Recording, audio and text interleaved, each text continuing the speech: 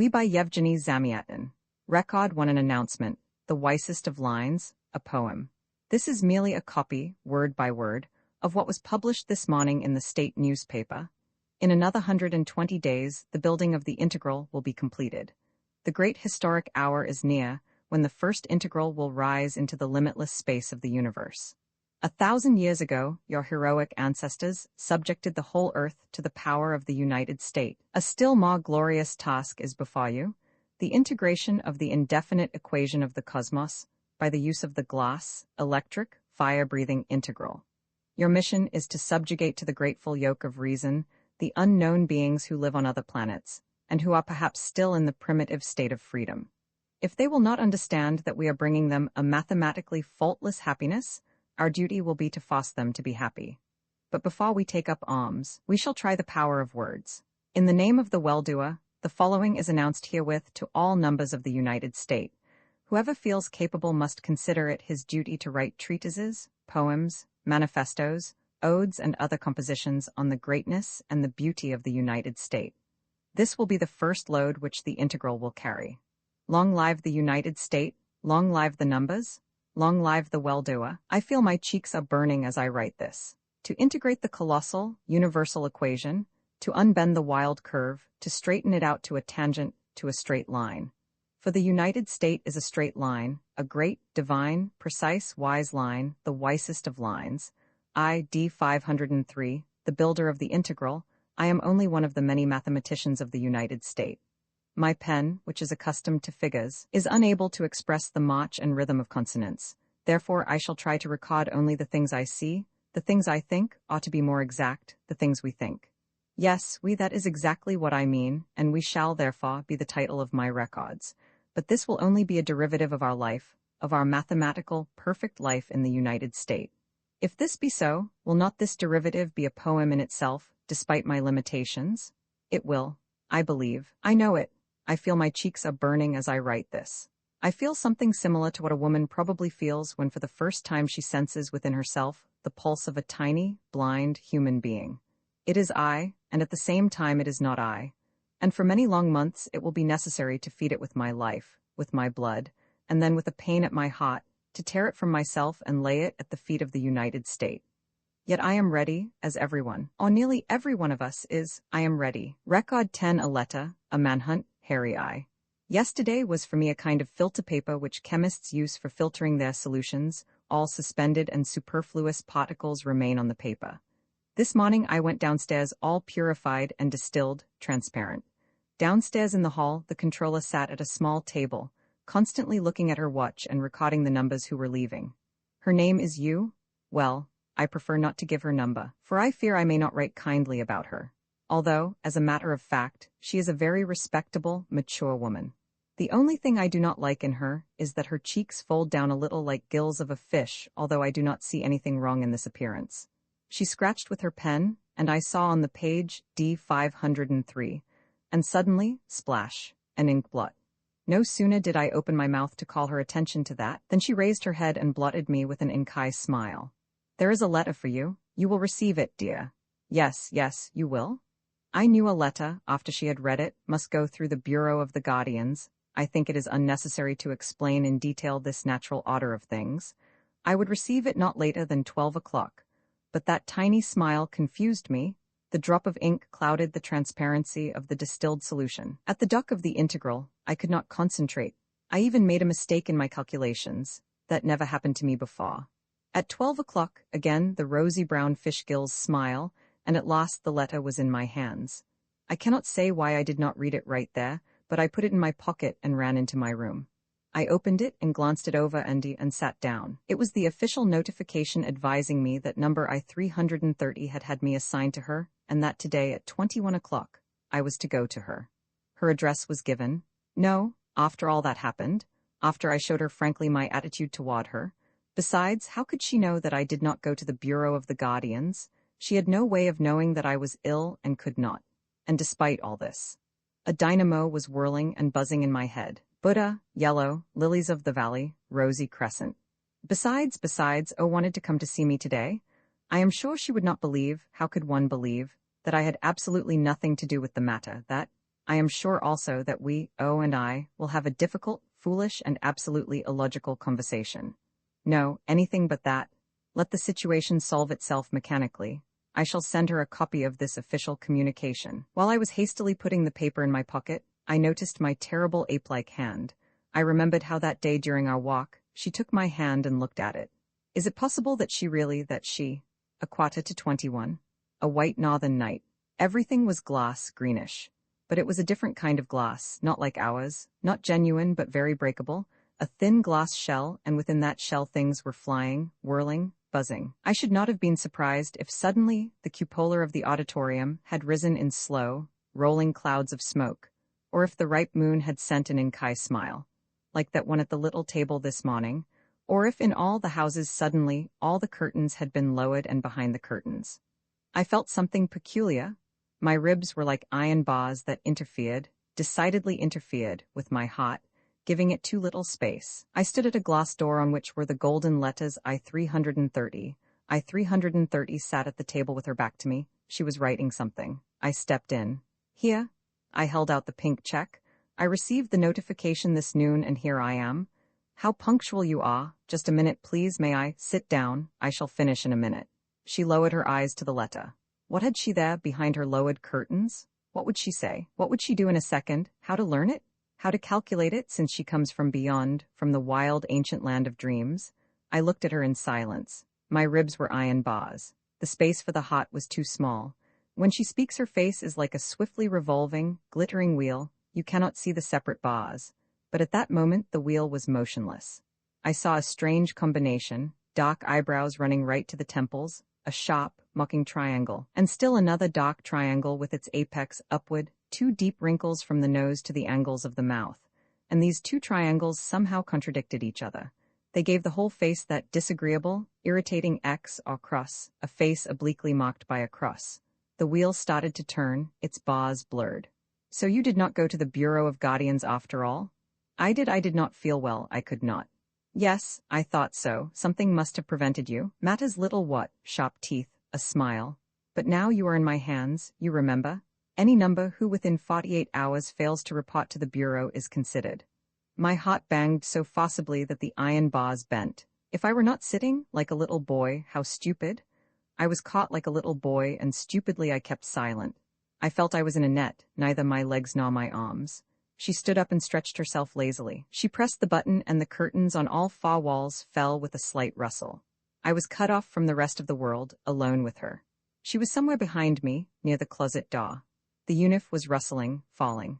I was listening, all listening.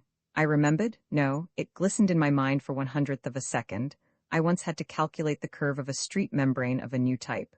These membranes are handsomely decorated and are placed on all the avenues, registering all street conversations for the Bureau of Guardians.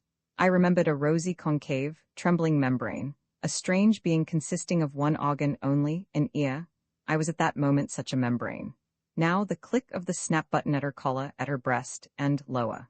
The glossy silk rustled over her shoulders and knees, over the floor.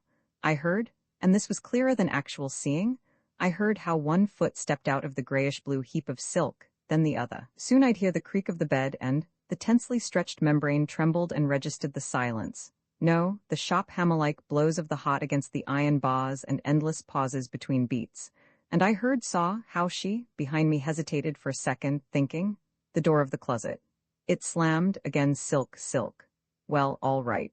I turned around. She was dressed in a saffron yellow dress of an ancient style. This was 1,000 times worse than if she had not been dressed at all.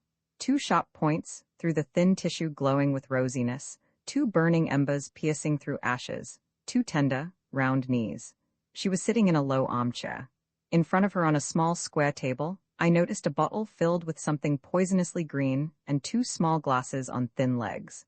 In the corner of her mouth she had a very thin paper tube. She was ejecting smoke formed by the burning of that ancient smoking substance, whose name I do not now remember. The membrane was still vibrating. Within the sledgehammer was pounding the red-hot iron bars of my chest. I heard distinctly every blow of the hammer, and what if she too heard it? But she continued to produce smoke very calmly. Calmly she looked at me, and nonchalantly she flicked ashes on the pink check. With as much self-control as possible I asked, "If you still feel that way, why did you have me assigned to you, and why did you make me come here?" As if she had not heard it all, she poured some of the green liquid from the bottle into a small glass and sipped it. "Wonderful liqueur, want some?" Then I understood, alcohol. Like lightning there came to memory what I saw yesterday. The stony hand of the well-doer, the unbearable blade of the electric ray, there on the cube, the head thrown backward, the stretched-out body. I shivered. "Please listen," I said. "You know, do you not, that anyone who poisons himself with nicotine, more particularly with alcohol, is severely treated by the United States?" Dark brows raised high to the temples, the sharp mocking triangle. "It is more reasonable to annihilate a few than to allow many to poison themselves. And degeneration, etc. This is true to the point of indecency." Indecency? Yes, to let out into the street such a group of bald-headed naked little truths. Only imagine, please. Imagine, say, that persistent admirer of mine, well, you know him. Then imagine, if he should discard the deception of clothes and appear in public in his true form. Oh, she laughed. But I clearly saw her lower, sorrowful triangle, 2 deep grooves from the nose to the mouth. And for some reason these grooves made me think, that double-curved being, half-hunched, with wing-like ears, he embraced her? Her such, oh, naturally, I try now merely to express my abnormal feelings of that moment. Now, as I write, I understand perfectly that all this is as it should be, that he, S4711, like any other honest number, has a perfect right to the joys of life, and that it would be unjust. But I think the point is quite clear. I 330 laughed a long, strange laugh. Then she cast a look at me, into me. "The most curious thing is that I am not in the least afraid of you. You are such a dear, I am sure of it. You would never think of going to the bureau and reporting that I drink liqueurs and smoke. You will be sick or busy, or I don't know what. Furthermore, I am sure you will drink this charming poison with me." What an impertinent, mocking tone. I felt definitely that in a moment I should hate her. Why in a moment? In fact, I hated her all the time. I 330 turned over the little glass of green poison straight into her mouth. Then she stood up, and all rosy through the translucent saffron-yellow tissue, she made a few steps and stopped behind my chair. Suddenly her arms were about my neck, her lips grew into mine, no, even somewhere much deeper, much more terribly. I swear all this was very unexpected for me. That is why perhaps, for I could not, at this moment I see clearly, I could not myself have the desire to. Unbearably sweet lips. I suppose it was the taste of the liqueur. It was as though burning poison were being poured into me, and more. I tore away from the earth and began revolving as an independent planet, down, following an uncalculable curve. What happened next I am able to describe only in an approximate way, only by way of more or less corresponding analogies. It never occurred to me before, but it is true. We who live on the earth, we are always walking over a seething red sea of fire which is hidden in the womb of the earth. We never think of it, but imagine the ground under our feet suddenly transformed into a thin glass shell. Suddenly we should behold? I became glass-like and saw within myself. There were 2 selves in me. One, the former D503, number D503, and the other. Before, that other used only to show his hairy paws from time to time, but now the whole other self left his shell. That shell was breaking, and in a moment. Grasping with all my strength the last straw, the arms of the chair, I asked loudly, so as to hear my first self, Where did you get this poison?" "Oh, this, a physician, one of my what?" And my other self jumped up suddenly and yelled, "I won't allow it, I want no one but me. I shall kill anyone who, because you." I saw my other self grasp her rudely with his hairy paws, tear the silk, and put his teeth in her flesh. I remember exactly, his teeth? I do not remember how, but I 330 slipped away, and I saw her straightened, her head raised high, her eyes overlain by that cursed, impenetrable curtain. She stood leaning with her back against the closet door and listening to me. I remember I was on the floor. I embraced her limbs, kissed her knees, and cried supplicatingly. At once, right away. Sharp teeth. The sharp, mocking triangle of the brows. She bent over and in silence unbuttoned my badge. Yes, dear. I began hastily to remove my uniform, but I 330, silent as before, lifted my badge to my eyes, showing me the clock upon it. It was 22:25. I became cold. I knew what it meant to be out in the street after 22:30. My insanity disappeared at once. I was again I. I saw clearly one thing. I hated her. Without saying goodbye, without looking back, I ran out of the room. Hurriedly trying to fasten the badge back in its place, I ran down the stairs. I was afraid lest someone notice me in the elevator, and jumped out into a deserted street. Everything was in its place. Life so simple, ordinary, orderly. Glittering glass houses, pale glass sky, a greenish, motionless night. But under that cool glass something wild, something red and hairy, was silently seething. I was gasping for breath, but I continued to run, so as not to be late. Suddenly, I felt that my badge, which I had hurriedly pinned on, was detaching itself. It came off and fell to the sidewalk. I bent over to pick it up, and in the momentary silence, I heard somebody's steps. I turned. Someone small and hunched was disappearing around the corner. At least so it seemed. I started to run as fast as I could. The wind whistled in my ears. At the entrance of my house, I stopped and looked at the clock. 1 minute to 22:30? I listened. Nobody behind. It was my foolish imagination, the effect of the poison. The night was full of torture. My bed seemed to lift itself under me, then to fall again, then up again. I used autosuggestion. At night all the numbers must sleep. Sleeping at night is a duty just like working during the day. To sleep at night is necessary for the next day's work. Not to sleep at night is criminal. Yet I could not sleep, I could not.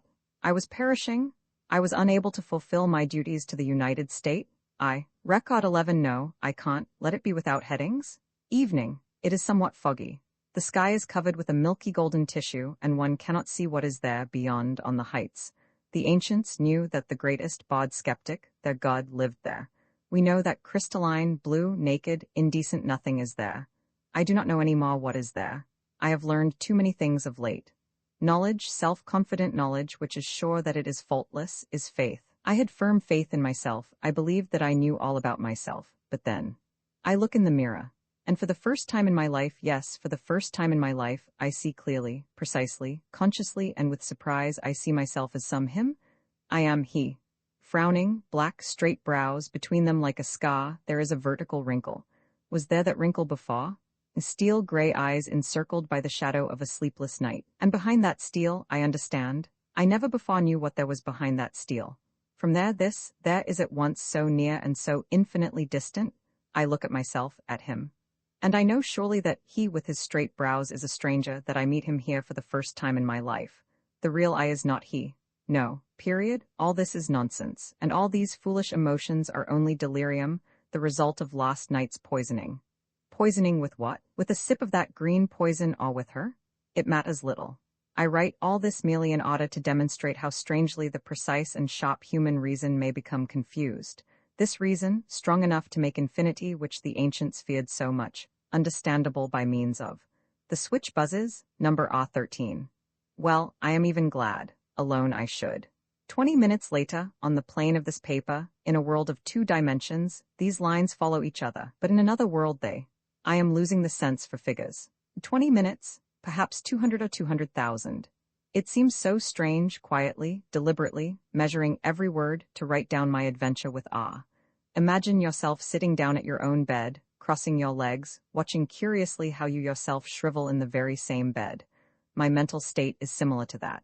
When R13 came in, I was perfectly quiet and normal. I began with sincere admiration to tell him how wonderfully he succeeded in versifying the death sentence of that insane man, and that his poem more than anything else had smothered and annihilated the transgressor of the law.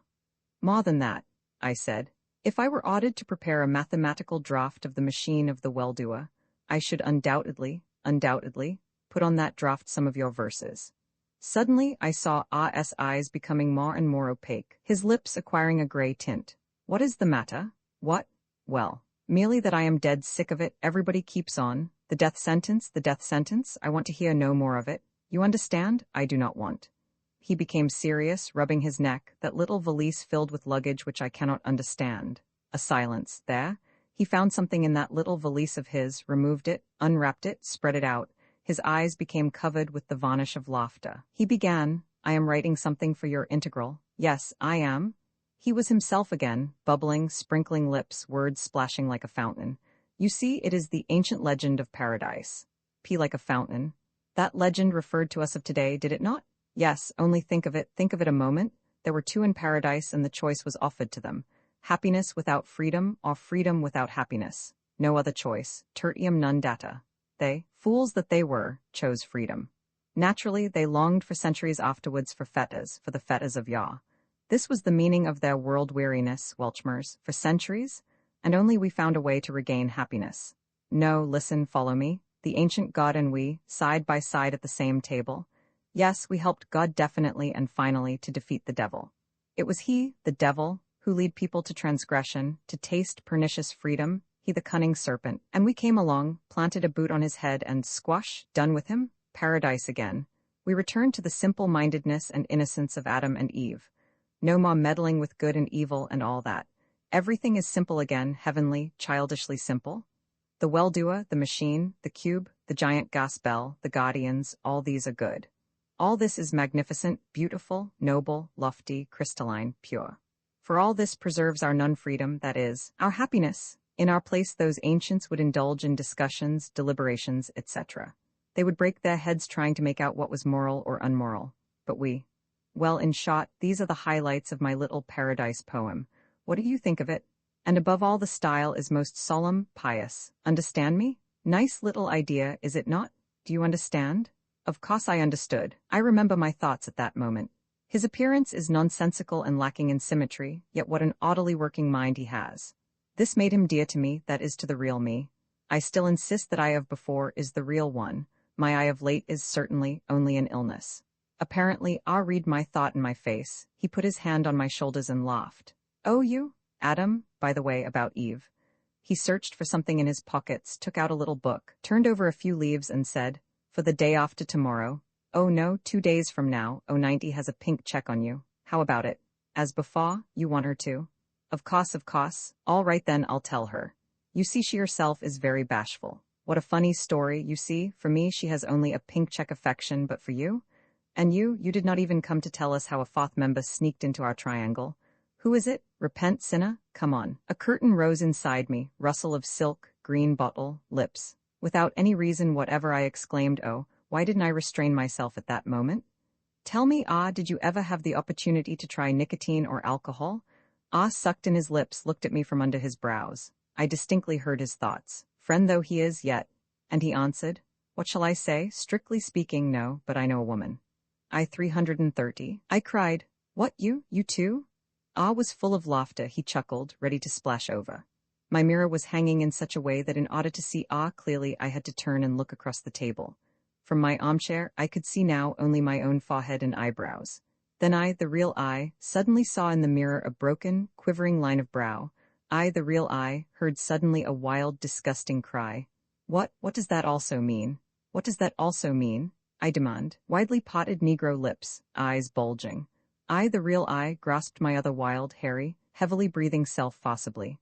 I, the real I, said to him in the name of the well-doer, please forgive me. I am very sick, I don't sleep. I do not know what is the matter with me. A swiftly passing smile appeared on the thick lips.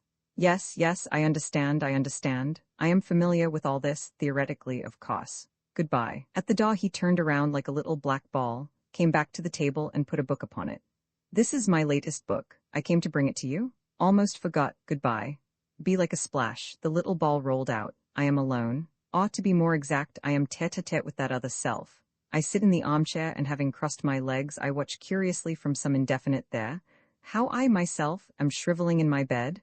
Why, oh, why is it that for 3 years, and I were so friendly together, and now suddenly, one word only about that other female, about I 330, and, is it possible that that insanity called love and jealousy does exist not only in the idiotic books of the ancients? What seems most strange is that I, equations, formulae, figures, and suddenly this? I can't understand it, I can't. Tomorrow I shall go to and tell him. No, it isn't true, I shall not go. Neither tomorrow nor day after tomorrow, nor ever. I can't, I do not want to see him. This is the end, our triangle is broken up, I am alone. It is evening. There is a light fog, the sky is covered by a thin milky golden tissue. If I only knew what is there, higher. If I only knew who I am, which I am I? Record 12, The Delimitation of the Infinite, Angel, Meditations on Poetry. I continue to believe that I shall recover, that I may recover. I slept very well. No dreams or any other symptoms of disease. Dear 090 will come tomorrow. Everything will again be simple, regular, and limited like a circle. I am not afraid of this word, limited. The work of the highest faculty of man, judgment, is always directed toward the constant limiting of the infinite, toward the breaking up of the infinite into comfortably digestible portions, differentials. This is what gives divine beauty to my element, mathematics, and it is exactly this beauty that other female lacks. But this last thought of mine is only an accidental mental association. These thoughts swarmed in my mind while I was listening to the regular, rhythmic sounds of the underground railway. Silently, I followed the rhythm of its wheels and recited to myself A.S. verses from the book which he gave me yesterday, and I felt that behind me someone was leaning over my shoulder and looking at the open pages. I did not turn around, but with the corner of my eye I noticed pink ears, spread like wings, the double curved, like the letter. It was he, but I did not want to disturb him. I feigned not to have noticed him. How he came in, I do not know. I did not see him when I got into the car. This incident, insignificant in itself, had an especially good effect upon me. It invigorated me, I should say. It is pleasant to feel that somebody's penetrating eye is watching you from behind your shoulder, lovingly guarding you from making the most minute mistake, from the most minute incorrect step. It may seem to you too sentimental, but I see in all this the materialization of the dream of the ancients about a guardian angel. How many things about which the ancients had only dreams are materialized in our life. At the moment when I became aware of the presence of the guardian angel behind me, I was enjoying a poem entitled Happiness.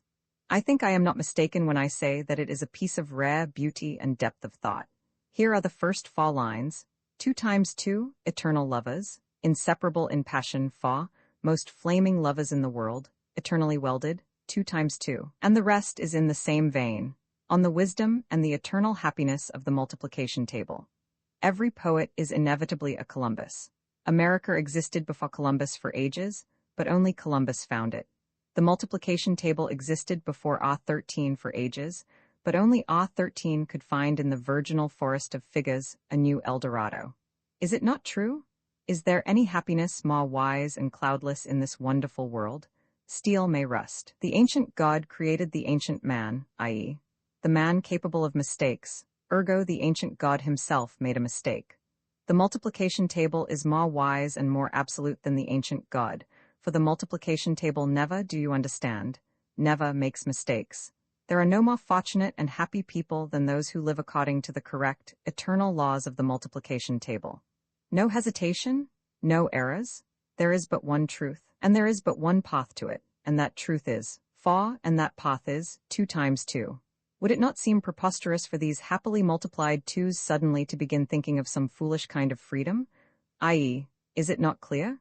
Of a mistake? It seems undeniable, axiomatic, that A13 knows how to grasp the most fundamental, the most. At that moment again I felt, first near the back of my head, then on my left ear, the warm, tender breath of the guardian angel.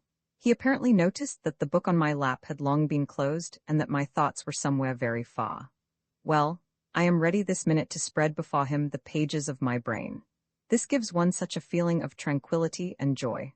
I remember I even turned around and gazed long and questioningly into his eyes, but either he did not understand, or he did not want to understand me.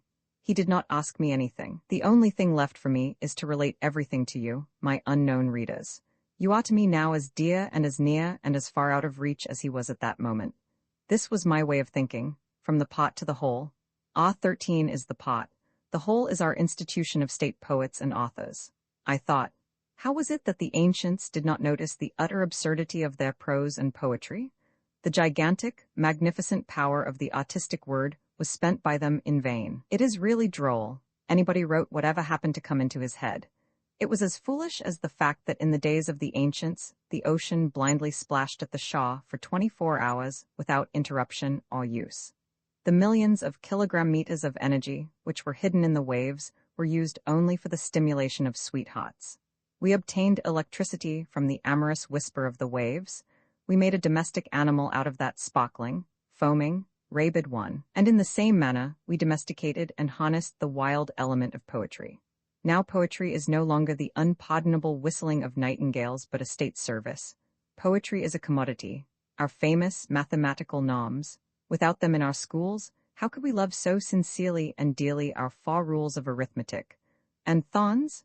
This is a classical image. The guardians are thorns about a rose, thorns that guard our tender state flower from cross hands, whose heart could resist, could remain indifferent to see and hear the lips of our children recite like a prayer. A bad boy caught the rose with his hand, but the thorn of steel pricked him like a needle.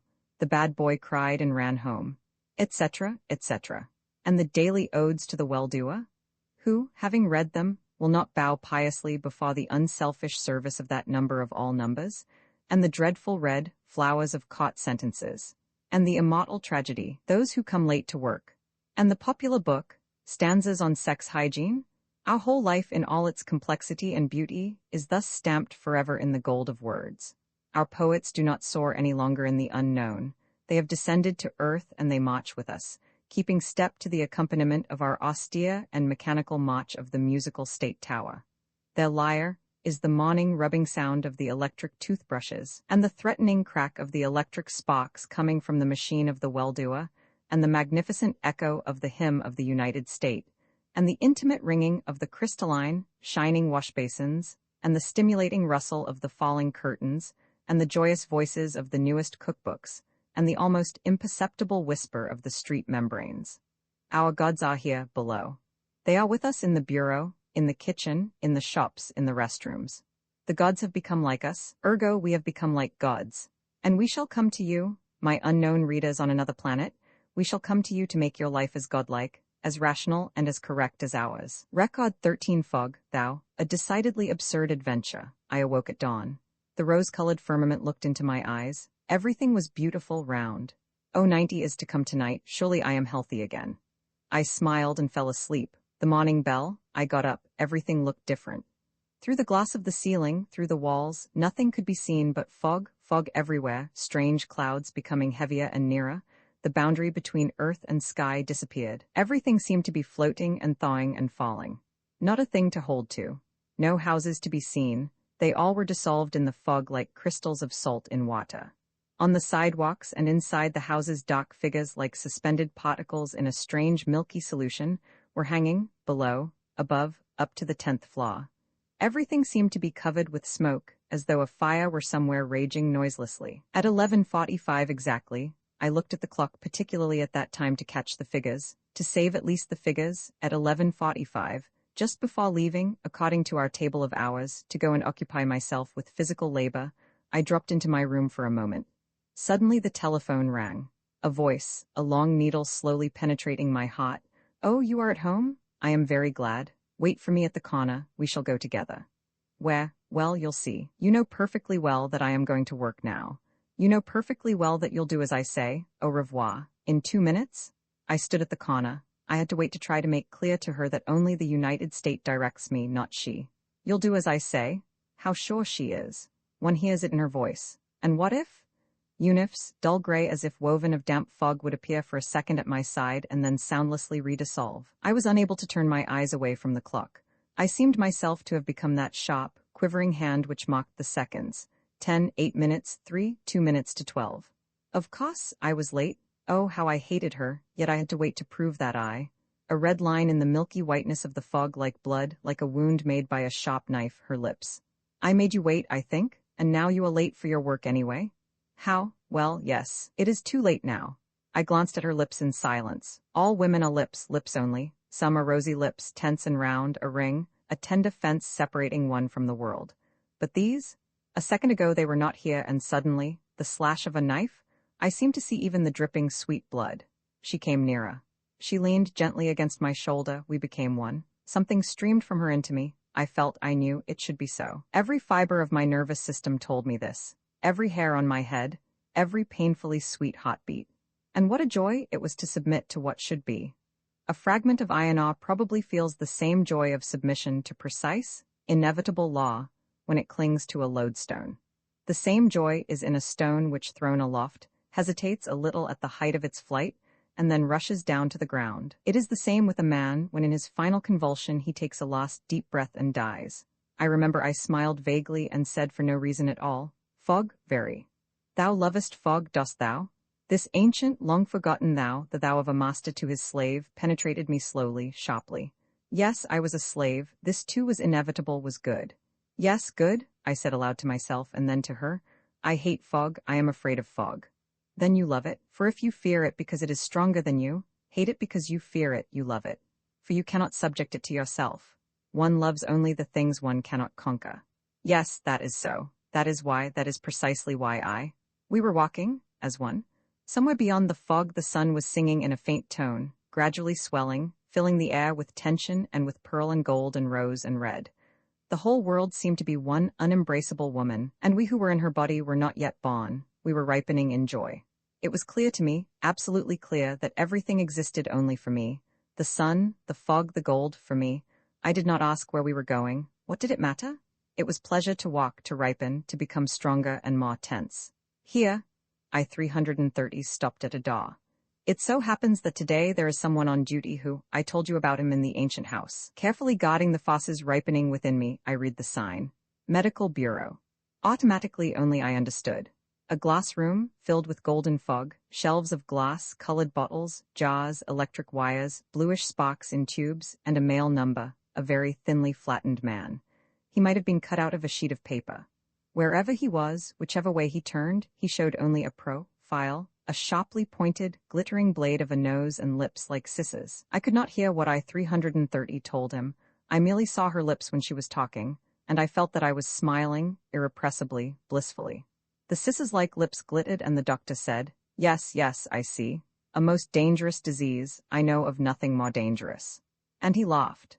With his thin, flat, papery hand he wrote something on a piece of paper and gave it to I 330. He wrote on another piece of paper and handed it over to me. He had given us certificates, testifying that we were ill, that we were unable to go to work. Thus I stole my work from the United States. I was a thief. I deserved to be put beneath the machine of the well-doer. Yet I was indifferent to this thought. It was as distant from me as though it were written in a novel. I took the certificate without an instant's hesitation. I, all my being, my eyes, my lips, my hands, knew it was as it should be. At the corner, from a half-empty garage, we took an arrow. I 330 took the wheel as she had done before, pressed the starter, and we tore away from the earth. We sawed. Behind us the golden haze, the sun, the thin, blade-like profile of the doctor seemed to me suddenly so dear, so beloved. Formerly, I knew everything was revolving around the sun. Now, I knew everything was revolving around me. Slowly, blissfully, with half-closed eyes. At the gate of the ancient house we found the same old woman. What a dear mouth, with lips grown together and ray-like wrinkles around it. Probably those lips have remained grown together all these days, but now they parted and smiled. "Ah, you mischievous girl, you, work is too much for you? Well, all right, all right. If anything happens, I'll run up and warn you." A heavy, squeaky, opaque door. It closed behind us, and at once my heart opened painfully, widely, still wider. My lips, hers. I drank and drank from them. I tore myself away. In silence I looked into her widely open eyes and then again. The room in half dusk. Blue and saffron yellow lights, dark green Morocco leather, the golden smile of Buddha, a wide mahogany bed, a glimmer of mirrors. And my dream of a few days before became so comprehensible, so clear to me. Everything seemed saturated with the golden prime juice of life, and it seemed that I was overflowing with it. 1 second more and it would splash out. Like Iona to a lodestone, in sweet submission to the precise and unchangeable law, inevitably, I clung to her. There was no pink check, no counting, no United State. I myself was no more. Only, drawn together, the tenderly sharp teeth were there, only her golden, widely open eyes, and through them I saw deeper within. And silence. Only somewhere in a corner, thousands of miles away it seemed, drops of water were dripping from the faucet of the washstand. I was the universe? And between drops whole epochs, eras were elapsing. I put on my unif and bent over I 330 to draw her into me with my eyes, for the last time. "I knew it. I knew you," said I 330 in a very low voice. She passed her hand over her face as though brushing something away, then she arose brusquely, put on her unif and her usual sharp, bite-like smile. "Well, my fallen angel, you perished just now, do you know that? No, you are not afraid? Well, au revoir, you shall go home alone." Well, she opened the mirror door of the cupboard and looking at me over her shoulder, she waited. I left the room obediently. Yet no sooner had I left the room than I felt it was urgent that she touch me with her shoulder. Only for 1 second with her shoulder, nothing more. I ran back into the room, where, I presumed, she was standing before the mirror, busy buttoning up her unif. I rushed in and stopped abruptly. I remember it clearly, I saw the key in the keyhole of the closet, and the ancient ring upon it was still swinging, but I-330 was not there. She could not have left the room, as there was but one exit. Yet I-330 was not there. I looked around everywhere. I even opened the cupboard and felt of the different ancient dresses. Nobody. I feel somewhat ridiculous, my dear planetary readers, relating to you this most improbable adventure. But what else can I do, since it all happened exactly as I relate it? Was not the whole day from early morning full of improbable adventures? Does it not all resemble the ancient disease of dream-seeing? If this be so, what does it matter if I relate one absurdity more, or one less? Moreover, I am convinced that sooner or later I shall be able to include all these absurdities in some kind of a logical sequence. This thought comforts me, as I hope it will comfort you. How overwhelmed I am! If only you knew how overwhelmed. Record 14, mine, impossible, a cold flaw. I shall continue to relate my adventures of yesterday. I was busy during the personal hour before retiring to bed, and thus I was unable to record everything last night. But everything is graven in me, especially, for some reason, and apparently forever, I shall remember that unbearably cold flaw. I was expecting 090 last evening, as it was her regular day. I went downstairs to the controller on duty to get a permit for the lowering of my curtains. "What is the matter with you?" asked the controller. "You seem so peculiar tonight." I am sick." Strictly speaking, I told her the truth. I certainly am sick. All this is an illness. Presently I remembered, of course, my certificate. I touched it in my pocket. Yes, there it was, rustling. Then all this did happen? It did actually happen? I held out the paper to the controller. As I did so, I felt the blood rushing to my cheeks. Without looking directly at her, I noticed with what an expression of surprise she gazed at me. Then at 21:30 o'clock. In the room to the left the curtains were lowered, and in the room to the right my neighbor was sitting over a book. His head is bald and covered with bulging lumps. His forehead is enormous, a yellow parabola. I was walking up and down the room, suffering. How could I meet her after all that happened? 090. I felt plainly to my right how the eyes of my neighbor were staring at me. I clearly saw the wrinkles on his forehead like a row of yellow, illegible lines, and for some reason I was certain that those lines dealt with me. A quarter of an hour before 22, the cheerful, rosy whirlwind was in my room. The firm ring of her rosy arms closed about my neck. Then I felt how that ring grew weaker and weaker, and then it broke and her arms dropped. "You are not the same man. You are no longer mine." What curious terminology. Mine, I never belonged, I faltered. It suddenly occurred to me, true, I belonged to no one before, but now, is it not clear that now I do not live any more in our rational world, but in the ancient delirious world, in a world of square root of -1? The curtains fell. There to my right my neighbor let his book drop at that moment from the table to the floor, and through the last narrow space between the curtain and the floor I saw a yellow hand pick up the book. Within I felt, only to seize that hand with all my power. I thought, I wanted to meet you during the hour for the walk. I must talk to you about so many things, so many. Poor dear 090. Her rosy mouth was a crescent with its horns downward, but I could not tell her everything, could I, if for no other reason than that it would make her an accomplice of my crimes? I knew that she would not have the courage to report me to the Bureau of Guardians, consequently. "My dear O, I am sick, I am exhausted. I went again today to the medical bureau, but it is nothing, it will pass. But let us not talk about it, let us forget it." 090 was lying down. I kissed her gently. I kissed that childish, fluffy fold at her wrist. Her blue eyes were closed. The pink crescent of her lips was slowly blooming, more and more like a flower. I kissed her. Suddenly I clearly realized how empty I was, how I had given away. No, I could not. Impossible. I knew I must, but no, impossible. I ought, but no, impossible. My lips cooled at once. The rosy crescent trembled, darkened, drew together. 090 covered herself with the bedspread, her face hidden in the pillow. I was sitting near the bed on the floor. What a desperately cold floor. I sat there in silence. The terrible cold from the floor rose higher and higher. There in the blue, silent space among the planets, there probably it is as cold. "Please understand, dear, I did not mean," I muttered, with all my heart, it was the truth. I, my real self, did not mean. Yet how could I express it in words? How could I explain to her that the piece of iron did not want to? But that the law is precise, inevitable? 090 lifted her face from the pillow, and without opening her eyes she said, "Go away." But because she was crying she pronounced it, "oo-a-a-a-i." For some reason this absurd detail will not leave my memory.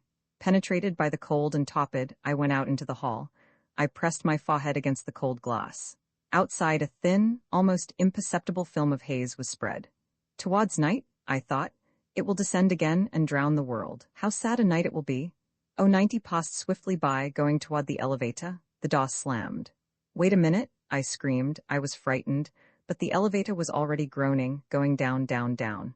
She rubbed me of she rubbed me of 90, yet, nevertheless. Record 15 the bell, the mirror-like sea, I am to burn eternally. I was walking upon the dock where the integral is being built when the second builder came to meet me. His face as usual was round and white, a porcelain plate. When he speaks it seems as though he serves you a plate of something unbearably tasty. You chose to be ill, and without the chief we had an accident, as it were, yesterday. An accident? Yes, sir, we finished the bell and started to let it down. And imagine, the men caught a mail without a number. How he got in, I cannot make out. They took him to the operation department. Oh, they'll draw the mystery out of the fellow there. Why and how, etc. He smiled delightedly. Our best and most experienced physicians work in the operation department under the direct supervision of the well-doer himself. They have all kinds of instruments, but the best of all is the gas bell. The procedure is taken from an ancient experiment of elementary physics. They used to put a rat under a gas bell and gradually pump out the air. The air becomes more and more rarefied, and you know the rest. But our gas bell is certainly a more perfect apparatus, and it is used in combination with different gases. Furthermore, we don't torture a defenseless animal as the ancients did. We use it for a higher purpose. To guard the security of the United States, in other words, the happiness of millions. About 5 centuries ago, when the work of the operation department was only beginning, there were yet to be found some fools who compared our operation department with the ancient Inquisition. But this is as absurd as to compare a surgeon performing a tracheotomy with a highway cutthroat. Both use a knife, perhaps the same kind of a knife. Both do the same thing, viz. Cut the throat of a living man, yet one is a well-doer, the other is a murderer, one is mocked plus the other minus.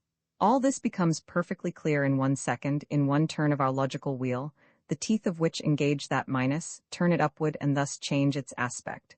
That other matter is somewhat different. The ring in the door was still oscillating. Apparently the door had just closed, yet she, I-330, had disappeared. She was not there. The logical wheel could not turn this fact. A dream, but even now I feel still in my right shoulder that incomprehensible sweet pain of I-330 near me in the fog, pressing herself against me. Thou lovest fog? Yes, I love the fog too. I love everything, and everything appears to me wonderful, new, tense. Everything is so good, I said aloud. Good? The porcelain eyes bulged out.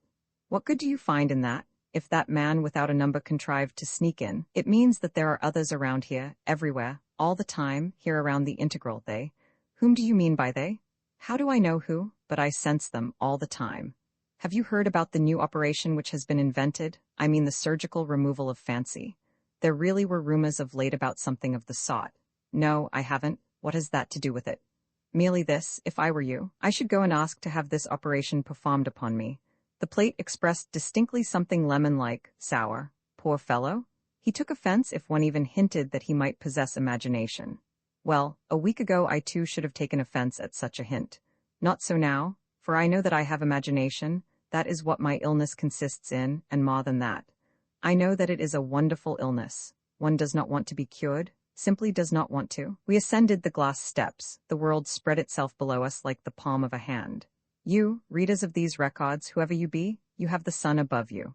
And if you ever were ill, as I am now, then you know what kind of a sun there is maybe in the morning. You know that pinkish, lucid, warm gold. The air itself looks a little pinkish. Everything seems permeated by the tender blood of the sun. Everything is alive. The stones seem soft and living, iron living and warm. People all full of life and smiles. It may be that in a shot while all this will disappear, that in an hour the pinkish blood of the sun will be drained out, but in the meantime everything is alive. And I see how something flows and pulsates in the sides of the integral. I see the integral think of its great and lofty future, of the heavy load of inevitable happiness, which it is to carry up there into the heights, to you, unseen ones, to you who seek eternally, and who never find. You shall find, you shall be happy. You must be happy, and you have now not very long to wait. The body of the integral is almost ready. It is an exquisite, oblong ellipsoid, made of our glass, which is everlasting like gold and flexible like steel. I watched them within, fixing its transverse ribs and its longitudinal stringers. In the stern, they were erecting the base of the gigantic motor. Every 3 seconds, the powerful tail of the integral will eject flame and gases into the universal space, and the integral will soar forward and higher, like a flaming tamaline of happiness. I watched how the workers, true to the Taylor system, would bend down, then unbend and turn around swiftly and rhythmically like levers of an enormous engine. In their hands they held glittering glass pipes which emitted bluish streaks of flame. The glass walls were being cut into with flame. With flame there were being welded the angles, the ribs, the bars. I watched the monstrous glass cranes easily rolling over the glass rails. Like the workers themselves, they would obediently turn, bend down and bring their loads inward into the bowels of the integral. All seemed one, humanized machine and mechanized humans. It was the most magnificent, the most stirring beauty, harmony, music, quick, down, to them, and with them. And I descended and mingled with them, fused with their mass, caught in the rhythm of steel and glass. Their movements were measured, tense and round. Their cheeks were colored with health, their mirror-like foreheads not clouded by the insanity of thinking. I was floating upon a mirror-like sea. I was reposing. Suddenly one of them turned toward me his carefree face. Well, better today? What better? You were not here yesterday, and we thought something serious. His forehead was shining, a childish and innocent smile. My blood rushed to my face. No, I could not lie, facing those eyes. I remained silent, I was drowning. Above, the shiny round white porcelain face appeared in the hatchway. D503, come up here? Something is wrong with a frame and brackets here, and, not waiting until he had finished, I rushed to him, upstairs. I was shamefully saving myself by flight. I had not the power to raise my eyes. I was dazed by the sparkling glass steps under my feet, and with every step I made I felt more and more hopeless. I, a corrupted man, a criminal, was out of place here. No, I shall probably never again be able to fuse myself into this mechanical rhythm, nor to float over this mirror-like, untroubled sea. I am to burn eternally from now on, running from place to place, seeking a nook where I may hide my eyes, eternally, until a spark cold as ice pierced me. I myself, I mad a little, but is it necessary that she also? I must see that she? I crawled through the hatchway to the deck and stood there. Where was I to go now? I did not know what I had come for. I looked aloft. The midday sun, exhausted by its march, was fuming dimly. Below was the integral, a gray mass of glass, dead. The pink blood was drained out. It was clear to me that all this was my imagination and that everything remained as before, yet it was also clear to me that, what is the matter with you? D503, are you deaf? I call you and call. What is the matter with you?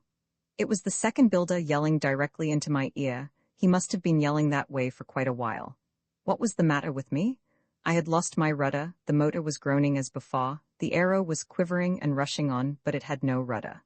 I did not even know where I was rushing, down to the earth or up to the sun, to its flame. Record 16 yellow, a two-dimensional shadow, an incurable soul. I have not written for several days, for I don't know how many. All my days are alike. All are of one color, yellow like dry, overheated sand. Not a patch of shade, not a drop of water, only an infinity of yellow sand. I cannot live without her, but she, since she disappeared that day so mysteriously in the ancient house. Since that time I have seen her only once, during the hour for the walk, 2, 3, 4 days ago, I do not remember exactly. All my days are alike. She only passed swiftly by and for a second filled up the yellow, empty world. With her, arm in arm, reaching not higher than her shoulder, were the double-curved S and the thin papery ducta, and a fourth person whose fingers only I remember well. They streamed out, those fingers, from the sleeve of the uniform like a bundle of rays, uncommonly thin, white, long. I-330 raised her hand and waved to me, then she bent toward the one with the ray-like fingers, over the head of S. I overheard the word integral. All four turned around to look at me, and then they disappeared in the bluish-gray sea, and my road was once more dry and yellow. That same evening she had a pink check on me. I stood before the switchboard, and with hatred and tenderness, I implored it to click and soon to show the number I-330. I would jump out into the hall at every sound of the elevator. The door of the latter would open heavily. Pale, tall, blonde, and dark, they would come out of the elevator, and here and there curtains were falling. But she was not there, she did not come, and it is quite possible that now, at this minute, as I write these lines, at 22 o'clock exactly, with her eyes closed, she is pressing her shoulder against somebody else in the same way, and in the same way she may be asking someone, "Do you love me?" Whom? Who is he? That one with ray-like fingers, or that thick-lipped sprinkling ah? Or why is it that I have heard his steps splashing behind me as though in a ditch all these days? Why has he been following me all these days like a shadow? Ahead of me, to my side, behind me, a grayish-blue, two-dimensional shadow. People cross it, people step on it, but it remains nearby, attached to me by unseen ties. Perhaps that tie is I-330. I do not know. Or perhaps they, the guardians I mean, already know that if someone should tell you your shadow sees you all the time, would you understand? All at once peculiar sensations arise in you. Your arms seem to belong to someone else, they are in the way. That is how I feel. Very frequently now, I notice how absurdly I wave my hands without any rhythm. I have an irresistible desire to glance behind me, but I am unable to do so. My neck might as well be forged of iron. I flee, I run faster and faster, and even with my back I feel that shadow following me as fast as I can run, and there is no place to hide myself, no place. At length I reach my room. Alone at last. But here I find another thing, the telephone. I pick up the receiver. Yes, I-330 please. And again I hear a light noise through the receiver, someone's step in the hall there, passing the door of her room, and silence. I drop the receiver. I cannot bear it any longer, and I run to see her. This happened yesterday. I ran there, and for a whole hour from 16 to 17 I wandered near the house in which she lives. Numbers were passing by in rows. Thousands of feet were beating the time like a behemoth with a million legs passing by. I was alone, thrown out by a storm on an uninhabited island, and my eyes were seeking and seeking among the grayish-blue waves. There soon, I thought, will appear from somewhere the sharp mocking angles of the brows lifted to the temples, and the dark window eyes, and there behind them a flaming fireplace and someone's shadow. And I will rush straight in behind those windows and say to her, thou, yes, thou without fail, thou knowest I cannot live without thee any longer, then why? But silence reigned. Suddenly I heard the silence, suddenly I heard the musical tower silenced, and I understood. It was after 17 already, everyone had already left. I was alone. It was too late to return home. Around me, a desert made of glass and bathed with yellow sunshine. I saw, as if in water, the reflection of the walls in the glass smoothness of the street, sparkling walls, hanging upside down, myself also upside down, hanging absurdly in the glass. I must go at once, this very second, to the medical bureau, or perhaps this would be best, to remain here, to wait quietly until they see me and come and take me into the operation department, and put an end to everything at once, redeem everything. A slight rustle, and the double-curved S was before me. Without looking, I felt his two gray steel drill eyes bore quickly into me. I plucked up all my strength to show a smile, and to say I had to say something. I must go to the medical bureau. Who is detaining you? What are you standing here for? I was silent, absurdly hanging upside down. Follow me, said S austerely. I followed obediently, waving my unnecessary, foreign arms. I could not raise my eyes. I walked through a strange world turned upside down, where people had their feet pasted to the ceilings, and where engines stood with their bases upward, and where, still lower, the sky merged in the heavy glass of the pavement. I remember what pained me most was the fact that looking at the world for the last time in my life, I should see it upside down rather than in its natural state, but I could not raise my eyes. We stopped. Steps. One step, and I should see the figures of the doctors in their white aprons and the enormous dumb bell. With Foss, with some sort of an inner screw, at length I succeeded in tearing my eyes away from the glass beneath my feet, and I noticed the golden letters, Medical Bureau. Why did he bring me here rather than to the operation department? Why did he spare me? About this, I did not even think at that moment. I made one jump over all the steps, firmly closed the door behind me, and took a very deep breath, as if I had not breathed since morning, and as if my heart had not beaten for the same length of time, as if only now I started to breathe, and only now there opened a sluice in my chest. Inside there were two of them, one a short specimen with heavy legs, his eyes like the horns of a bull tossing the patients up, the other extremely thin with lips like sparkling scissors, a nose like a blade. It was the same man who, I ran to him as to a dear friend, straight over close to the blade, and muttered something about insomnia, dreams, shadows, yellow sand.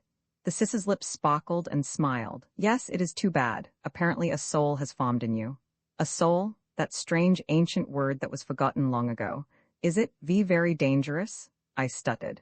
Incurable was the cut of the sisses. But more specifically, what is it? Somehow I cannot imagine. You see, how shall I put it? Are you a mathematician? Yes. Then you see, imagine a plane, let us say this mirror. You and I are on its surface, you see? There we are, squinting our eyes to protect ourselves from the sunlight. All here is the bluish electric spark in that tube. There the shadow of that arrow that just passed. All this is on the surface, is momentary only. Now imagine this very same surface softened by a flame, so that nothing can any longer glide over it, so everything instead will penetrate into that mirror world, which excites such curiosity in children. I assure you, children are not so foolish as we think they are. The surface becomes a volume, a body, a world, and inside the mirror. Within you, there is the sunshine and the whirlwind caused by the aero propeller, and your trembling lips and someone else's lips also. You see, the cold mirror reflects, throws out, while this one absorbs. It keeps forever a trace of everything that touches it. Once you saw an imperceptible wrinkle on someone's face, and this wrinkle is forever preserved within you. You may happen to hear in the silence a drop of water falling, and you will hear it forever. Yes, yes, that is it. I grasped his hand. I could hear drops of water dripping in the silence from the faucet of a washstand, and at once I knew it was forever. But tell me please, why suddenly a soul? There was none, yet suddenly. Why is it that no one has it yet? I pressed the thin hand. I was afraid to loosen the safety belt. Why? Well, why don't we grow feathers or wings, but only shoulder blades, bases for wings? We have arrows, wings would only be in the way. Wings are needed in order to fly, but we don't need to fly anywhere. We have arrived at the terminus. We have found what we wanted. Is that not so? I nodded vaguely. He glanced at me and laughed a scalpel-like metallic laugh. The other doctor overheard us and stamped out of his room on his heavy legs. He picked up the thin doctor with his horn eyes, then picked me up. What is the matter, a soul? You say a soul? Oh, damn it. We may soon retrogress even to the cholera epidemics. I told you. He tossed the thin one on the horns. I told you the only thing to do is to operate on them all, wholesale. Simply extirpate the center for fancy. Only surgery can help here, only surgery. He put on a pair of enormous X-ray spectacles and remained thus for a long while, looking into my skull, through the bones into my brain and making notes. Very, very curious, listen. He looked firmly into my eyes. Would you not consent to have me perform an extirpation on you? It would be invaluable to the United States. It might help us to prevent an epidemic, if you have no special reasons, of course. Some time ago I should probably have said without hesitation, I am willing, but now, I was silent. I caught the profile of the thin doctor. I implored him. You see, he said at last, number D530 is building the integral, and I am sure the operation would interfere. RH? Grumbled the other and stamped back into his room. We remained alone. The paper-like hand was put lightly and caressingly upon mine, the profile-like face came nearer, and he said in a very low voice, I shall tell you a secret. You are not the only one. My colleague is right when he speaks of an epidemic. Try to remember, have you not noticed yourself, someone with something similar, very similar, identical? He looked at me closely. What was he alluding to? To whom? Is it possible? Listen. I jumped up from my seat, but he had already changed the subject. In a loud metallic tone, as to the insomnia and for the dreams you complain of, I advise you to walk a great deal. Tomorrow morning you must begin taking long walks, say as far as the ancient house. Again he pierced me with his eyes and he smiled thinly. It seemed to me that I saw enveloped in the tender tissue of that smile a word, a letter, a name, the only name. Or was it only my imagination? I waited impatiently while he wrote a certificate of illness for today and tomorrow. Once more I gently and firmly pressed his hand, then I ran out. My heart now feels light and swift like an arrow. It carries me higher and higher. I know joy will come tomorrow. What joy? Record 17 through glass. I died. The corridor. I am puzzled. Yesterday, at the very moment when I thought everything was untangled, and that all the X's were at last found, new unknowns appeared in my equation. The origin of the coordinates of the whole story is of course the ancient home. From this center the axes of all the X's, Y's, and Z tickets radiate, and recently they have entered into the formation of my whole life. I walked along the X-axis, Avenue 59, towards the center. The whirlwind of yesterday still raged within me, houses and people upside down, my own hands torturingly foreign to me, glimmering sisses, the sharp sound of drops dripping from the faucet. All this existed once. All these things were revolving wildly, tearing my flesh, rotating wildly beneath the molten surface, there where the soul is located. In order to follow the instructions of the doctor, I chose the road which followed not the hypotenuse, but the two legs of a triangle. Soon I reached the road running along the green wall. From beyond the wall, from the infinite ocean of green, there rose toward me an immense wave of roots, branches, flowers, leaves. It rose higher and higher. It seemed as though it would splash over me, and that from a man, from the finest and most precise mechanism, which I would be transformed into. But fortunately, there was the green wall between me and that wild green sea. Oh, how great and divinely limiting is the wisdom of walls and bars. This green wall is, I think, the greatest invention ever conceived. Man ceased to be a wild animal the day he built the first wall. Man ceased to be a wild man only on the day when the green wall was completed, when by this wall we isolated our machine-like, perfect world from the irrational, ugly world of trees, birds, and beasts. The blunt snout of some unknown beast was to be seen dimly through the glass of the wall. Its yellow eyes kept repeating the same thought, which remained incomprehensible to me.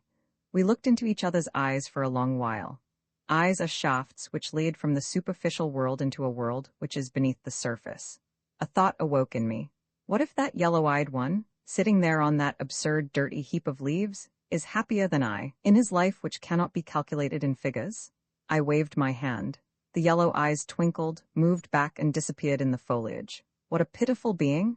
How absurd the idea that he might be happier. Happier than I he may be, but I am an exception, am I not? I am sick. I noticed that I was approaching the dark red walls of the ancient house, and I saw the grown-together lips of the old woman. I ran to her with all speed. Is she here? The grown-together lips opened slowly. Who is she? Who? I 330, of course. You remember we came together, she and I, in an arrow the other day. Oh, yes, yes, yes, yes. Wrinkles around the lips, artful rays radiating from the eyes. They were making their way deeper and deeper into me. Well, she is here, all right, came in a while ago.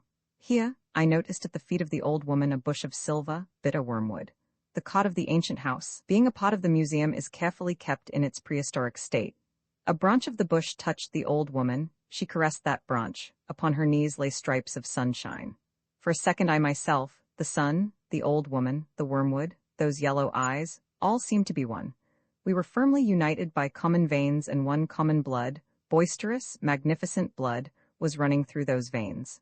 I am ashamed now to write down all this, but I promise to be frank to the end of these records. Yes, I bent over and kissed that soft, grown-together mouth of the old woman. She wiped it with her hand and laughed. Running, I passed through familiar, half-dark, echoing rooms, and for some reason I ran straight to the bedroom. When I had reached the door, a thought flashed. And if she is there, not alone? I stopped and listened, but all I heard was the tick-tock of my heart, not within me, but somewhere near, outside me. I entered. The large bed, untouched. A mirror, another mirror in the door of the cupboard, and in the keyhole an ancient key upon an ancient ring. No one was there. I called softly. I 330, are you here? And then in a still lower voice with closed eyes, holding my breath, in a voice as though I were kneeling before her, I dear. Silence. Only the water was dripping fast into the white basin of the washstand. I cannot now explain why, but I disliked that sound. I turned the faucet hard and went out. She was not there, so much was clear. She must be in another apartment. I ran down a wide, somber stairway, pulled one door, another, a third, locked. Every room was locked save that of our apartment, and she was not there. I went back again to the same apartment without knowing why. I walked slowly, with difficulty. My shoe soles suddenly became as heavy as cast iron. I remember distinctly my thought, it is a mistake that the force of gravity is a constant, consequently all my formulae. Suddenly, an explosion. A door slammed down below, someone stamped quickly over the flagstones. I again became light-footed, extremely light. I dashed to the railing to bend over, and in one word, one exclamation, expressed everything. You. I became cold. Below, in the square shadow of the window frame, flapping its pink wing ears, the head of S passed by. Like lightning, I saw only the naked conclusion. Without any premises, I don't recall any premises even now, the conclusion, he must not see me here?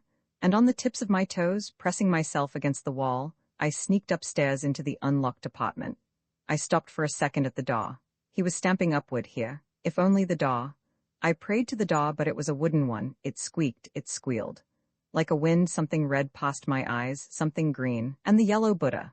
In front of the mirror door of the cupboard, my pale face, my ears still following those steps, my lips.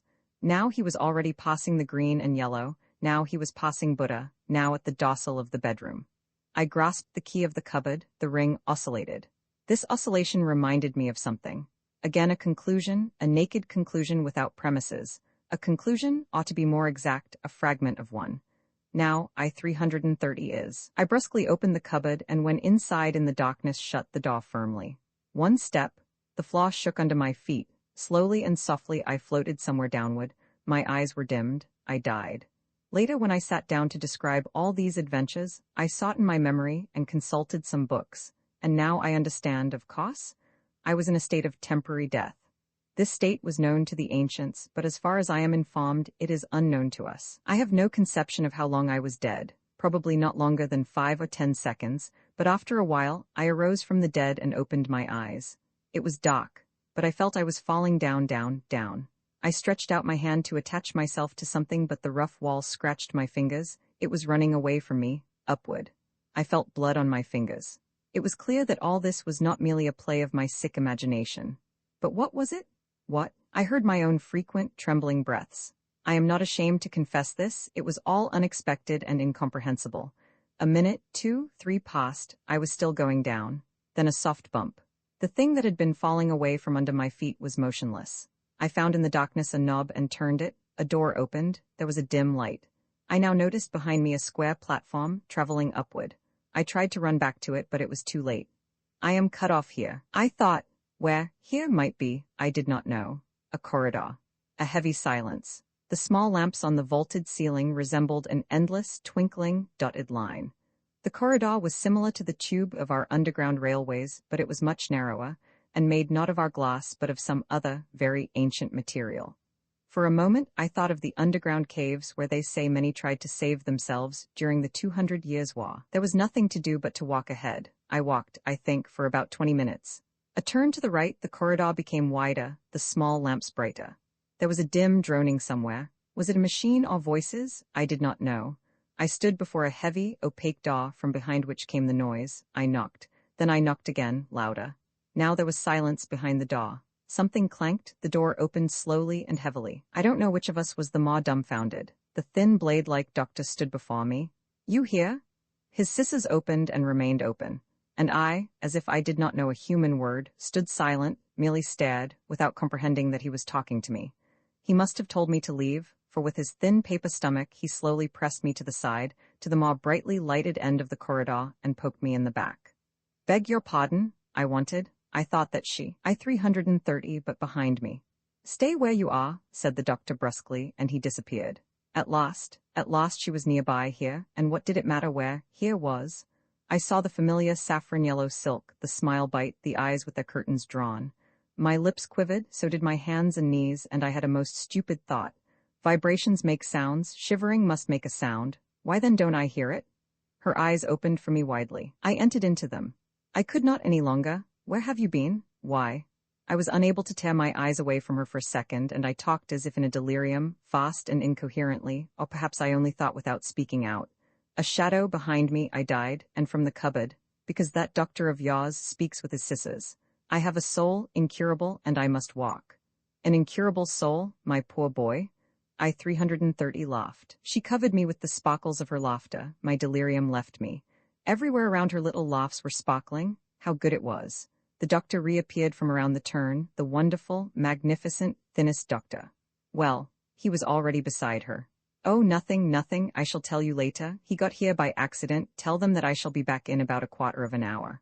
The doctor slid around the corner. She lingered. The door closed with a heavy thud. Then slowly, very slowly, piercing my heart with a sharp, sweet needle, I-330 pressed against me with her shoulder, and then with her arm, with her whole body, and we walked away as if fused into one. I do not remember now where we turned into darkness. In the darkness we walked up some endless stairway in silence. I did not see, but I knew. I knew that she walked as I did, with closed eyes, blind, her head thrown a little backward, biting her lips and listening to the music. That is to say, to my almost audible tremor. I returned to consciousness in one of the innumerable nooks in the courtyard of the ancient house. There was a fence of earth with naked stone ribs and yellow teeth of walls half fallen to pieces. She opened her eyes and said, "Day after tomorrow at 16. She was gone. Did all this really happen? I do not know. I shall learn day after tomorrow. One real sign remains. On my right hand the skin has been rubbed from the tips of 3 fingers. But today, On the integral, the second builder assured me that he saw me touch the polishing wheel with those very same fingers. Perhaps I did. It is quite probable. I don't know. I don't know anything. Record 18 logical debris, wounds and plaster. Never again. Last night, as soon as I had gone to bed, I fell momentarily to the bottom of the ocean of sleep like an overloaded ship which has been wrecked. The heavy thicket of wavy green water enveloped me. Then slowly I floated from the bottom upward, and somewhere in the middle of that chaos, I opened my eyes. My room? The morning was still green and motionless. A fragment of sunshine coming from the mirror on my closet door shone into my eyes. This fragment does not permit me to sleep, being thus an obstacle in the way of exactly fulfilling the rules of the tables which prescribe so many hours of sleep. I should have opened the closet, but I felt as though I were in a spider web, and cobweb covered my eyes. I had no power to sit up. Yet I got up and opened the closet door. Suddenly, there behind that door, making her way through the mass of garments which hung there, was I 330. I have become so accustomed of late to most improbable things, that as far as I remember, I was not even surprised. I did not even ask a question. I jumped into the closet, slammed the mirror door behind me, and breathlessly, brusquely, blindly, avidly, I clung to her. I remember clearly even now. Through the narrow crack of the door, a sharp sun ray like lightning broke into the darkness and played on the floor and walls of the closet, and a little higher the cruel ray blade fell upon the naked neck of I 330, and this for some reason seemed to me so terrible that I could not bear it, and I screamed. And again I opened my eyes. My room? The morning was still green and motionless. On the door of my closet was a fragment of the sunshine. I was in bed. A dream? Yet my heart was still wildly beating, quivering and twitching. There was a dull pain in the tips of my fingers and in my knees. This undoubtedly did happen. And now I am unable any more to distinguish what is dream from what is actuality. Irrational numbers grow through my solid, habitual, tridimensional life, and instead of firm, polished surfaces, there is something shaggy and rough. I waited long for the bell to ring. I was lying thinking, untangling a very strange logical chain. In our superficial life, every formula, every equation, corresponds to a curve or a solid. We have never seen any curve or solid corresponding to my square root of -1. The horrifying part of the situation is that there exist such curves or solids. Unseen by us they do exist, they must, inevitably. For in mathematics, as on a screen, strange sharp shadows appear before us. One must remember that mathematics, like death, never makes mistakes, never plays tricks. If we are unable to see those irrational curves or solids, it only means that they inevitably possess a whole, immense world somewhere beneath the surface of our life. I jumped up without waiting for the waking bell, and began to pace up and down the room.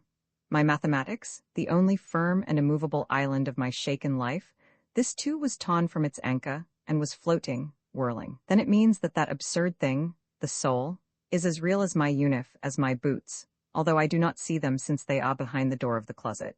If boots are not a sickness, why should the soul be one? I sought, but I could not find, a way out of the logical confusion. It looked to me like that strange and sad debris beyond the green wall. My logical debris, too, is filled with extraordinary, incomprehensible, wordless but speaking beings. It occurred to me for a moment that through some strange, thick glass I saw it. I saw it at once infinitely large and infinitely small, scorpion-like with hidden but ever-perceptible sting. I saw the square root of -1. Perhaps it was nothing else but my soul, which, like the legendary scorpion of the ancients, was voluntarily stinging itself with. The bell, the day began. All I saw and felt neither died nor disappeared. It merely became covered with daylight, as our visible world does not die or disappear at the end of the day, but merely becomes covered with the darkness of night. My head was filled by a light, thin haze. Through that haze, I perceived the long glass tables and the globe-like heads busy chewing, slowly, silently, in unison. At a distance, through the haze, the metronome was slowly beating its tick-tock, and to the accompaniment of this customary and caressing music, I joined with the others in counting automatically to 50. 50 is the number of chewing movements required by the law of the state for every piece of food. And automatically then, keeping time, I went downstairs and put my name down in the book for the outgoing numbers, as everyone did. But I felt I lived separately from everybody. I lived by myself, separated by a soft wall which absorbs noises. Beyond that wall there was my world. Here a thought occurred to me. If that world is only my own, why should I tell about it in these records? Why should I recount all these absurd dreams about closets, endless corridors? With great sorrow I notice that instead of a correct and strictly mathematical poem in honor of the United States, I am writing a fantastic novel. Oh, if only it were a novel and not my actual life, full of x's, square roots of -1 and downfallings. Yet all may be for the best.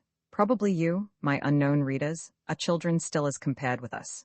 We are brought up by the United States. Consequently, we have reached the highest summits attainable by man. And you, being children, may swallow without crying all the bitter things I am to give you, only if they be coated with the syrup of adventures. The same evening, are you familiar with the following sensation? You are in an aero and you dash upward along a blue spiral line. The window is open and the wind rushes past your face, whistling. There is no earth, the earth is forgotten. The earth is as far from you as Venus, Saturn, or Jupiter. That is how I live now. A hurricane wind beats into my face, I forget the earth, forget Rosie, dear 090. Yet the earth does exist and sooner or later I must plane down to that earth. Only I close my eyes to avoid seeing the date at which there is the name 090 written on my tables. This evening, the distant earth reminded me of itself. In order to fulfill the recommendation of the doctor, I desire sincerely, most sincerely I desire to be cured. I wandered for 2 hours and 8 minutes over the straight lines of the deserted avenues. Everybody was in the auditoriums, in accordance with the table. Only I, cut off from the rest, I was alone. Strictly speaking, it was a very unnatural situation. Imagine a finger cut off from the whole, from the hand, a separate human finger, somewhat hunched, running over the glass sidewalk. I was such a finger. What seemed most strange and unnatural was that the finger had no desire to be with its hand, with its fellows. I want either to be alone or with her, to transfuse my whole being into hers through a contact with her shoulder or through our interwoven fingers. I came home as the sun was setting. The pink dust of evening was covering the glass of the walls, the golden peak of the accumulating tower, the voices and smiles of the numbers. Is it not strange? The passing rays of the evening sun fall to the earth at the same angle as the awakening rays of the morning, yet they make everything seem so different. The pink tinge is different. At sunset it is so quiet, somewhat melancholy. At sunrise it is resounding, boisterous. In the hall downstairs when I entered, I saw you, the controller. She took a letter from the heaps of envelopes covered with pink dust and handed it to me. I repeat, she is a very respectable woman, and I am sure she has only the very best feelings towards me. Yet, every time I see those cheeks hanging down, which look like the gills of a fish, holding out her dry hand with the letter, you sighed. But that sigh only very slightly moved in me the curtains which separate me from the rest of the world. I was completely projected upon the envelope which trembled in my hand. I had no doubt but that it was a letter from I-330.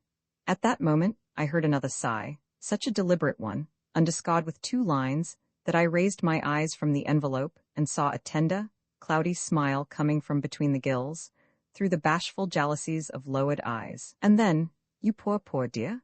A sigh underscored with 3 lines and a glance at the letter, an imperceptible glance. What was in the letter she naturally knew, ex officio. No, really? Why? No, no, dear, I know better than you. For a long time I have watched you and I see that you need someone with years of experience of life to accompany you. I felt all pasted around by her smile. It was like a plaster upon the wounds which were to be inflicted upon me by the letter I held in my hand.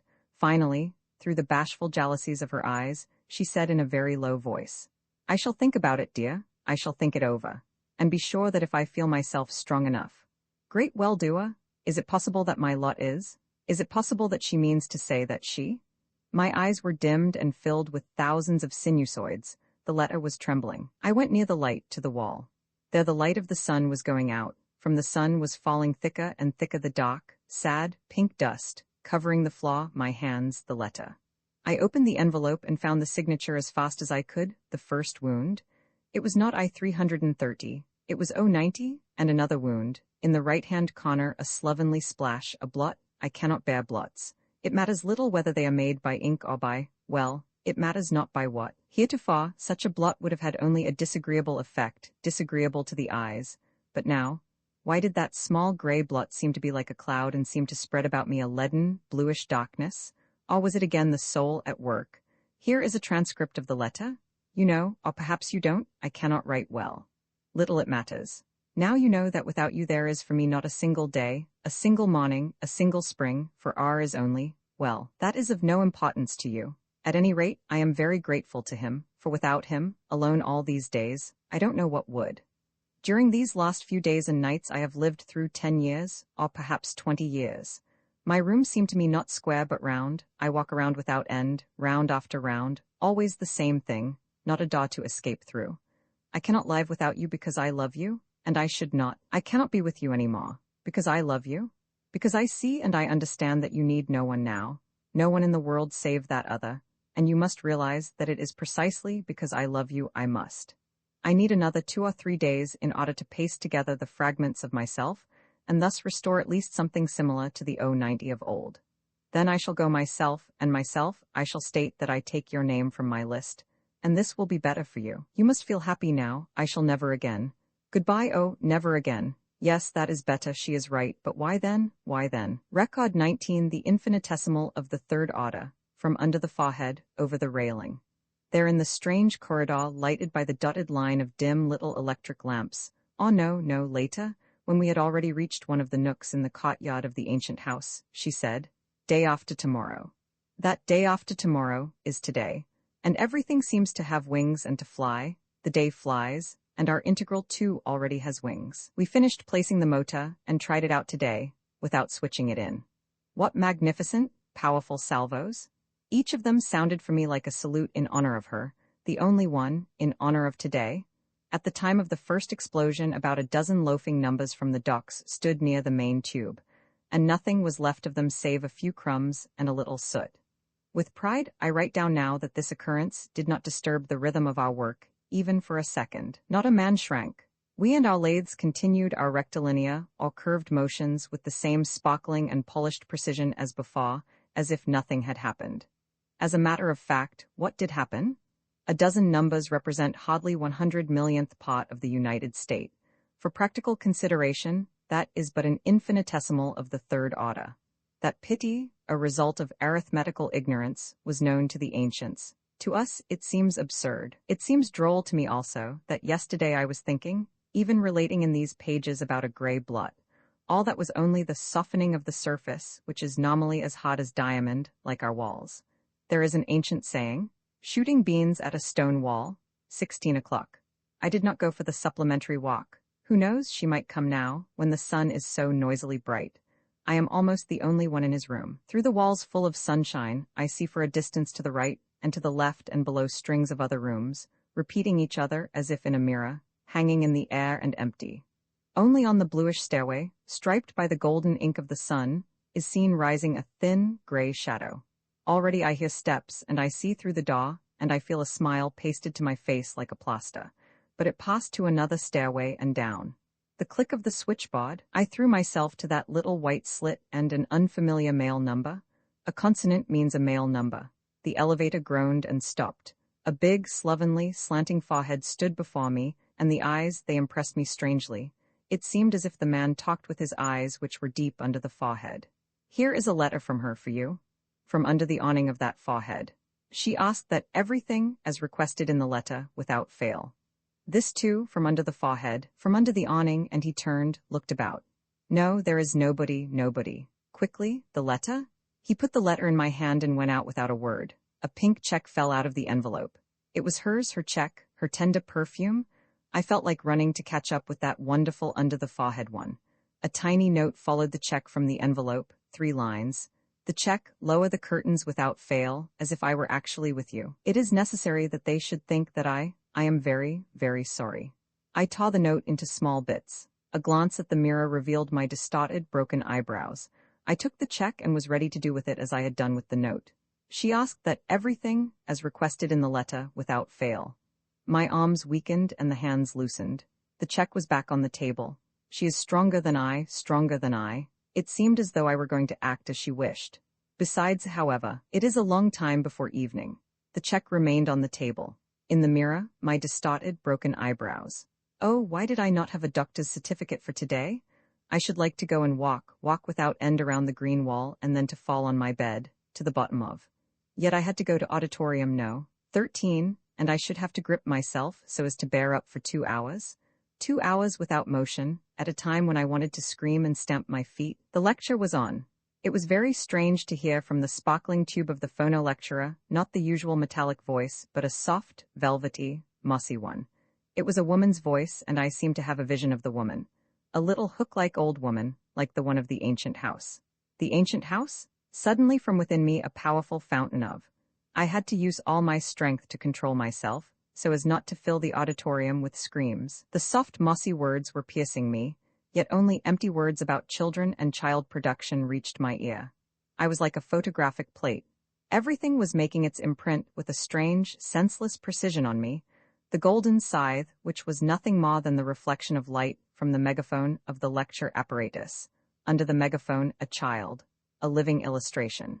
It was leaning toward the megaphone, the angle of its infinitesimal unif in its mouth, its little fist clenched firmly, its thumb squeezed into the fist, a light, fluffy pleat of skin at the wrist. Like a photographic plate, I was taking the impression of all this. Now I saw how its naked leg hung over the edge of the platform, the pink fan of its finger waved in the air. 1 minute more, 1 second and the child would be on the floor, a female's scream, a wave of translucent wings, her unif on the platform. She caught the child, her lips clung to the fluffy pleat of the baby's wrist. She moved the child to the middle of the table and left the platform. The imprints were registering in me, a pink crescent of a mouth, the horns downward, eyes like small blue saucers filled with liquid. It was 090. And as if reading a consequential formula, I suddenly felt the necessity, the naturalness of that insignificant occurrence. She sat down behind me, somewhat to my left. I looked back. She quietly removed her gaze from the table and the child and looked straight into me. Within again, she, I, the table on the platform, 3 points, and through those 3 points lines were drawn, a projection of some as yet unforeseen events. Then I went home through the green, dusky street which seemed many-eyed because of the electric lights.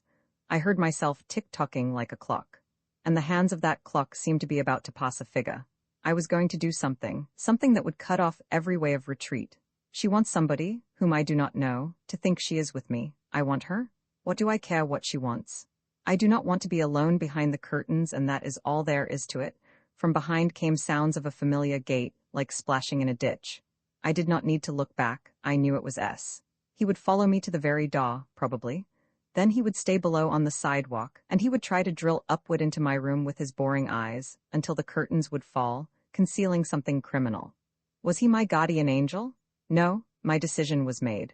When I came into my room and turned on the light, I could not believe my eyes. 090 stood at my table, ought to be more exact. She was hanging like a creased, empty dress. She seemed to have no tensity, no spring beneath the dress. Her arms and legs were springless. Her voice was hanging and springless. About my letter, did you receive it? Yes, I must know your answer, I must today. I shrugged my shoulders. I enjoyed looking into her blue eyes which were filled with tears as if she were the guilty one. I lingered over my answer. With pleasure I pricked her. Answer? Well, you are right, undoubtedly, in everything. Then, she tried to cover the minute tremor with a smile, but it did not escape me. Well, all right, I shall leave you at once. Yet she remained drooping over the table. Drooping eyelids, drooping arms and legs. The pink check of the other was still on the table. I quickly opened this manuscript, and with its pages I covered the check, trying to hide it from myself, rather than from O. See here, I am still busy writing. Already 101 pages? Something quite unexpected comes out in this writing. In a voice, in a shadow of a voice. And do you remember how the other day on the 7th page, and it dropped? The tiny blue saucers filled to the borders. Silently and rapidly the tears ran down her cheeks. And suddenly, like the dropping of the tears, rushing forth words, I shall leave you in a moment. I shall never again, and I don't care. Only I must have a child from you. Give me a child and I will leave. I will? I saw she was trembling all over beneath her unif, and I felt I too would. I put my hands behind my back and smiled. What, you desire to go under the machine of the well-doer? Like a stream her words ran over the dam. I don't care. I shall feel it for a while within me. I want to see only once the little fold of skin here at the wrist, like that one on the table in the auditorium. Only for 1 day? 3 points, I and a little fist with a fluffy fold of skin there on the table. I remember how once when I was a child they took me up on the accumulating tower. At the very top I bent over the glass railing of an opening in the tower. Below people seemed like dots. My heart contracted sweetly. What if? On that occasion I only clenched my hands around the railing, Now I jumped over.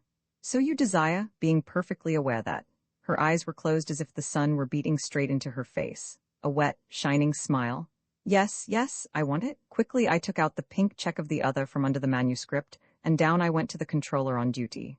090 caught my hand, screamed out something, but what it was I understood only later, when I returned. She was sitting on the edge of the bed, hands firmly clasped about the knees. Is it her check? What does it matter? Well, it is hers, yes. Something cracked. It must have been the springs of the bed, for 090 made a slight motion only. She remained sitting, her hands upon her knees. Well, quick? I roughly pressed her hand. A red spot was left on her wrist. Tomorrow it would become purple, where the fluffy, infantile fold. It was the last.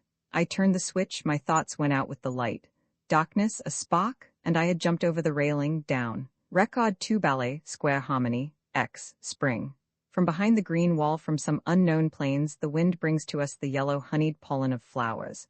One's lips are dry from this sweet dust. Every moment one passes one's tongue over them. Probably, all women whom I meet in the street, and men certainly also, have today's sweet lips. This disturbs somewhat my logical thinking. But the sky is blue. Its limpidness is not marred by a single cloud. How primitive was the taste of the ancients, since their poets were always inspired by these senseless, formless, stupidly rushing accumulations of steam? I am sure it will not be an error if I say we love, only such a sky, a sterile, faultless sky. On such days the whole universe seems to be molded of the same eternal glass, like the green wall, and like all our buildings. On such days one sees into the very blue depth of things. One sees their wonderful equations, hitherto unknown. One sees them in everything, even in the most ordinary, everyday things. Here is an example. This morning I was on the dock where the integral is being built, and I saw the lathes. Blindly, with abandon, the balls of the regulators were rotating. The cranks were swinging from side to side with a glimmer. The working beam proudly swung its shoulder, and the mechanical chisels were dancing to the melody of an unheard tarantella. I suddenly perceived all the music, all the beauty of this colossal, of this mechanical ballet, illumined by light blue rays of sunshine. Then the thought came, why beautiful? Why is a dance beautiful? Answer, because it is an unfree movement. Because the deep meaning of the dance is contained in its absolute, ecstatic submission in the ideal non-freedom. If it is true that our ancestors would abandon themselves in dancing at the most inspired moments of their lives, religious mysteries, military parades, then it means only one thing. The instinct of non-freedom has been characteristic of human nature from ancient times, and we in our life of today, we are only consciously. I was interrupted. The switchboard clicked. I raised my eyes. 090, of course. In half a minute she herself will be here to take me for the walk. Dear O, she always seems to me to look like her name. Oh, she is approximately 10 centimeters shorter than the required maternal norm. Therefore she appears all round. The rose-colored O of her lips is open to meet every word of mine. She has a round, soft dimple on her wrist. Children have such dimples. As she came in, the logical flywheel was still buzzing in my head, and following its inertia, I began to tell her about my new formula which embraced the machines and the dances and all of us. Wonderful, isn't it? I asked. Yes, wonderful, spring, she replied with a rosy smile. You see, spring. She talks about spring? Females? I became silent. We were down in the street. The avenue was crowded. On days when the weather is so beautiful, the afternoon personal hour is usually the hour of the supplementary walk. As always, the big musical tower was playing with all its pipes, the march of the United States. The numbers, hundreds, thousands of numbers in light blue uniforms, probably a derivative of the ancient uniform, with golden badges on the chest. The state number of each one, male or female. The numbers were walking slowly, four abreast, exaltedly keeping the step. We were but one of the innumerable waves of a powerful torrent. To my left, 090, if one of my long-haired ancestors were writing this 1,000 years ago, he would probably call her by that funny word, mine. To my right, two unknown numbers, a she number and a he number. Blue sky, tiny baby suns in each one of our badges. Our faces are unclouded by the insanity of thoughts. Rays, do you picture it? Everything seems to be made of a kind of smiling, array-like matter. And the brass measures, tra-ta-ta-tam, stamping on the brassy steps which sparkle in the sun. With every step you rise higher and higher into the dizzy blue heights. Then, as this morning on the dock, again I saw as if for the first time in my life, the impeccably straight streets, the glistening gloss of the pavement, the divine parallelepipes of the transparent dwellings, the square harmony of the grayish-blue rows of numbers. And it seemed to me that not past generations, but I myself, had won a victory over the old God and the old life, that I myself had created all this. I felt like a tower. I was afraid to move my elbow, lest the walls, the cupola and the machines should fall to pieces. Then, without warning, a jump through centuries. I remembered, apparently through an association by contrast, a picture in the museum, a picture of an avenue of the 20th century, a thundering many-colored confusion of men, wheels, animals, billboards, trees, colors, and birds. They say all this once actually existed. It seemed to me so incredible, so absurd, that I lost control of myself and laughed aloud. A laugh, as if an echo of mine, reached my ear from the right. I turned. I saw white, very white, sharp teeth and an unfamiliar female face. "I beg your pardon," she said, "but you looked about you like an inspired mythological god on the seventh day of creation. You look as though you are sure that I, too, was created by you, by no one but you. It is very flattering." All this without a smile, even with a certain degree of respect. She may know that I am the builder of the integral. In her eyes, nevertheless, in her brows, there was a strange, irritating X, and I was unable to grasp it, to find an arithmetical expression for it. Somehow I was confused. With a somewhat hazy mind, I tried logically to motivate my laughter. It was absolutely clear that this contrast, this impassable abyss, between the things of today and of years ago. But why impassable? What bright, sharp teeth? One might throw a bridge over that abyss. Please imagine, a drum battalion, rose, all this existed before and consequently. "Oh yes, it is clear," I exclaimed. It was a remarkable intersection of thoughts. She said almost in the same words the things I wrote down before the walk. "Do you understand? Even the thoughts? It is because nobody is one but one of. We are all so much alike. Are you sure?" I noticed her brows, which rose to the temples in an acute angle, like the sharp corners of an X. Again I was confused, casting a glance to the right, then to the left. To my right, she, slender, abrupt, resistantly flexible like a whip, I 330. I saw her number now. To my left, oh, totally different, made all of circles with a childlike dimple on her wrist, and at the very end of our row, an unknown he number, double-curved like the letter S. We were all so different from one another. The one to my right, I 330, apparently caught my confused eye, for she said with a sigh, "Yes, alas." I don't deny that this exclamation was quite in place, but again there was something in her face or in her voice. With an abruptness unusual for me, I said, "Why, alas? Science is developing, and if not now, then within 50 or 100 years. Even the noses will—" "Yes, noses?" This time I almost shouted, since there is still a reason, no matter what, for envy. Since my nose is button-like and someone else's is, well, your nose is rather classic, as they would say in the ancient days, although your hands— No, show me your hands. I hate to have anyone look at my hands, they are covered with long hair. A stupid atavism. I stretched out my hand and said as indifferently as I could, ape-like. She glanced at my hand, then at my face. No, a very curious harmony. She weighed me with her eyes as though with scales. The little Hans again appeared at the corners of her brows. "He is registered in my name," exclaimed 090 with a rosy smile. I made a grimace. Strictly speaking, she was out of order. This dear how shall I say it? The speed of her tongue is not correctly calculated. The speed per second of her tongue should be slightly less than the speed per second of her thoughts, at any rate not the reverse.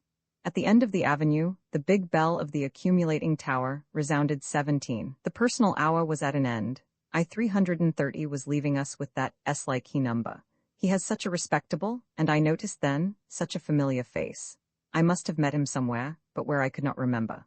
Upon leaving me, I 330 said with the same X-like smile, "Drop in day after tomorrow at Auditorium 112. I shrugged my shoulders. "If I am assigned to the auditorium you just named," she, with a peculiar, incomprehensible certainty, "you will." The woman had upon me a disagreeable effect, like an irrational component of an equation which you cannot eliminate. I was glad to remain alone with dear O, at least for a short while. Hand in hand with her, I passed 4 lines of avenues. At the next corner she went to the right, I to the left. O timidly raised her round blue crystalline eyes. "I would like so much to come to you today and pull down the curtains, especially today, right now." How funny she is, but what could I say to her? She was with me only yesterday, and she knows as well as I that our next sexual day is day after tomorrow. It is merely another case in which her thoughts are too far ahead. It sometimes happens that the spark comes too early to the motor. At parting I kissed her twice. No, I shall be exact, 3 times, on her wonderful blue eyes, such clear, unclouded eyes. Record 20 discharge, the material of her idea, the zero rock. Discharge is the best word for it.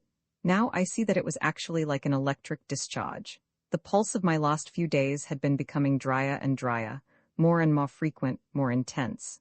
The opposite poles had been drawing nearer and nearer, and already I could hear the dry crackling, 1 millimeter more, and an explosion? Then silence. Within me there is quiet now and emptiness like that of a house after everybody has left, when one lies ill, all alone, and hears so clearly the distinct, metallic tick-tock of thoughts. Perhaps that discharge cured me at last of my torturing soul. Again, I am like all of us. At least at this moment as I write, I can see as it were, without any pain in my mental eye, how 090 is brought to the steps of the cube, or I see her in the gas bell, and if there in the operation department she should give my name, I do not care. Piously and gratefully I should kiss the punishing hand of the well-doer at the last moment. I have this right in regard to the United State, to receive my punishment, and I shall not give up this right. No number ought, or dares, to refuse this only personal and therefore most precious privilege. Quickly, metallically, distinctly, do the thoughts rap in the head. An invisible arrow carries me into the blue height of my beloved abstractions, and I see how there in the height, in the purest rarefied air, my judgment about the only right bursts with a crack, like a pneumatic tire. I see clearly that only an atavism, the absurd superstition of the ancients, gives me this idea of right. There are ideas of clay and ideas molded of gold, or of our precious glass. In order to know the material of which an idea is made, one needs only to let fall upon it a drop of strong acid. One of these acids was known to the ancients under the name of reductio ad absurdum. This was the name of it, I think, but they were afraid of this poison. They preferred to believe that they saw heaven, even though it was a toy made of clay, rather than confess to themselves that it was only a blue nothing. We, on the other hand, glory to the well-doer? We are adults and we have no need of toys. Now, if we put a drop of acid on the idea of right. Even the ancients, the most mature of them, knew that the source of right was might. Right is a function of might. Here we have our scale, on the one side an ounce, on the other a ton. On one side I, on the other we, the United State. Is it not clear? To assume that I may have any right as far as the state is concerned is like assuming that an ounce may equilibrate a ton in a scale. Hence the natural distribution. Tons, rights, grams, duties. And the natural road from nothingness to greatness is to forget that one is a gram, and to feel that one is 1/millionth of a ton. You ripe-bodied, bright Venerians, you sooty, blacksmith-like Uranians, I almost hear your protests in this silence. But only think, everything that is great is simple. Remember, only the 4 rules of arithmetic are unshakable and eternal, and only that mortality will be unshakable and eternal, which is built upon those 4 rules. This is the superior wisdom. This is the summit of that pyramid around which people red with sweat, fought and battled for centuries trying to crawl up. Looking from this summit down to the bottom, where something is still left swarming like worms, from this summit all that is left over in us from the ancients seems alike. Alike are the unlawful coming motherhood of 090, a murder, and the insanity of that number who dared to throw verses into the face of the United State, and alike is the judgment for them, premature death. This is that divine justice of which those stone-housed ancients dreamed, lit by the naive pink rays of the dawn of history. Their God punished sacrilege as a capital crime. You Uranians, morose and as black as the ancient Spaniards, who were wise in knowing so well how to burn at the stake, you are silent.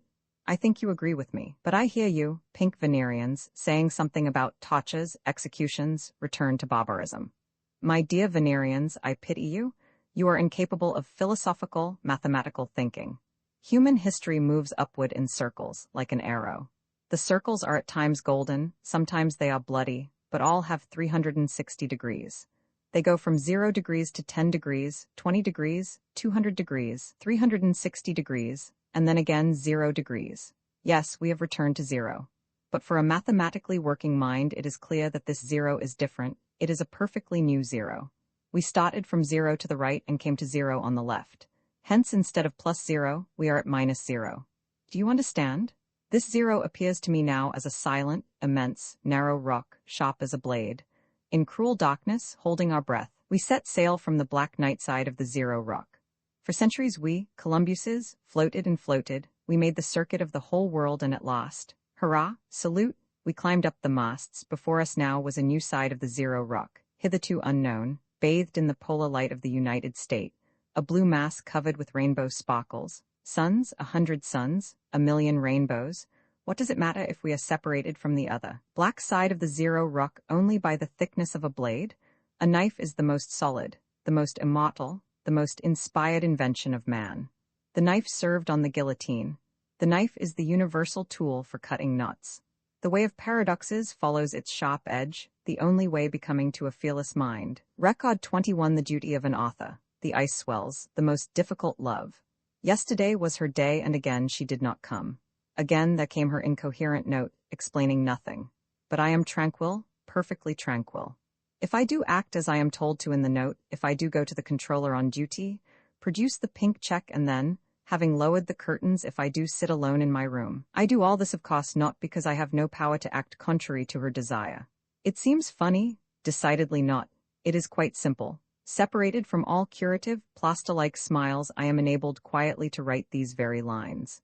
This first. And second, I am afraid to lose in her, in I 330, perhaps the only clue I shall ever have to the understanding of all the unknowns, like the story of the cupboard, or my temporary death, for instance.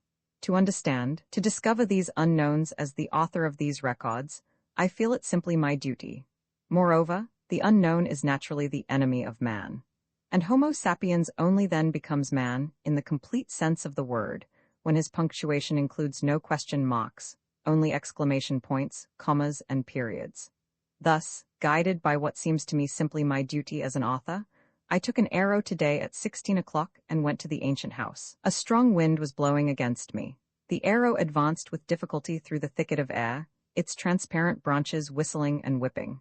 The city below seemed a heap of blue blocks of ice. Suddenly, a cloud, a swift, oblique shadow.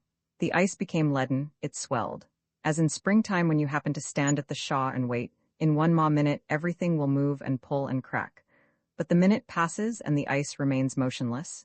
You feel as though you yourself are swelling. Your heart beats more restlessly, more frequently. But why do I write about all this? And whence all these strange sensations? For is there such an iceberg as could ever break the most lucid, solid crystal of our life? At the entrance of the ancient house, I found no one. I went around it and found the old janitress near the green wall. She held her hand above her eyes, looking upward. Beyond the wall, sharp black triangles of some birds, they would rush cawing, in onslaught on the invisible fence of electric waves, and as they felt the electricity against their breasts, they would recoil and saw once more beyond the wall. I noticed oblique, swift shadows on the dark, wrinkled face, a quick glance at me. Nobody here, nobody? No, and no use coming here. In what respect is it no use, and what a strange idea, to consider me somebody's shadow? Perhaps all of you are only my shadows. Did I not populate these pages, which only recently were white quadrangular deserts, with you? Without me would they whom I shall guide over the narrow paths of my lines, could they ever see you? Of course I did not say all this to the old woman. From experience, I know that the most torturing thing is to inoculate someone with a doubt as to the fact that he or she is a three-dimensional reality and not some other reality. I remarked only, quite dryly, that her business was to open the gate, and she let me into the courtyard. It was empty, quiet. The wind remained beyond the walls, distant as on that day, when shoulder to shoulder, two like one, we came out from beneath, from the corridors, if it ever really happened. I walked under stone arches, my steps resounded against the damp vaults and fell behind me, sounding as though someone were continually following me. The yellow walls with patches of red brick were watching me through their square spectacles, windows, watching me open the squeaky doors of a barn, look into corners, nooks, and hidden places. A gate in the fence and a lonely spot. The monument of the 200 Years' War. From the ground naked, stone ribs were sticking out. The yellow jaws of the wall. An ancient oven with a chimney like a ship petrified forever among red brick waves. It seemed to me that I had seen those yellow teeth once before. I saw them still dimly in my mind, as at the bottom of a barrel, through water, and I began to search. I fell into caves occasionally, I stumbled over stones, rusty jaws caught my uniform a few times, salt drops of sweat ran from my forehead into my eyes. Nowhere, I could find that exit from below, from the corridors, nowhere. There was none. Well, perhaps it was better that it happened so. Probably that all was only one of my absurd dreams. Tired out, covered with cobweb and dust, I opened the gate to return to the main yard, when suddenly, a rustle behind me, splashing steps, and there before me were the pink wing-like ears and the double-curved smile of S. Half closing his eyes, he bought his little drills into me and asked, "Taking a walk?" I was silent. My arms were heavy. "Well, do you feel better now?" "Yes, thank you. I think I'm getting normal again." He let me go. He lifted his eyes, looked upward, and I noticed his Adam's apple for the first time. It resembles a broken spring, sticking out from beneath the upholstery of a divan. Above us, not very high, about 50 meters, arrows were buzzing. By their low, slow flight and by the observation tubes which hung down, I recognized them. They were the arrows of the Guardians, but there were not 2 or 3, as usual. There were about 10 or 12. I regret to have to confine myself to an approximate figure. "Why are there so many today?" I dared to ask S. "Why, HM? A real physician begins to treat a patient when he is still well but on the way to becoming sick tomorrow, day after tomorrow, or within a week. Prophylaxis, yes?" He nodded and went splashing over the stones of the yard. Then he turned his head and said over his shoulder, "Be careful." Again I was alone. Silence, emptiness, far beyond the green wall the birds and the wind. What did he mean? My arrow ran very fast with the wind. Light and heavy shadows from the clouds. Below blue cupolas, cubes of glass ice were becoming leaden and swelling. The same evening, I took up my pen, just now, in order to write upon these pages a few thoughts which, it seems to me, will prove useful for you, my readers. These thoughts are concerned with the great day of unanimity, which is now not far away. But as I sat down, I discovered that I cannot write at present. Instead, I sit and listen to the wind beating the glass with its dark wings. All the while, I am busy looking about, and I am waiting, expecting. What? I do not know. So I was very glad when I saw the brownish-pink gills enter my room, heartily glad, I may say. She sat down and innocently smoothed a fold of her uniform that fell between her knees, and very soon she pasted upon me, all over me, a host of smiles, a bit of a smile on each crack of my face, and this gave me pleasant sensations, as if I were tightly bound like an infant of the ancients in a swaddling cloth. Imagine, today when I entered the classroom, she works in the child educational refinery, I suddenly noticed a caricature upon the blackboard. Indeed, I assure you, they had pictured me in the form of a fish. Perhaps I really? No, why do you say that? I hastily exclaimed. When one was near her, it was clear indeed that she had nothing resembling gills. No, when I referred to gills in these pages I was certainly irreverent. Oh, after all it does not matter. But the act as such, think of it? Of course I called the Guardians at once. I love children very much, and I think that the most difficult and the most exalted love is cruelty. You understand me, of course. Certainly. Her sentence so closely resembled my thoughts, I could not refrain from reading to her a passage from my record No. 20, beginning, quietly, metallically, distinctly, do the thoughts, etc. I felt her brownish-pink cheeks twitching and coming closer and closer to me. Suddenly I felt in my hands her firm, dry, even slightly prickling fingers. Give this to me, please. I shall have it phonographed and make the children learn it by heart. Not only your Venerians need all this, but we ourselves right now, tomorrow, day after tomorrow. She glanced around and said in a very low voice, "Have you heard they say that on the day of unanimity?" I sprang to my feet. What do they say? What, on the day of unanimity? The coziness of my room, its very walls, seemed to have vanished. I felt myself thrown outside, where the tremendous, shaggy wind was tossing about and where the slanting clouds of dusk were descending lower and lower. You boldly and firmly grasped me by the shoulders. I even noticed how her fingers, responding to my emotion, trembled slightly. "Sit down, dear, and don't be upset. They say many things, must we believe them all? Moreover, if only you need me, I shall be near you on that day. I shall leave the schoolchildren with someone else and I shall stay with you, for you, dear, you too are a child and you need." No. I raised my hands in protest. "Not for anything. You really think then that I am a child and that I cannot do without a—" "Oh, no, not for anything in the world." I must confess I had other plans for that day. She smiled. The wording of that smile apparently was, "Oh, what a stubborn boy." She sat down, eyelids lowered. Her hands modestly busied themselves with fixing the fold of the uniform which fell again between her knees, and suddenly, about something entirely different, she said, "I think I must decide for your sake. But I implore you, do not hurry me. I must think it over." I did not hurry her, although I realized that I ought to have been delighted, as there is no greater honor than to crown someone's evening years. All night strange wings were about. I walked and protected my head with my hands from those wings. And a chair, not like ours, but an ancient chair, came in with a horse-like gait. First the right paw and left hind leg, then the left paw and right hind leg. It rushed to my bed and crawled into it, and I liked that wooden chair, although it made me uncomfortable and caused me some pain. It is very strange. Is it really impossible to find any cure for this dream sickness, or to make it rational, perhaps even useful? Record 22, the benumbed waves. Everything is improving. I am a microbe. Please imagine that you stand at the seashore. The waves go rhythmically up, down, up. Suddenly, when they have risen, they remain in that position, benumbed, torpid. It was just as weird and unnatural when everything became confused and our regular walk, which is prescribed by the tables, suddenly came to an end.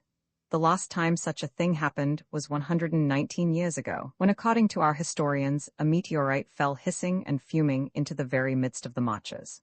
We were walking yesterday as usual, that is, like warriors on the Assyrian monuments, 1,000 heads and 2 composite, integrated legs and 2 swinging integrated arms. At the end of the avenue, where the accumulating tower was formidably resounding, a quadrangle appeared. On the sides, in front and behind, gods, in the center 3 numbers. Their uniforms were already stripped of the golden state badges. Everything was painfully clear. The enormous dial on the top of the tower looked like a face. It bent down from the clouds and, spitting down its seconds, it waited with indifference. It showed 6 minutes past 13 exactly. There was some confusion in the quadrangle. I was very close and I saw the most minute details. I clearly remember a thin, long neck, and on the temple, a confused net of small blue veins like rivers on the map of a small unfamiliar world, and that unknown world was apparently still a very young man. He evidently noticed someone in our ranks. He stopped, rose upon his tiptoes, and stretched his neck. One of the gods snapped his back with the bluish spark of the electric whip. He squealed in a thin voice like a puppy. The distinct snaps followed each other, at intervals of approximately 2 seconds, a snap and a squeal, a snap and a squeal. We continued to walk as usual, rhythmically, in our Assyrian manner. I watched the graceful zigzags of the electric sparks and thought, human society is constantly improving as it should. How ugly a tool was the ancient whip and how much beauty there is. At that moment, like a nut flying from a wheel revolving at full speed, a female number, thin, flexible and tense, tore herself from our rows, and with a cry, "Enough, don't you dare," she threw herself straight into the quadrangle. It was like the meteorite of 119 years ago. Our march came to a standstill, and our rows appeared like the gray crests of waves frozen by sudden cold. For a second I looked at that woman's figure with the eye of a stranger, as all the others did. She was no number any longer. She was only a human being, and she existed for us only as a substantiation of the insult which she cast upon the United States. But a motion of hers, her bending while twisting to the left upon her hips, revealed to me clearly who she was. I knew that body, flexible as a whip. My eyes, my lips, my hands knew it. At that moment I was absolutely certain. 2 of the gods dashed to catch her. One more moment, and that limpid mirror-like point on the pavement would have become the point of meeting of their trajectories, and she would have been caught. My heart fell, stopped. Without thinking whether it was permissible or not, whether it was reasonable or absurd, I threw myself straight to that point. I felt thousands of eyes bulging with horror fixed upon me, but that only added a sort of desperately joyful power to that wild being with hairy paws which arose in me and ran faster and faster. 2 more steps. She turned around. I saw a quivering face covered with freckles, red eyebrows. It was not she, not I 330. A rabid, quivering joy took hold of me. I wanted to shout something like, "Catch her, get her, that," but I heard only my whisper. A heavy hand was already upon my shoulder. I was caught and led away. I tried to explain to them. But listen, you must understand that I thought that. But could I explain even to myself all the sickness which I have described in these pages? My light went out. I waited obediently. As a leaf that is torn from its branch by a sudden gust of wind falls humbly, but on its way down turns and tries to catch every little branch, every fork, every knot. So I tried to catch every one of the silent, globe-like heads, or the transparent ice of the walls, or the blue needle of the accumulating tower, which seemed to pierce the clouds. At that moment, when a heavy curtain was about to separate from me this beautiful world, I noticed not far away a familiar, enormous head gliding over the mirror surface of the pavement and wagging its wing-like ears. I heard a familiar, flat voice. I deem it my duty to testify that number D503 is ill and is unable to regulate his emotions. Moreover, I am sure that he was led by natural indignation. Yes, yes, I exclaimed. I even shouted, "Catch her." From behind me, "You did not shout anything." No, but I wanted to. I swear by the well-doer, I wanted to. For a second I was bawed through by the gray, cold, drill eyes. I don't know whether he believed that what I said was the truth, almost, or whether he had some secret reason for sparing me for a while, but he wrote a short note, handed it to one of those who had held me, and again I was free. That is, I was again included in the orderly, endless Assyrian rows of numbers. The quadrangle, the freckled face, and the temple with the map of blue veinlets disappeared forever around the corner. We walked again, a million-headed body, and in each one of us resided that humble joyfulness with which in all probability molecules, atoms and phagocytes live. In the ancient days the Christians understood this feeling. They are our only, though very imperfect, direct foreigners. The greatness of the Church of the United Flock was known to them. They knew that resignation is virtue, and pride, a vice, that we is from God, I from the devil. I was walking, keeping step with the others yet separated from them. I was still trembling from the emotion just felt, like a bridge over which a thundering ancient steel train has passed a moment before. I felt myself. To feel one's self, to be conscious of one's personality, is the lot of an eye inflamed by a cinder, or an infected finger, or a bad tooth. A healthy eye, or finger, or tooth is not felt. It is non-existent as it were. Is it not clear, then, that consciousness of oneself is a sickness? Apparently I am no longer a phagocyte which quietly, in a business-like way, devours microbes with freckled faces and blue temples. Apparently I am myself a microbe, and she too, I-330, is a microbe, a wonderful, diabolic microbe. It is quite possible that there are already thousands of such microbes among us, still pretending to be phagocytes as I pretend. What if today's accident, although in itself not important, is only a beginning, only the first meteorite of a shower of burning and thundering stones, which the infinite may have poured out upon our glass paradise? Record 23 flowers. The dissolution of a crystal, if only? They say there are flowers that bloom only once in 100 years. Why not suppose the existence of flowers that bloom only once 1,000 years?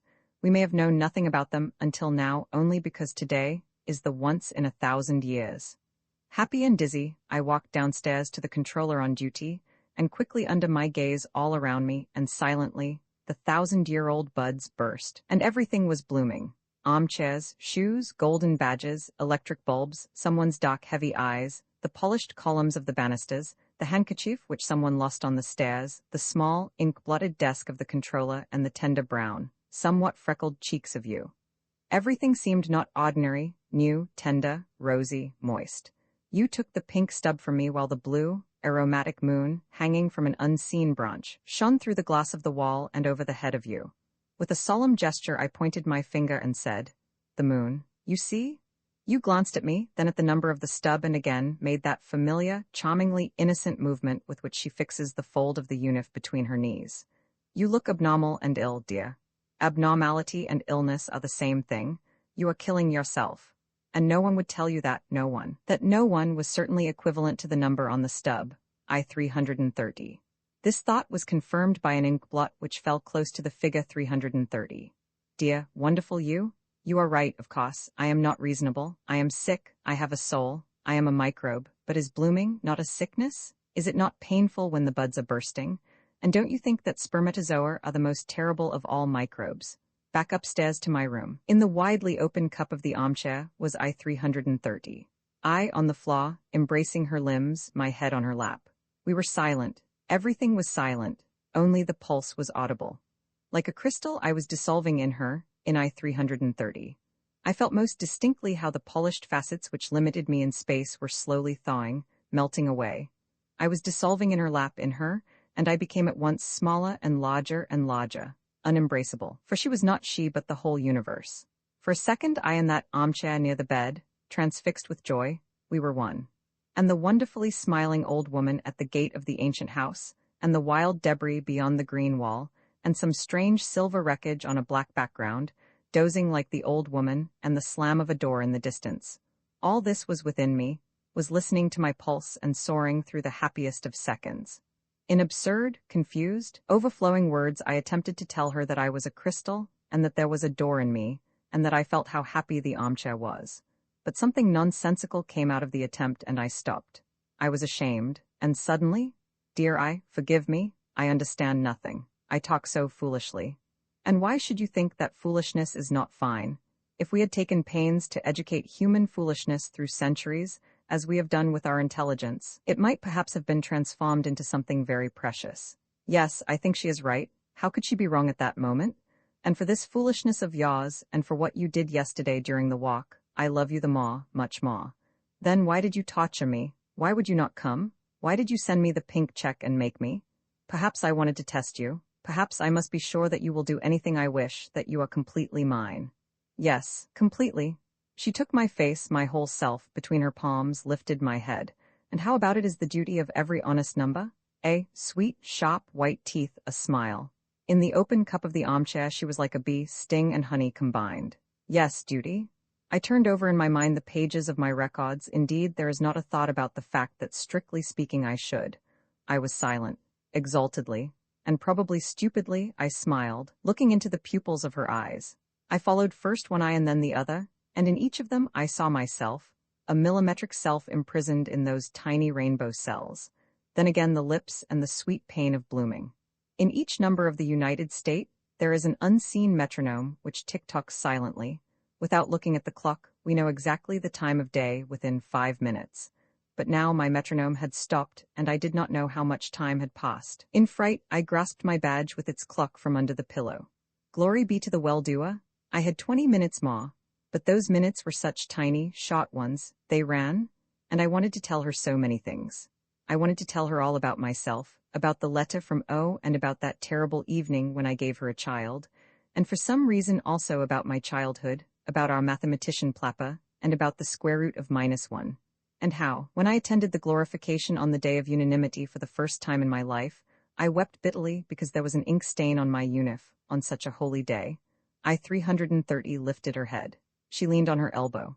In the corners of her lips 2 long, sharp lines and the dark angle of lifted eyebrows, a cross. Perhaps on that day? Her brow grew darker, she took my hand and pressed it hard. Tell me, will you ever forget me? Will you always remember me? But why such talk? What is it, dear? She was silent, and her eyes were already sliding past me, through me, away into the distance. I suddenly heard the wind beating the glass with its enormous wings. Of course it had been blowing all the while, but I had not noticed it until then.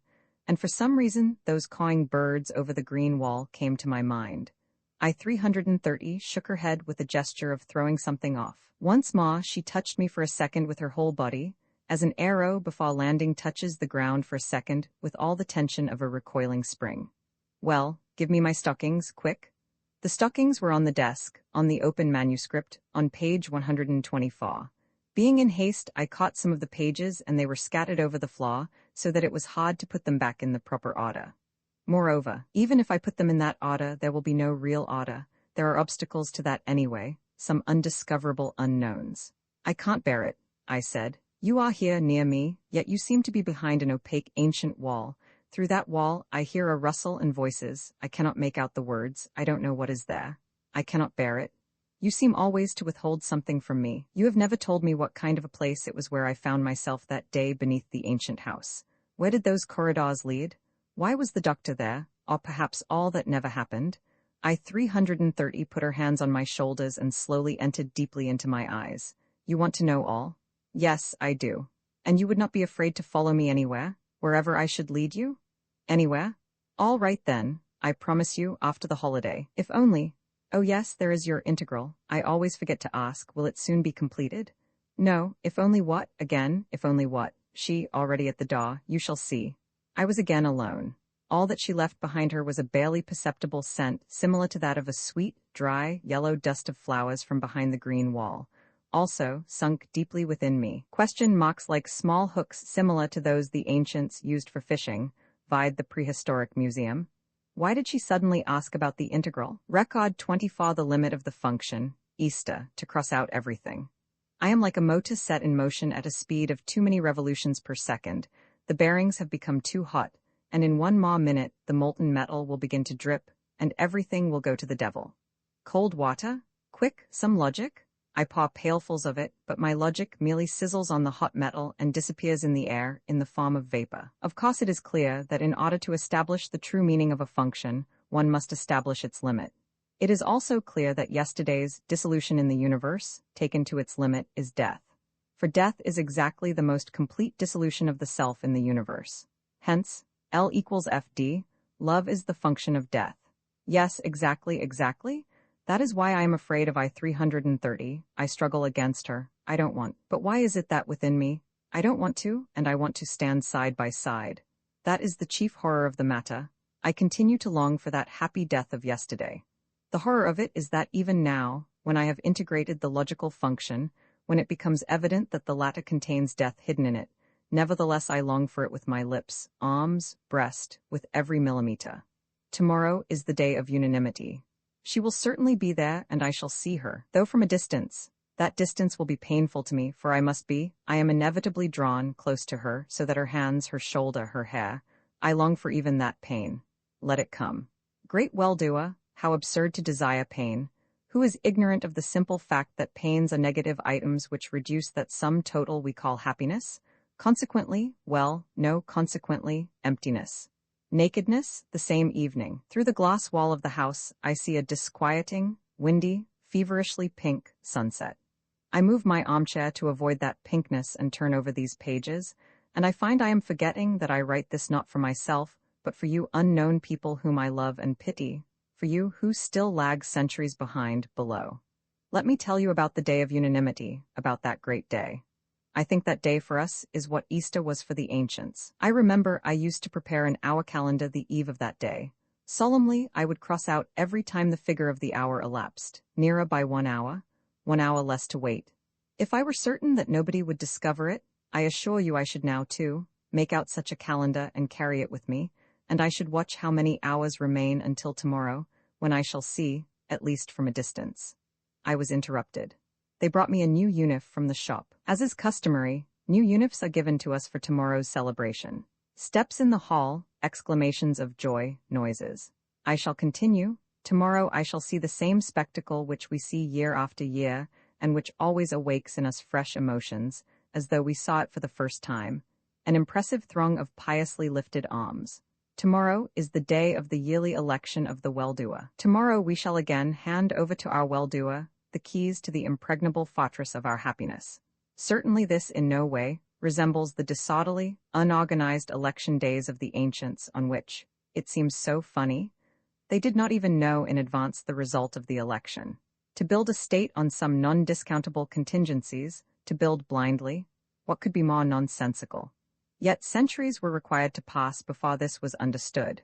Needless to say, we in this respect as in all others, have no place for contingencies. Nothing unexpected can happen. The elections themselves have rather a symbolic meaning. They remind us that we are a united, powerful organism of millions of cells, that, to use the language of the gospel of the ancients, we are a united church. The history of the United States knows not a single case in which upon this solemn day, even a solitary voice has dared to violate the magnificent unison. They say that the ancients used to conduct their elections secretly, stealthily like thieves. Some of our historians assert even that they would come to the electoral celebrations completely masked. Imagine the weird, fantastic spectacle. Night, a plaza. Along the walls, the stealthily creeping figures covered with mantles. The red flame of torches dancing in the wind. Why was such secrecy necessary? It has never been satisfactorily explained. Probably it resulted from the fact that elections were associated with some mystic and superstitious, perhaps even criminal ceremonies. We have nothing to conceal or to be ashamed of. We celebrate our election openly, honestly, in daylight. I see them all vote for the well-doer, and everybody sees me vote for the well-doer. How could it be otherwise, since all, and I, are one we? How ennobling, sincere, lofty is this compared with the cowardly, thievish secrecy of the ancients. Moreover, how much more expedient. For even admitting for a moment the impossible, that is the outbreak of some dissonance in our customary unity, in that case our unseen guardians are always right there among us, are they not, to register the numbers who would fall into error and save them from any further false steps? The United States is theirs, the numbers, and besides, through the wall to my left a she number before the mirror door of the closet, she is hastily unbuttoning her uniform. For a second, swiftly, eyes, lips, too sharp, pink, the curtains fell. Within me instantly awoke all that happened yesterday, and now I no longer know what I meant to say by besides. I no longer wish to, I cannot, I want one thing. I want I 330.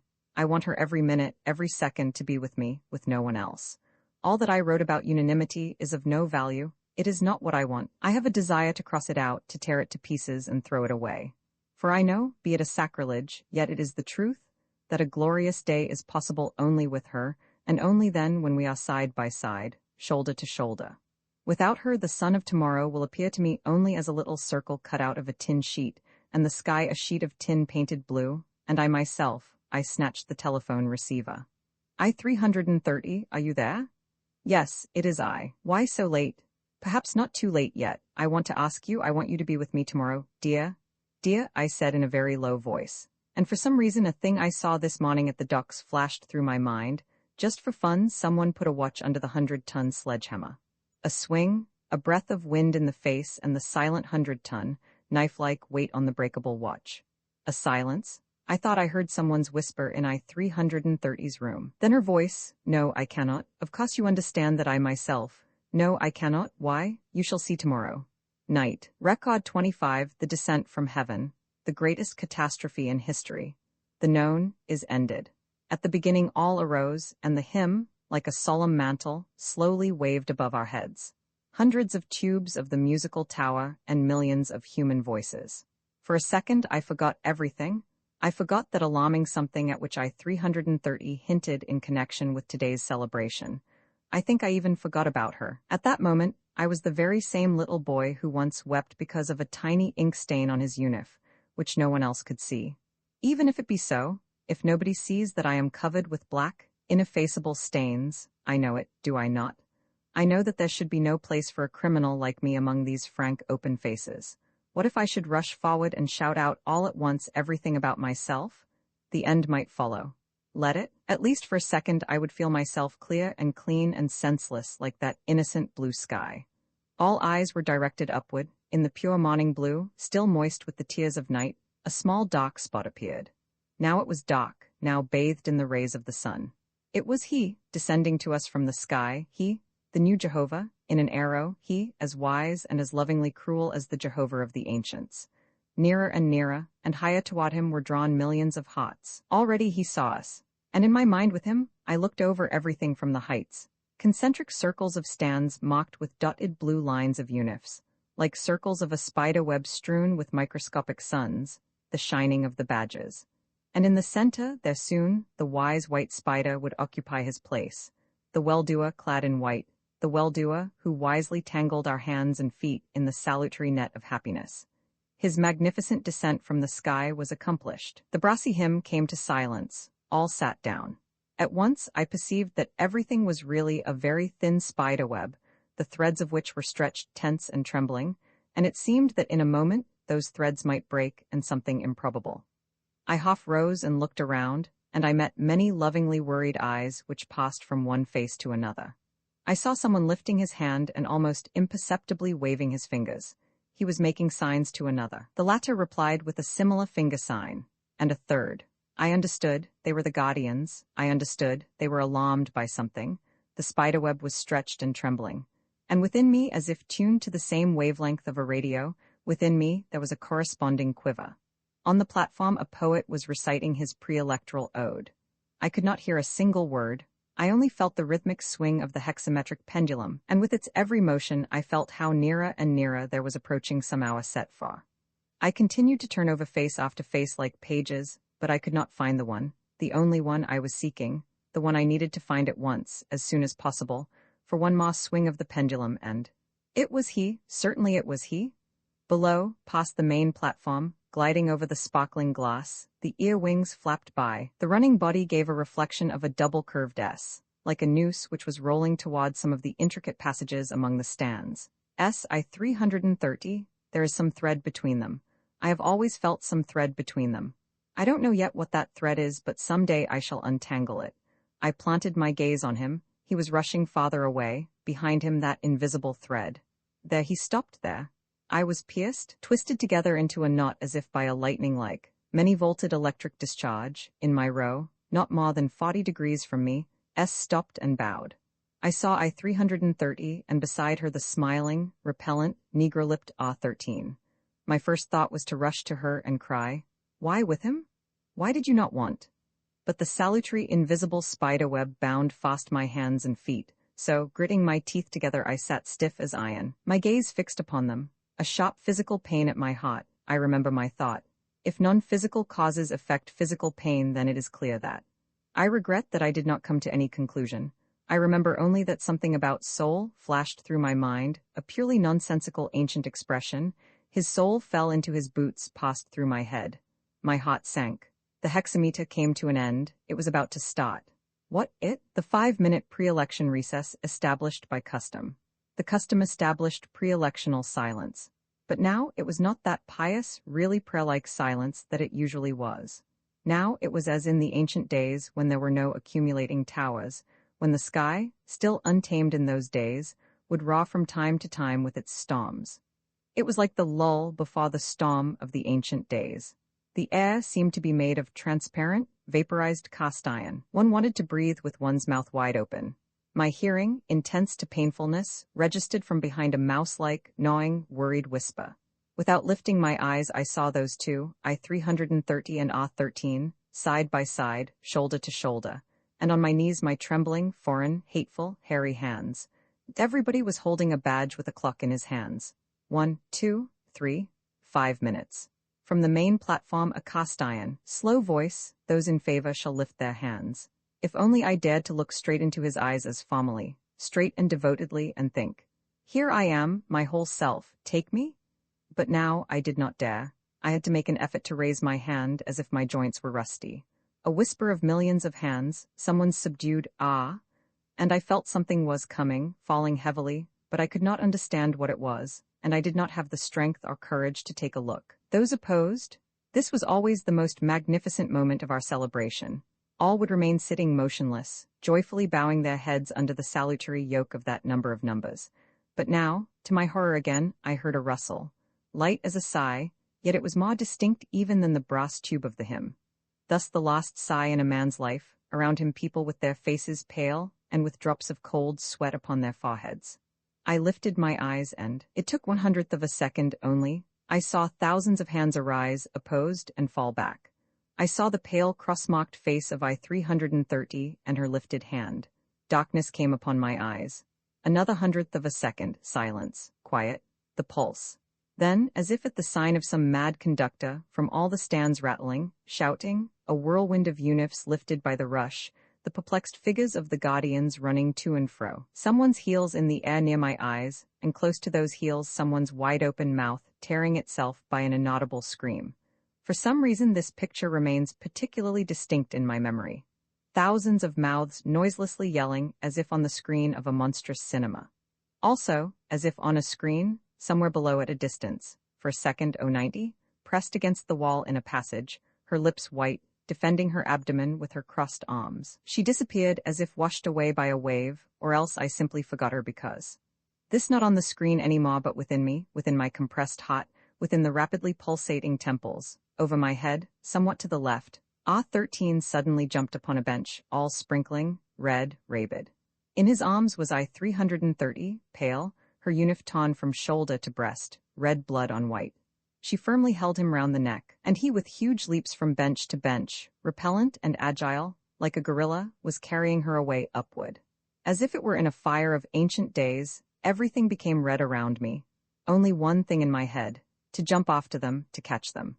At this moment I cannot explain to myself the source of that strength within me, but like a battering ram, I broke through the crowd, over somebody's shoulders, over a bench, and I was there in a moment and caught Ah-13 by the collar. "Don't you dare, I say," immediately. Fortunately no one could hear my voice as everyone was shouting and running.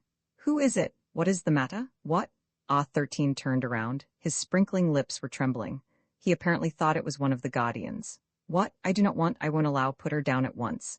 but he only sprinkled angrily with his lips, shook his head and ran on. Then I am terribly ashamed to write all this down, but I believe I must, so that you, my unknown readers, may make a complete study of my disease. Then I hit him over the head with all my might. You understand? I hit him. This I remember distinctly. I remember also a feeling of liberation that followed my action, a feeling of lightness in my whole body. I 330 slid quickly out of his arms. Go away, she shouted to Ah. Don't you see that he? Go? Ah 13 showed his white Negro teeth, sprinkled into my face some word, dived down and disappeared. And I picked up I 330, pressed her firmly to myself and carried her away. My heart was beating forcibly. It seemed enormous, and with every beat it would splash out such a thundering, such a hot, such a joyful wave. A flash. Let them, below there, let them toss and rush and yell and fall. What matter if something has fallen, if something has been shattered to dust? Little matter. Only to remain this way and carry her, carry and carry. The same evening, 22 o'clock. I hold my pen with great difficulty. Such an extraordinary fatigue after all the dizzying events of this morning. Is it possible that the strong, salutary, centuries-old walls of the United States have fallen? Is it possible that we are again without a roof over our heads, back in the wild state of freedom like our remote ancestors? Is it possible that we have lost our well-doer? Opposed? On the day of unanimity, opposed? I am ashamed of them, painfully, fearfully ashamed. But who are they? And who am I? They, we? Do I know? I shall continue. She was sitting where I had brought her on the uppermost glass bench which was hot from the sun. Her right shoulder and the beginning of the wonderful and incalculable curve were uncovered, an exceedingly thin serpent of blood. She seemed not to be aware of the blood, or that her breast was uncovered. No, I will say rather. She seemed to see all that and seemed to feel that it was essential to her, that if her uniform were buttoned she would have torn it, she would have. And tomorrow? She breathed the words through sparkling white clenched teeth. Tomorrow, nobody knows what. Do you understand? Neither I nor anyone else knows. It is unknown. Do you realize what a joy it is? Do you realize that all that was certain has come to an end? Now, things will be new, improbable, unforeseen. Below, the human waves were still foaming, tossing, roaring, but they seemed to be very far away, and to be growing more and more distant. For she was looking at me. She slowly drew me into herself through the narrow, golden windows of her pupils. We thus remained silent for a long while, and for some reason I recalled how once I watched some queer yellow pupils through the green wall, while above the wall birds were soaring. Oh, was this another time? Listen, if nothing particular happens tomorrow, I shall take you there. Do you understand? No, I did not understand, but I nodded in silence. I was dissolved, I became infinitesimal, a geometrical point. After all, there is some logic, a peculiar logic of today, in this state of being a point. A point has more unknowns than any other entity. If a point should start to move, it might become thousands of curves or hundreds of solids. I was afraid to budge. What might I have become if I had moved? It seemed to me that everybody like myself was afraid now of even the most minute of motions. At this moment, for instance, as I sit and write, everyone is sitting hidden in his glass cell, expecting something. I do not hear the buzzing of the elevators, usual at this hour, or laughter or steps. From time to time numbers pass in couples through the hall, whispering, on tiptoe. What will happen tomorrow? What will become of me tomorrow? Record 26. The world does exist. Rash, 41 degrees centigrade. Morning. Through the ceiling the sky is as usual firm, round, red-cheeked. I think I should have been less surprised had I found above some extraordinary quadrangular sun, or people clad in many-colored dresses made of the skins of animals, or opaque walls of stone. Then the world, our world, does still exist? Or is it only inertia? Is the generator already switched out, while the armature is still roaring and revolving? 2 more revolutions, or 3, and at the 4th will it die away. Are you familiar with that strange state in which you wake up in the middle of the night, open your eyes into the darkness, and then suddenly feel you are lost in the dark? You quickly begin to feel around, to seek something familiar and solid, a wall, a lamp, a chair? In exactly the same way I felt around, seeking in the Journal of the United States. Quickly, I found this. The celebration of the Day of Unanimity, long awaited by all, took place yesterday. The same well-doer who so often proved his unshakable wisdom was unanimously re-elected for the 48th time.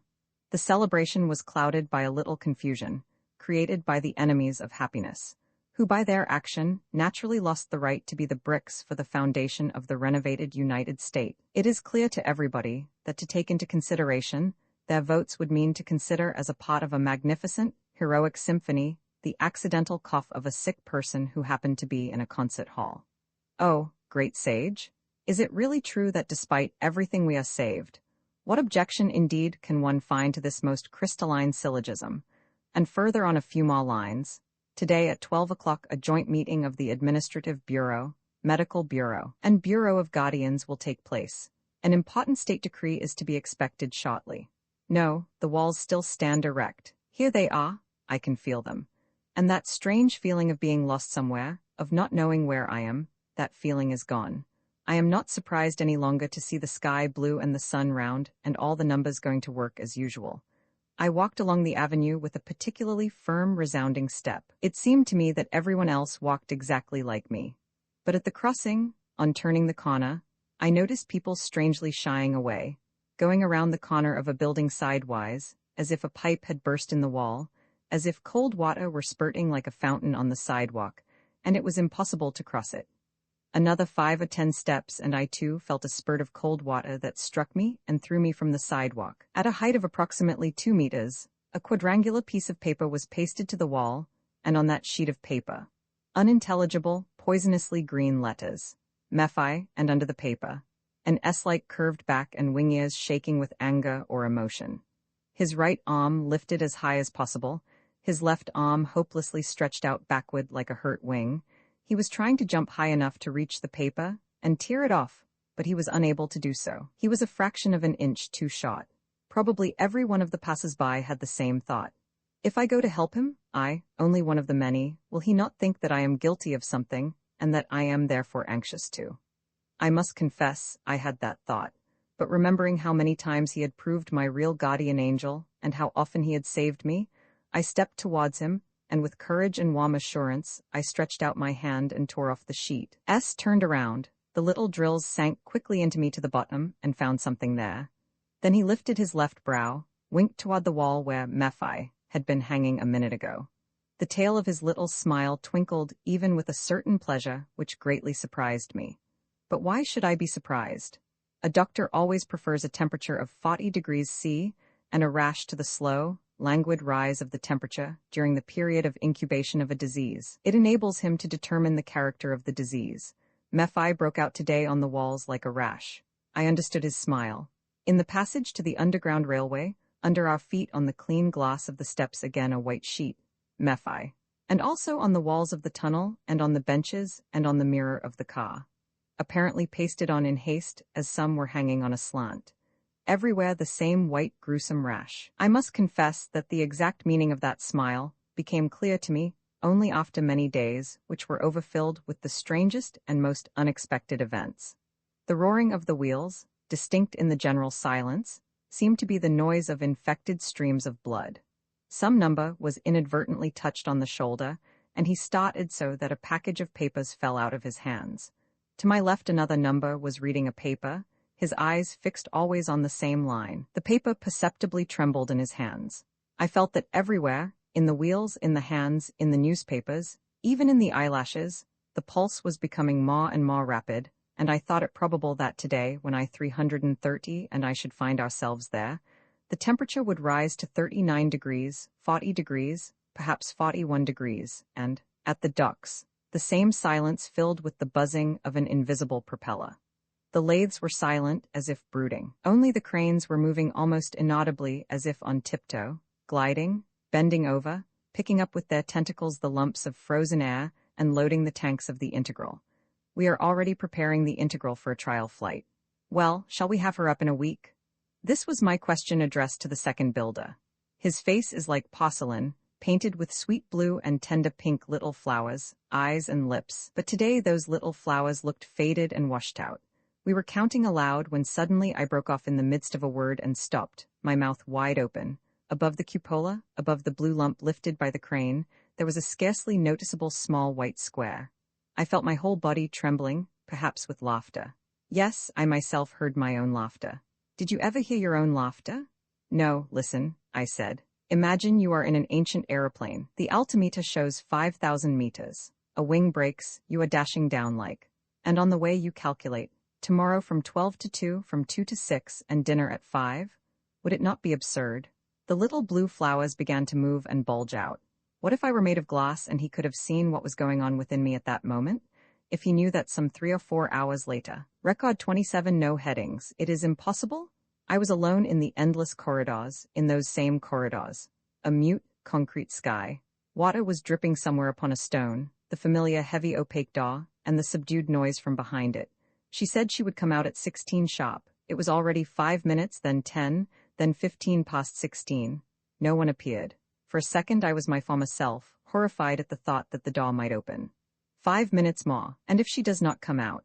Water was dripping somewhere upon a stone, no one about. With melancholy pleasure I felt. Saved, and slowly I turned and walked back along the corridor. The trembling dots of the small lamps on the ceiling became dimmer and dimmer. Suddenly a quick rattle of a door behind me. Quick steps, softly echoing from the ceiling and the walls. It was she, light as a bird, panting somewhat from running. I knew you would be here, you would come? I knew you. The spears of her eyelashes moved apart to let me in, and how can I describe what effect that ancient, absurd and wonderful rite has upon me when her lips touch mine? Can I find a formula to express that whirlwind which sweeps out of my soul everything save her? Yes, from my soul. You may laugh at me if you will.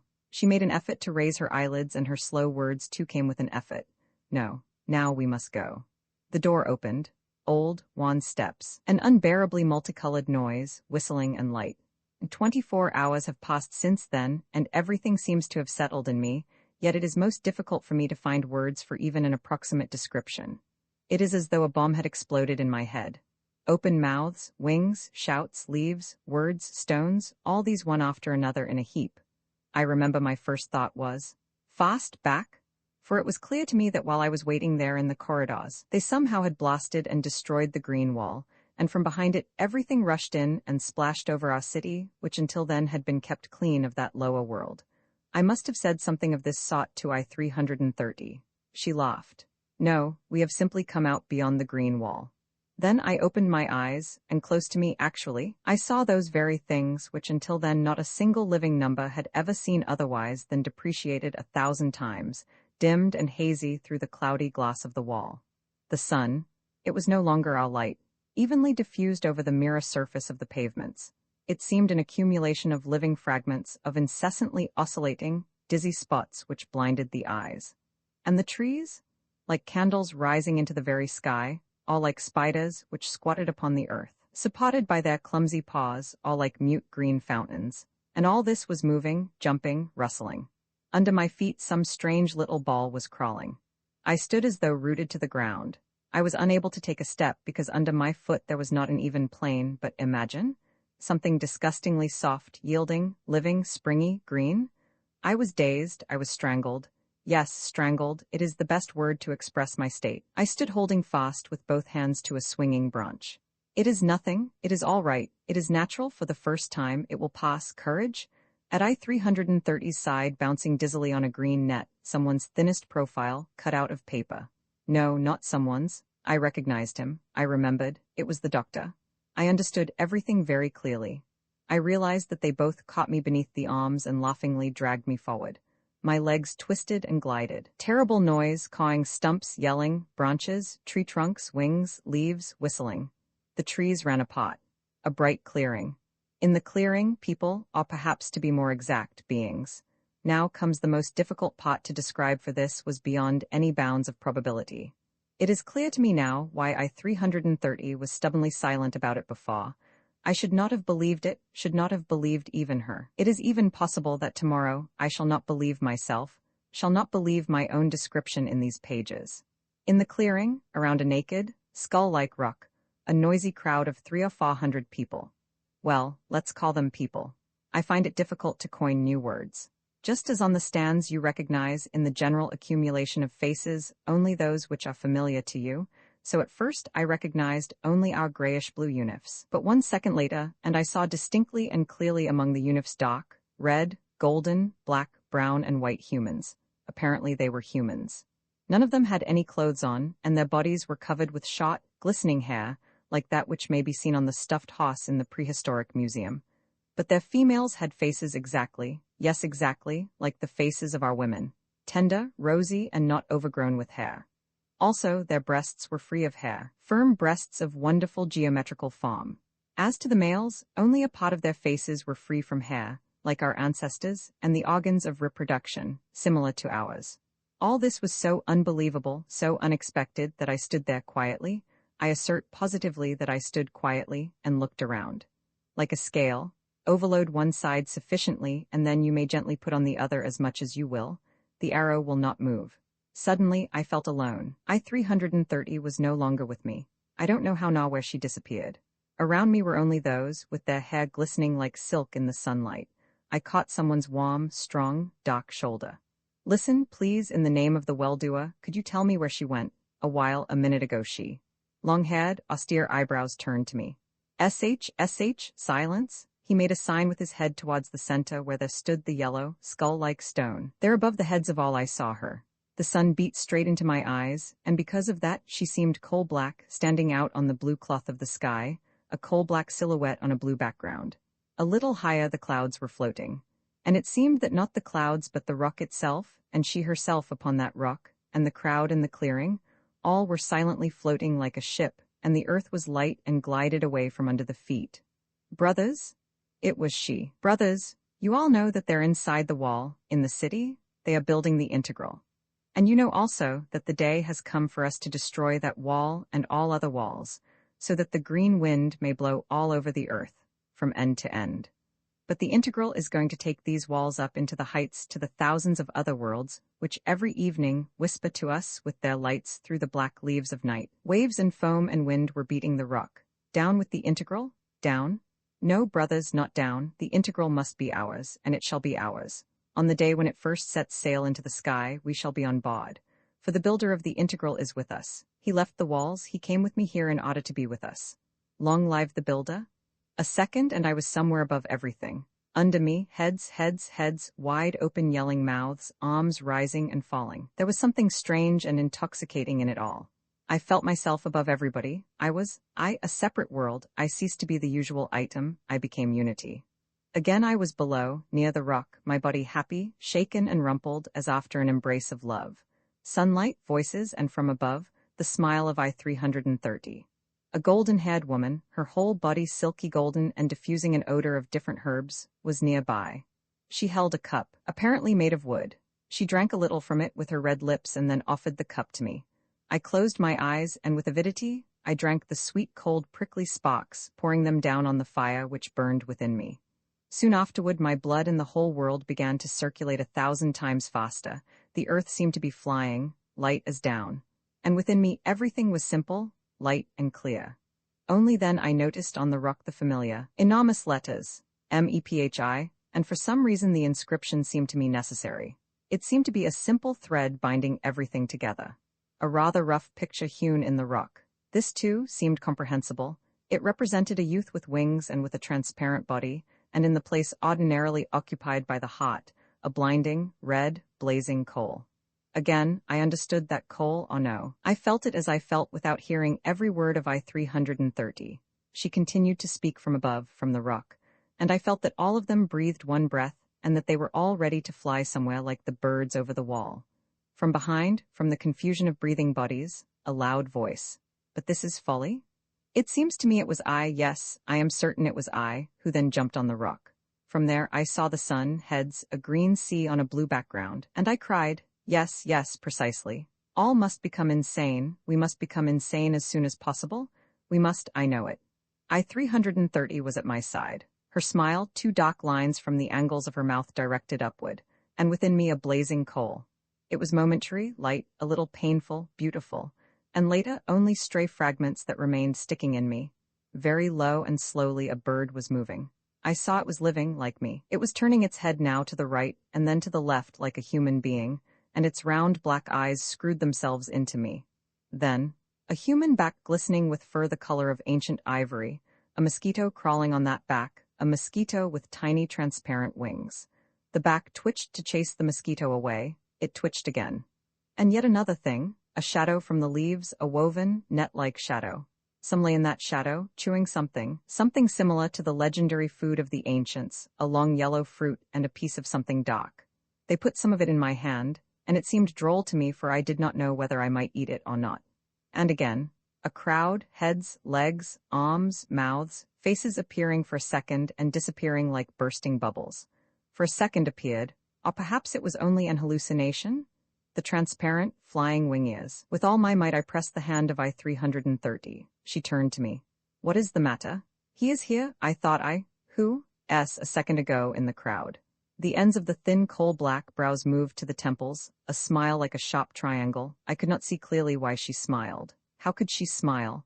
But you understand, I-330, don't you? You understand what it means if he or one of them is here? You are funny. How could it ever enter the heads of those within the wall that we are here? Remember, take yourself. Did you ever think it was possible? They are busy hunting us there. Let them. You are delirious. Her smile was light and cheerful, and I too was smiling. The earth was drunken, cheerful, light, floating. Record 28, both of them. Entropy and energy. The opaque pot of the body. If your world is similar to the world of the ancients, then you may easily imagine that one day you suddenly come upon a sixth or a seventh continent, upon some Atlantis, and you find there unheard of cities, labyrinths, people flying through the air without the aid of wings or arrows, stones lifted into the air by the power of a gaze. In brief, imagine that you see things that cannot come to your mind even if you suffer from dream sickness. That is how I feel now. For you must understand that no one has ever gone beyond the Green Wall since the 200 Years' War, as I already have told you. I know that it is my duty to you, my unknown friends, to give more details about that unsuspected strange world which opened to me yesterday. But for the time being I am unable to return to that subject. Everything is so novel it is like a rainstorm, and I am not big enough to collect it all. I spread out the folds of my my palms, and yet pailfuls splash past me and only drops can reach these pages. At first I heard behind me, behind the door, a loud voice. I recognized her voice, the voice of I-330, tense, metallic, and another one, almost inflexible, like a wooden ruler, the voice of you. Then the door came open with a crack and both of them shot into the room. Shot is the right word. I-330 put her hand on the back of my armchair and smiled over her shoulder, but only with her teeth, at you. I should not care to stand before such a smile. Listen, she said to me, this woman seems to have made it her business to guard you from me like a little child. Is it with your permission? But he is a child. Yes, that is why he does not notice that it is only an order. That all this is only a foul game. Yes, and it is my duty. For a second in the mirror, the broken, trembling line of brows. I leaped, controlling with difficulty the other self within me, the one with the hairy fists, with difficulty, pushing every word through my teeth. I cried straight into her face, into her very gills. Get out of here at once. Out, at once. The gills swelled at first into brick-red lumps, then fell and became gray. She opened her mouth to say something, but without a word she slammed it shut and went out. I threw myself towards I-330. Never will I forgive myself. She dared? But you don't think, do you, that she? This is all because she wants to register on me, but I. Fortunately, she will not have time for that now. Besides, even 1,000 like her. I don't care. I know you will not believe that 1,000, but only me. For after all that happened yesterday, I am all yours, all to the very end as you wanted it. I am in your hands, you can now at any moment. What, at any moment? But at once I understood what. My blood rushed to my ears and cheeks. Don't speak about that, you must never speak about that. The other I, my former self, but now. How do I know? Man is like a novel. Up to the last page one does not know what the end will be. It would not be worth reading otherwise. She was stroking my head. I could not see her face, but I could tell by her voice that she was looking somewhere very far into the distance. She hooked herself to that cloud which was floating silently, slowly, no one knows where to. Suddenly she pushed me away with her hand, firmly but tenderly. Listen. I came to tell you that perhaps we are now, our last days. You know, don't you, that all auditoriums are to be closed after tonight? Closed? Yes, I passed by and saw that in all auditoriums preparations are going on, tables, medics all in white. But what does it all mean? I don't know. Nobody knows as yet, that is the worst of it. I only feel the current is on, the spark is jumping, and if not today, then tomorrow. Yet perhaps they will not have time. For a long while I have ceased to understand who are they and who we. I do not understand what I want. Do I want them to have or not to have enough time? One thing is clear to me. I-330 is now on the very edge, and in 1 second more. But it is folly, I said. You versus the United States? It is the same as if you should cover the muzzle of a gun with your hands and expect that way to prevent the shot. It is absolute folly. A smile. We must all go insane, as soon as possible go insane. It was yesterday, do you remember? Yes, she was right, I had even written it down. Consequently, it really took place. In silence, I looked into her face. At that moment, the dark cross was especially distinct. Idea, before it is too late. If you want, I'll leave everything, I'll forget everything, and we'll go there beyond the wall to them. I do not even know who they are. She shook her head. Through the dark windows of her eyes I saw within her a flaming oven, sparks, tongues of flame, and above them a heap of dry, tarry wood. It was clear to me that it was too late, my words could be of no avail. She stood up. She would soon leave. Perhaps these were the last days or the last minutes. I grasped her hand. No, stay a little while longer for the sake. She slowly lifted my hand towards the light, my hairy paw which I detest. I wanted to withdraw it, but she held it tightly. Your hand. You undoubtedly don't know, and very few do know, that women from here occasionally used to fall in love with them.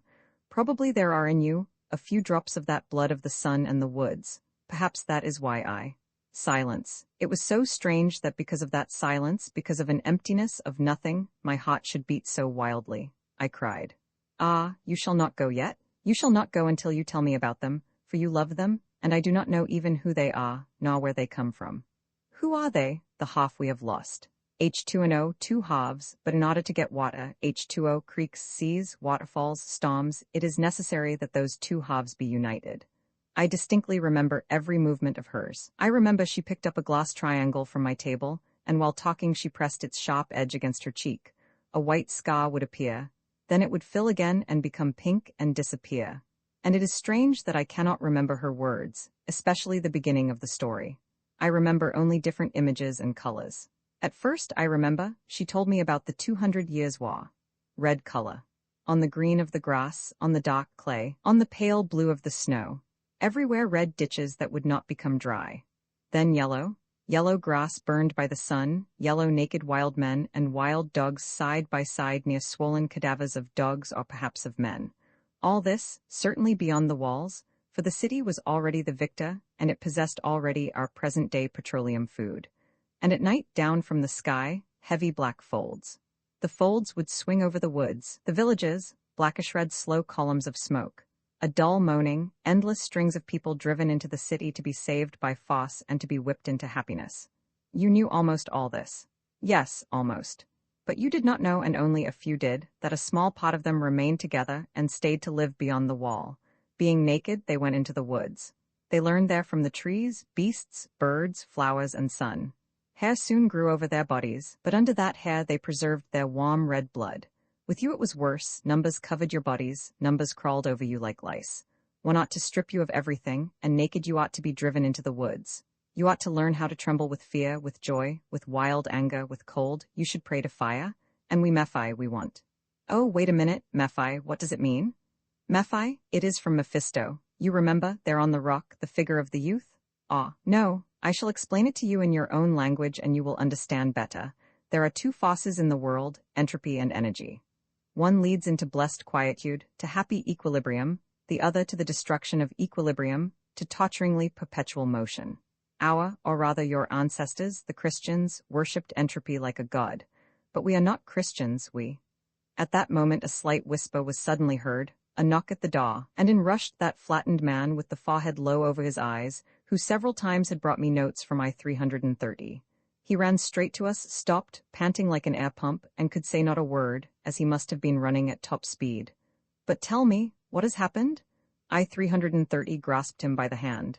They are coming here, panted the air pump, with guards, and with them that what's his name, the hunchback. Yes, they are in the house by this time, they'll soon be here. Quick. Nonsense, we have time.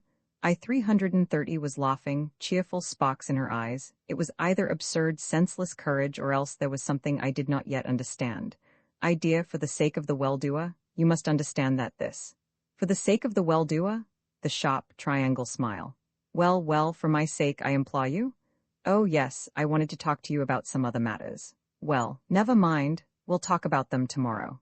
And cheerfully, yes, cheerfully, she nodded to me. The other came out for a second from under his forehead's awning and nodded also. I was alone. Quick, to my desk. I opened this manuscript, took the pen so that they should find me at this work which is for the benefit of the United States. Suddenly, I felt every hair on my head living, separated, moving. What if they should read even one page of these most recently written? Motionless I sat at the table, but everything around me seemed to be moving, as if the less than microscopic movements of the atoms suddenly were magnified millions of times, and I saw the walls trembling, my pen trembling, and the letters swinging and fusing together. To hide them? But where? Glass all around. To burn them? But they would notice the fire through the corridor and in the neighboring room. Besides, I felt unable, I felt too weak, to destroy this torturing and perhaps dearest piece of my own self. Voices from a distance, from the corridor, and steps. I had only time to snatch a handful of pages and put them under me, and then, as if soldered to the armchair, every atom of which was quivering, I remained sitting, while the floor under my feet rolled like the deck of a ship, up and down.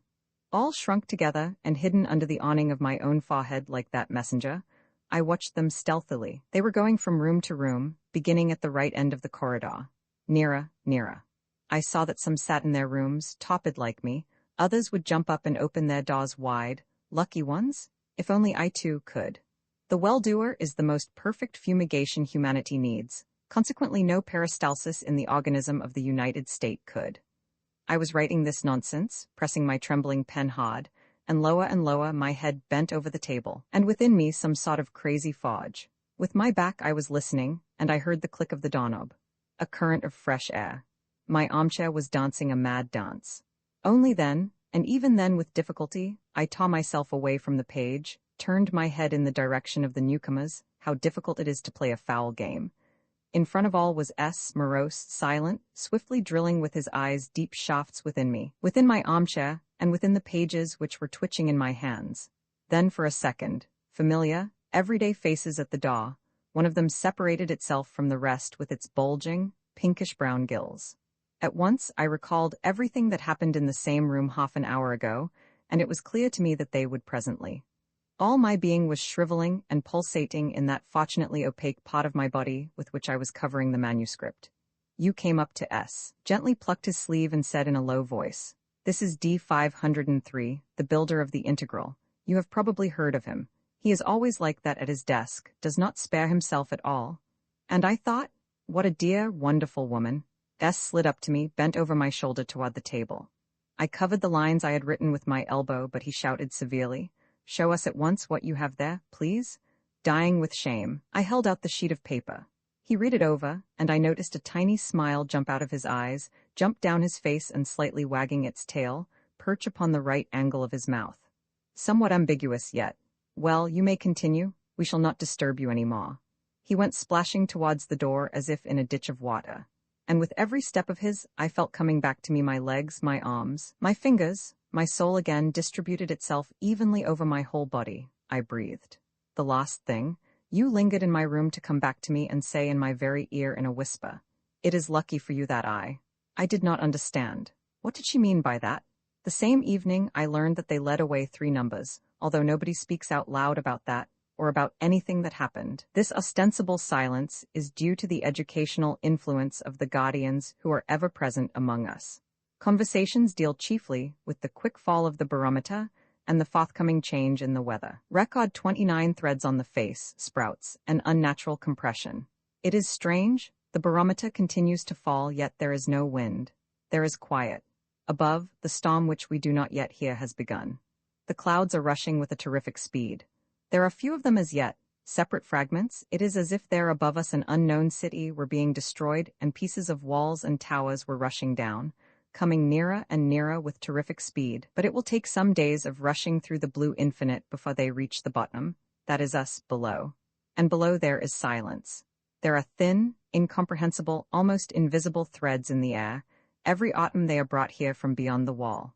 They float slowly, and suddenly you feel something foreign and invisible on your face. You want to brush it off, but no, you cannot rid yourself of it. You feel it especially near the green wall, where I was this morning. I-330 made an appointment with me to meet her in the ancient house in that apartment of ours. I was not far from the rust-red, opaque mass of the ancient house, when I heard behind me short, hasty steps and rapid breathing. I turned around and saw 090 trying to catch up to me. She seemed strangely and perfectly rounded. Her arms and breast, her whole body, so familiar to me, was rounded out, stretching her uniform. It seemed as though it would soon tear the thin cloth and come out into the sun, into the light. I think that they're in the green debris, in springtime, the unseen sprouts try thus to tear their way through the ground in order to emit their branches and leaves, and to bloom. For a few seconds she shone into my face with her blue eyes in silence. I saw you on the day of unanimity. I saw you too. I at once remembered. Below, in a narrow passage she had stood, pressing herself to the wall, protecting her abdomen with her arms, and automatically I glanced now at her abdomen which rounded the uniform. She must have noticed, for she became pink and with a rosy smile. I am so happy, so happy. I am so full of you, understand, I am. I walk and I hear nothing around me. And all the while I listen within me. I was silent. Something foreign was shadowing my face and I was unable to rid myself of it. Suddenly, all shining, light blue, she caught my hand. I felt her lips upon it. It was for the first time in my life. It was some ancient caress as yet unknown to me. And I was so ashamed and it pained me so much that I swiftly, I think even roughly, pulled my hand away. Listen, you are crazy, it seems. And anyway what are you happy about? Is it possible that you forget what is ahead of you? If not now, then within a month or two. Her light went out, her roundness sagged and shrank. And in my hot and unpleasant, even a painful compression, mixed with pity. Our heart is nothing else than an ideal pump. A compression, i.e., a shrinking at the moment of pumping, is a technical absurdity. Hence it is clear how essentially absurd, unnatural and pathological are all these loves and pities, etc., which create that compression. Silence. To the left, the cloudy green gloss of the wall, and just ahead the dark red mass. Those two colors combined gave me as a resultant what I thought was a splendid idea. Wait, I know how to save you, I shall save you from. To see one's own child for a few moments only and then be sent to death? No, you shall be able to bring it up. You shall watch it and see it grow in your arms and ripen like a fruit. Her body quivered and she seemed to have chained herself to me. Do you remember that woman, I 330? That of long ago? Who during that walk? Well, she is now right here in the ancient house. Let us go to her and I assure you that I shall arrange matters at once. I already pictured us, I 330 and I, leading 090 through the corridors, then how she would be brought amidst flowers, grass, and leaves. But 090 stepped back, the little horns of her rosy crescent trembling and bending downward. Is she that same one? She asked. That is, I was confused for some reason. Yes, of course, that very same. And you want me to go to her to ask her to? Don't you ever dare to say another word about it. Leaning over, she walked away. Then, as if she remembered something, she turned around and cried, I shall die, be it so, and it is none of your business, what do you care? Silence. From above, pieces of blue towers and walls were falling downward with terrific speed. They will have perhaps hours or days to fly through the infinite. Unseen threads were slowly floating through the air, planting themselves upon my face, and it was impossible to brush them off, impossible to rid myself of them. I walked slowly toward the ancient house, and in my heart I felt that absurd, tormenting compression. Record 3, a coat, a wall, the tables. I looked over all that I wrote down yesterday, and I find that my descriptions are not sufficiently clear. That is, everything would undoubtedly be clear to one of us, but who knows to whom my integral will some day bring these records.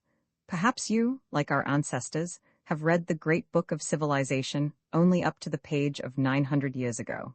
Perhaps you don't know even such elementary things as the hour tables, personal hours, maternal nom, green wall, well-doer. It seems droll to me and at the same time very difficult to explain these things. It is as though, let us say, a writer of the 20th century should start to explain in his novel such words as coat, apartment, wife. Yet if his novel had been translated for primitive races, how could he have avoided explaining what a coat meant? I am sure that the primitive man would look at a coat and think, what is this for? It is only a burden, an unnecessary burden. I am sure that you will feel the same if I tell you that not one of us has ever stepped beyond the green wall since the 200 Years' War. But, dear readers, you must think at least a little. It helps. It is clear that the history of mankind as far as our knowledge goes is a history of the transition from nomadic farms to more sedentary ones. Does it not follow that the most sedentary form of life, ours, is at the same time the most perfect one? There was a time when people were rushing from one end of the earth to another, but this was the prehistoric time when such things as nations, wars, commerce, different discoveries of different Americas still existed. Who has need of these things now? I admit humanity acquired this habit of a sedentary form of life, not without difficulty, and not at once. When the 200 Years' War had destroyed all the roads which later were overgrown with grass, it was probably very difficult at first. It seemed uncomfortable to live in cities which were cut off from each other by green debris. But what of it? Man, soon after he lost his tail, probably did not learn at once how to chase away flies without its help. I am almost sure that at first he was even lonesome without his tail, but now, can you imagine yourself with a tail? Or can you imagine yourself walking in the street naked, without clothes? It is possible you go without clothes still. Here we have the same case. I cannot imagine a city which is not clad with a green wall. I cannot imagine a life which is not clad with the figures of our tables.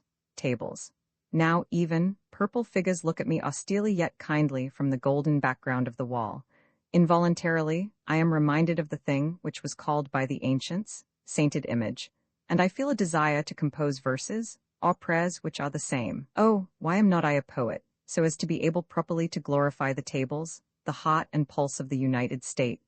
All of us, and perhaps all of you, read in childhood while in school, that greatest of all monuments of ancient literature, the official railroad guide. But if you compare this with the tables, you will see side by side graphite and diamonds. Both are the same carbon, but how eternal, transparent, how shining the diamond. Who does not lose his breath when he runs through the pages of the guide? The tables transformed each one of us, actually, into a six-wheeled steel hero of a great poem. Every morning with six-wheeled precision, at the same hour, at the same minute, we wake up, millions of us at once.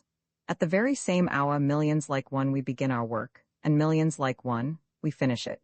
United into a single body with a million hands, at the very same second, designated by the tables, we carry the spoons to our mouths.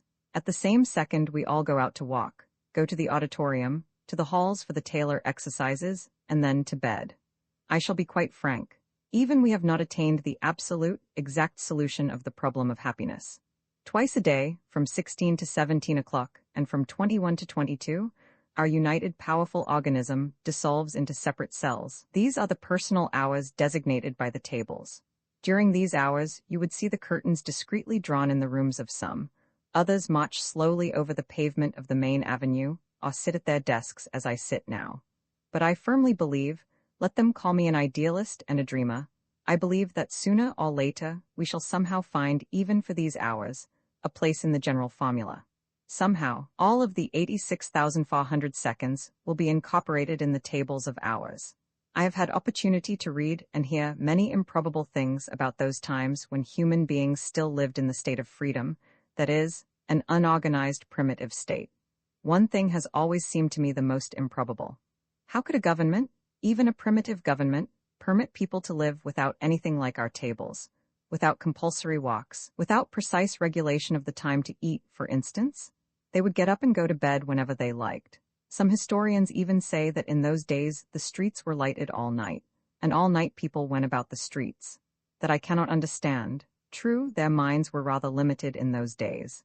Yet they should have understood, should they not, that such a life was actually wholesale murder, although slow murder, day after day. The state, humanitarianism, forbade in those days the murder of one person, but it did not forbid the killing of millions slowly and by half. To kill one, that is, to reduce the general sum of human life by 50 years, was considered criminal, but to reduce the general sum of human life by 50 million years was not considered criminal. Is it not droll? Today this simple mathematical moral problem could easily be solved in half a minute's time by any 10-year-old number, yet they couldn't do it. All their Immanuel Kants together couldn't do it. It didn't enter the heads of all their Kants to build a system of scientific ethics, that is, ethics based on adding, subtracting, multiplying, and dividing. Further, is it not absurd that their state, they called it state, left sexual life absolutely without control? However, whenever and as much as they wanted. Absolutely unscientific like beasts, and like beasts they blindly gave birth to children. Is it not strange to understand gardening, chicken farming, fishery? We have definite knowledge that they were familiar with all these things, and not to be able to reach the last step in this logical scale, namely, production of children, not to be able to discover such things as maternal and paternal noms. It is so droll, so improbable, that while I write this I am afraid lest you, my unknown future readers, should think I am merely a bad jester. I feel almost as though you may think I simply want to mock you, and with a most serious appearance try to relate to you absolute nonsense. But first, I am incapable of jesting, for in every joke a lie has its hidden function. And second, the science of the United States contends that the life of the ancients was exactly what I am describing, and the science of the United States cannot make a mistake?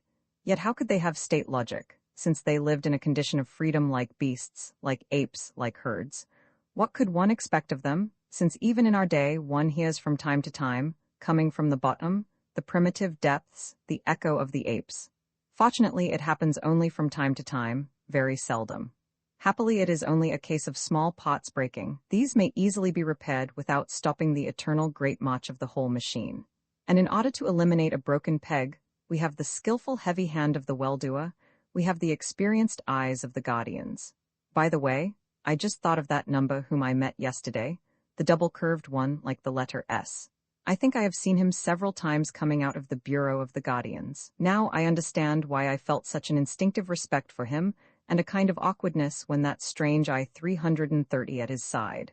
I must confess that they ring the bell, time to sleep, it is 22:30. Till tomorrow then. Record 30, the last number, Galileo's mistake, would it not be better?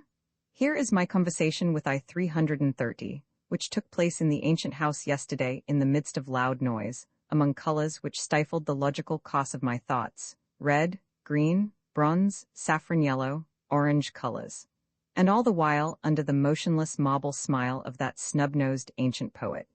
I shall reproduce the conversation word by word, for it seems to me that it may have an enormous and decisive importance for the fate of the United States, more than that, for the fate of the universe. Besides, reading it, you, my unknown readers, may find some justification for me. I-330, without preliminaries, at once threw everything upon my head. I know that the day after tomorrow the first trial trip of the integral is to take place. On that day we shall take possession of it. What? Day after tomorrow? Yes, sit down and don't be upset. We cannot afford to lose a minute. Among the hundreds who were arrested yesterday there are 20 Mephis. To let pass 2 or 3 days means that they will perish. I was silent. As observers on the trial trip they will send electricians, mechanicians, physicians, meteorologists, etc. At 12 sharp, you must remember this, when the bell rings for dinner we shall remain in the passage, lock them all up in the dining hall, and the integral will be ours. You realize that it is most necessary, happen what may. The integral in our hands will be a tool that will help to put an end to everything at once without pain. Their arrows? Bah, they would be insignificant mosquitoes against a buzzard. And then, if it proves inevitable, we may direct the tubes of the motors downward and by their work alone. I jumped up.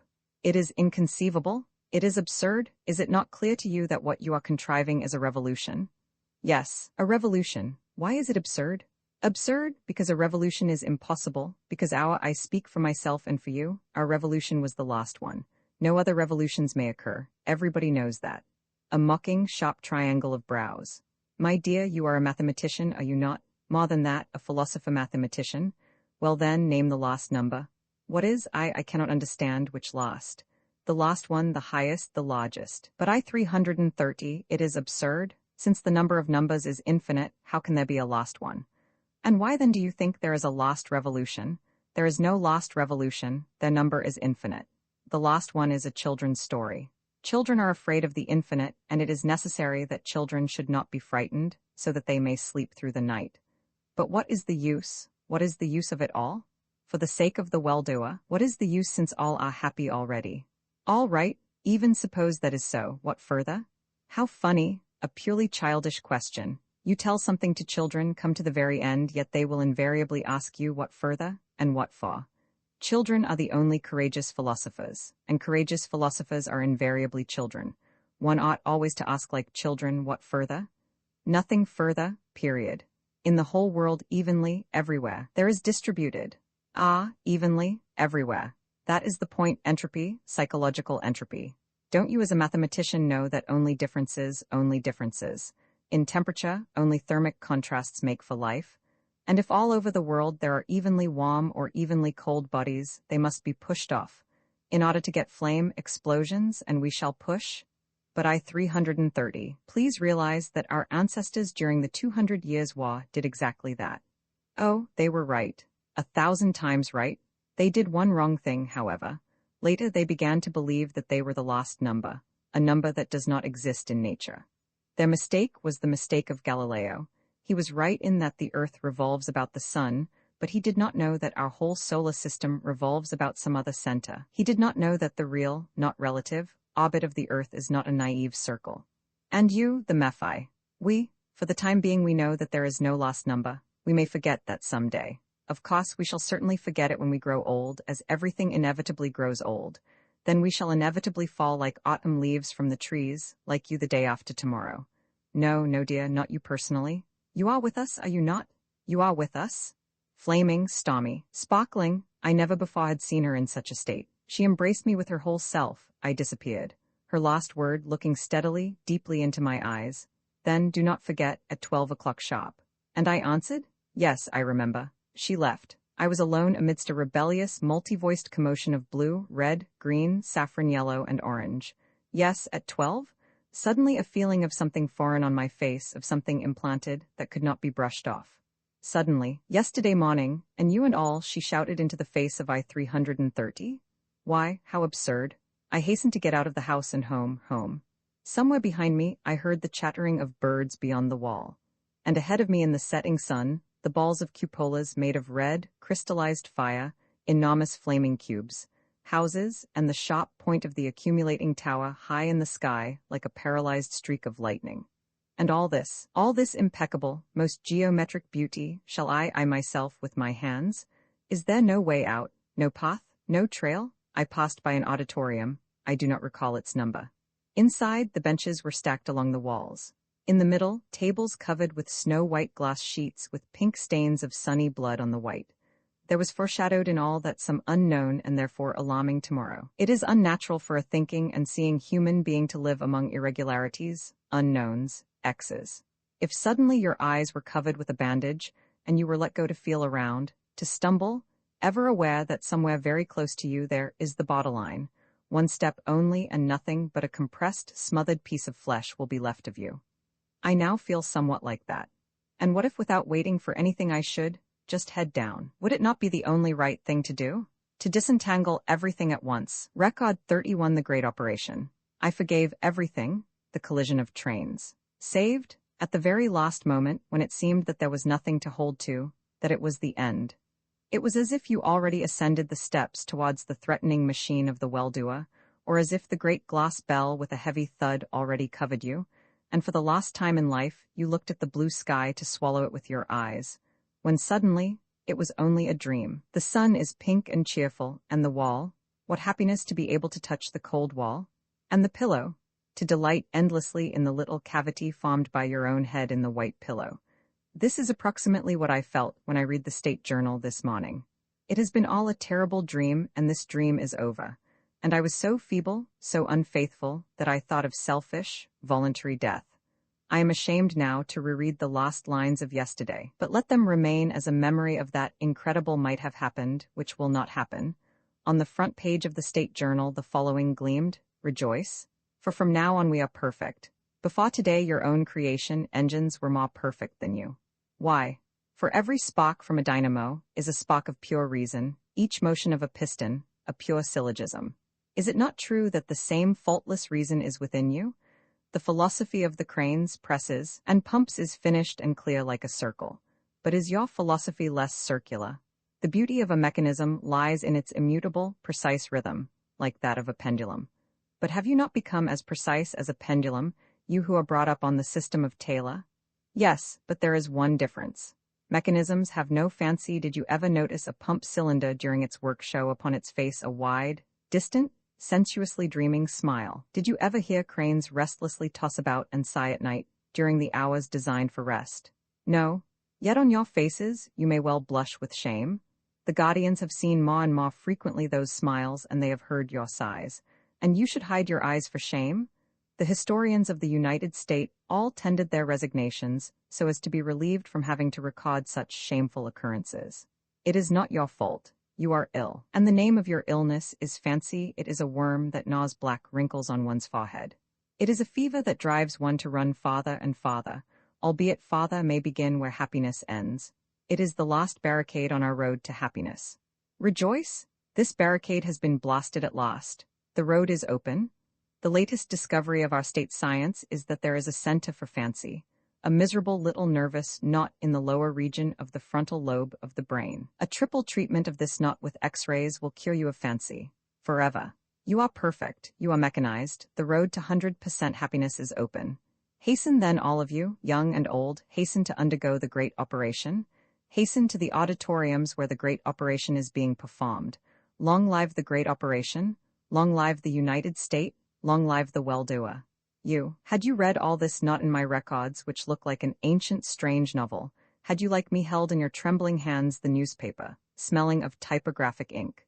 If you knew as I do, that all this is most certain reality, if not the reality of today, then that of tomorrow, would you not feel the very things I feel? Would not your head whirl as mine does? Would there not run over your back and arms those strange, sweet, icy needles? Would you not feel that you were a giant, an atlas? That if only you stood up and straightened out you would reach the ceiling with your head? I snatched the telephone receiver. 330. Yes, 330.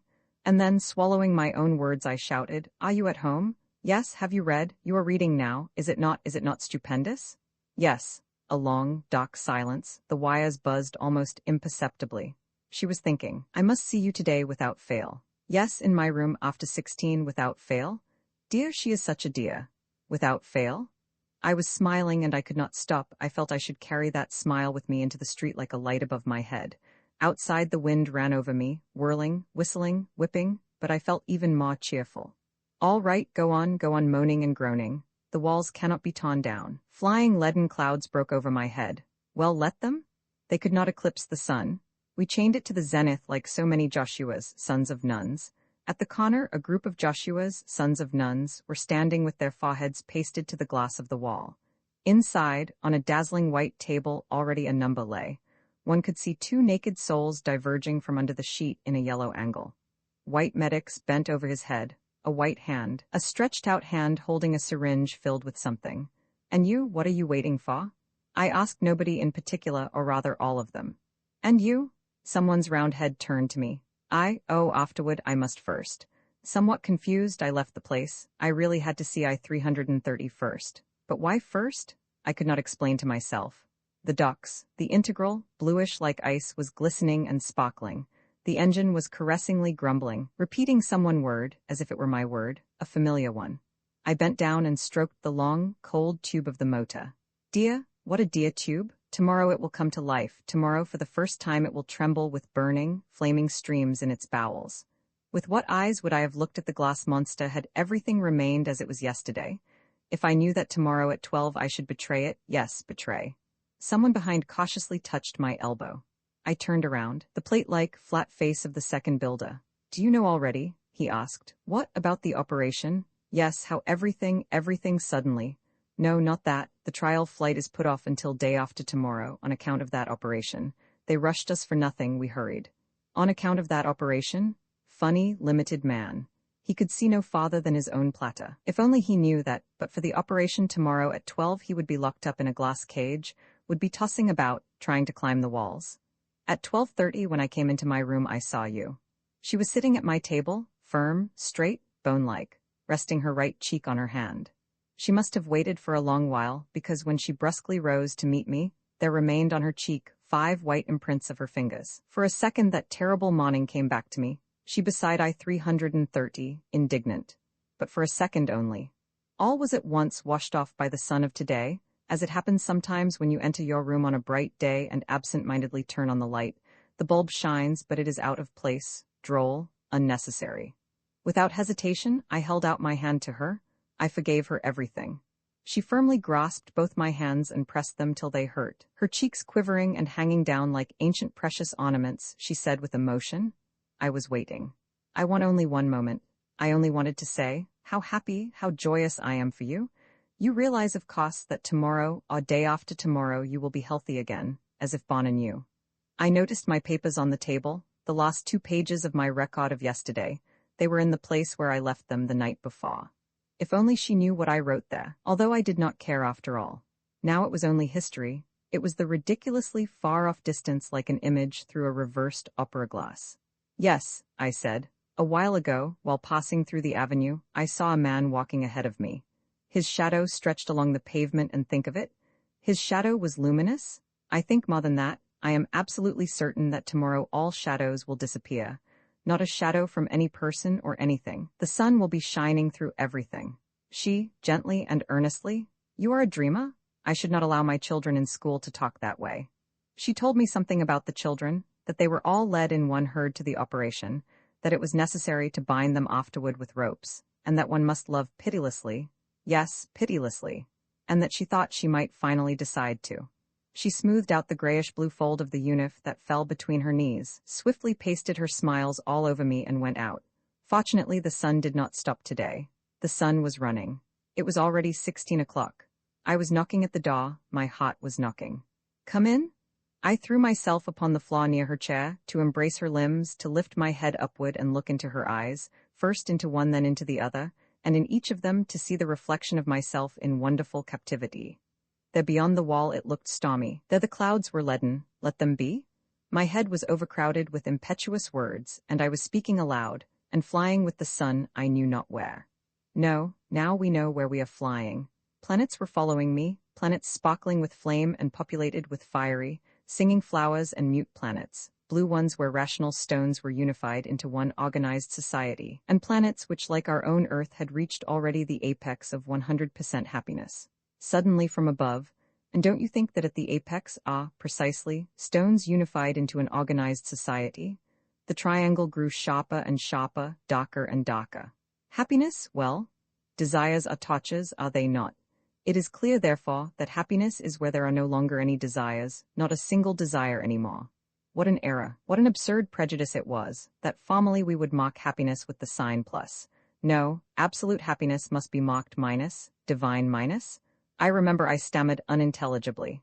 Absolute zero, minus 273 degrees C. Minus 273 degrees, exactly, a somewhat cool temperature. But does it not prove that we are at the summit?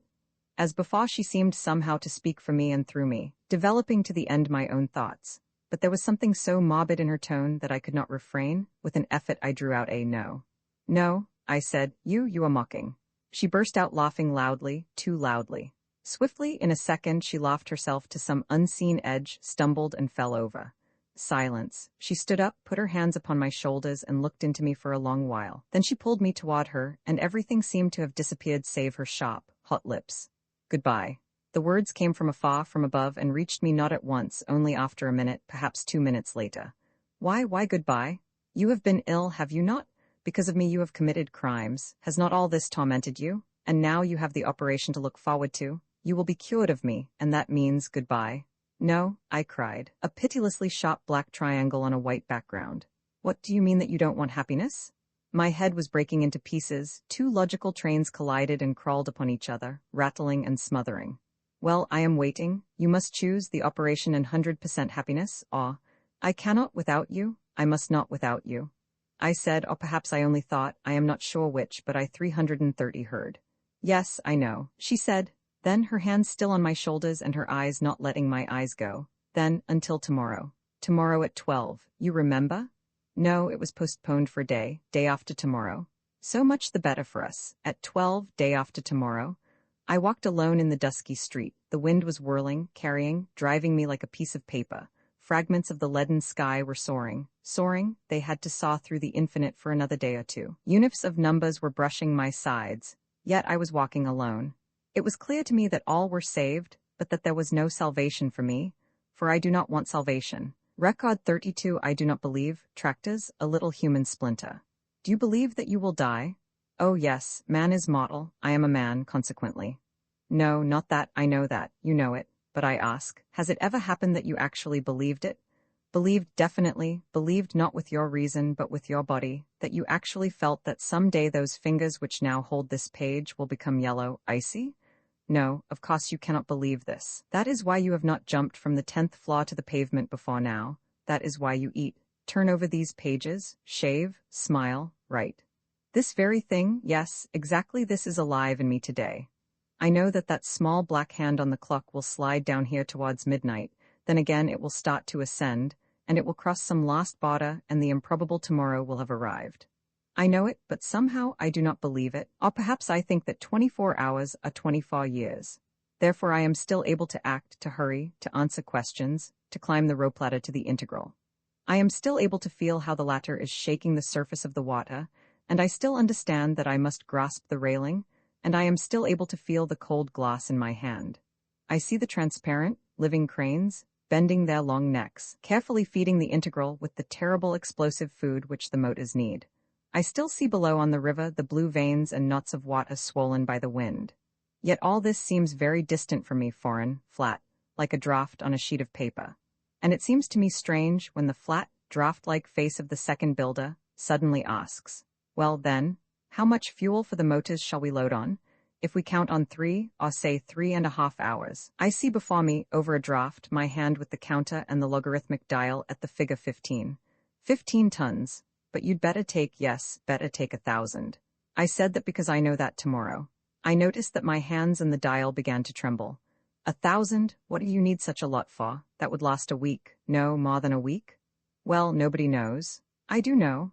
The wind whistled, the air seemed to be stuffed to the limit with something invisible. I had difficulty in breathing, difficulty in walking, and with difficulty, slowly but without stopping for a second, the hand of the accumulating tower was crawling at the end of the avenue.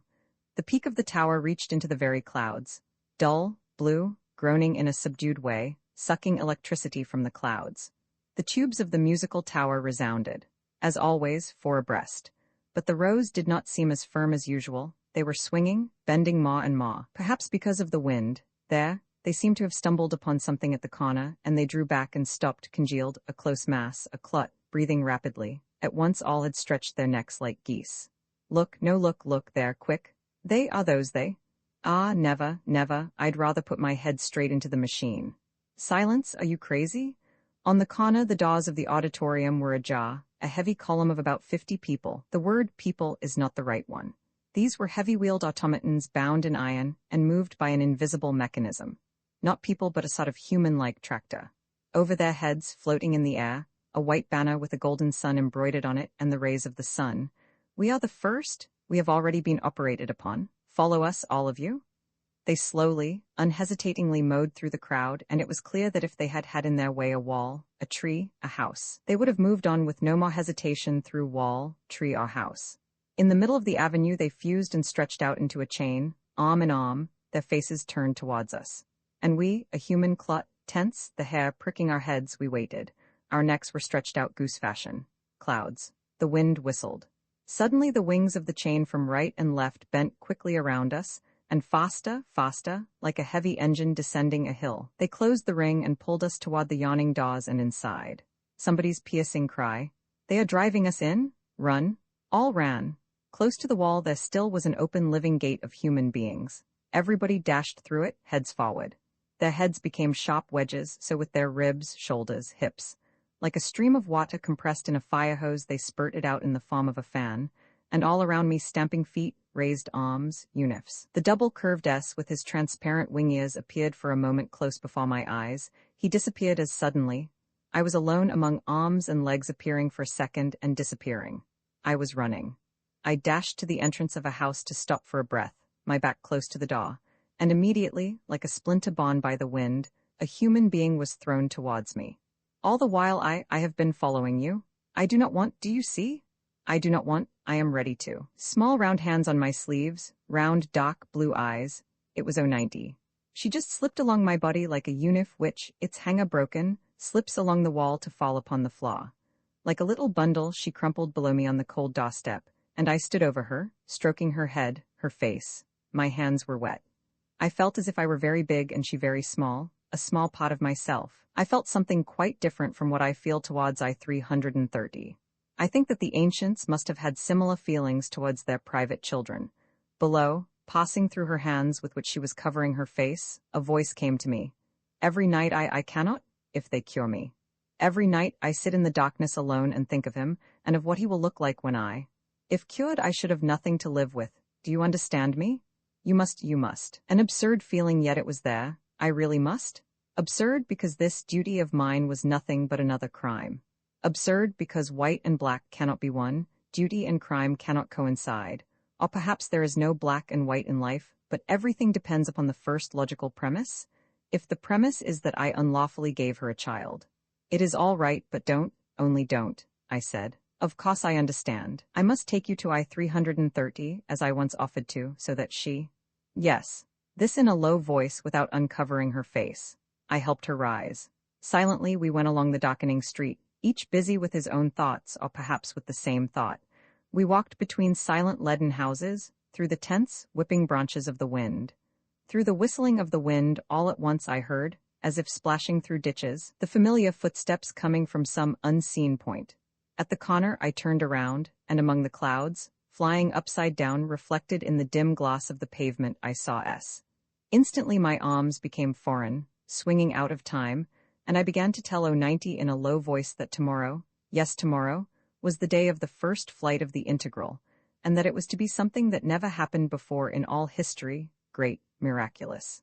Think of it, for the first time in life to find myself outside the limits of our city and see, who knows what is beyond the green wall? O90 looked at me extremely surprised, her blue eyes trying to penetrate mine. She looked at my senselessly swinging arms, but I did not let her say a word. I kept talking. And within me, apart from what I was saying and audible only to myself, a thought was feverishly buzzing and knocking. Impossible. You must not lead him to I-330? Instead of turning to the right, I turned to the left. The bridge submissively bent its back in a slavish way to all three of us, to me, to O, to him behind. Lights were falling from the houses across the water, falling and breaking into thousands of sparks which danced feverishly, sprayed with the mad white foam of the water. The wind was moaning like a tensely stretched string of a double basso, somewhere not far away. Through this basso behind all the while, the house where I live. At the entrance O stopped and began, "No, you promised, did you not, that?" I did not let her finish. Hastily I pushed her through the entrance and we found ourselves in the lobby. At the controller's desk, the familiar, hanging, excitedly quivering cheeks, a group of numbers around. They were quarreling about something, heads bending over the banisters on the second floor. They were running downstairs one by one. But about that later. I at once drew O90 into the opposite, unoccupied corner and sat down with my back to the wall. I saw a dark, large-headed shadow gliding back and forth over the sidewalk. I took out my notebook. O90 in her chair was slowly sinking as if she were evaporating from under her unif, as if her body were thawing, as if only her empty unif were left, and empty eyes taking one into the blue emptiness. In a tired voice, "Why did you bring me here?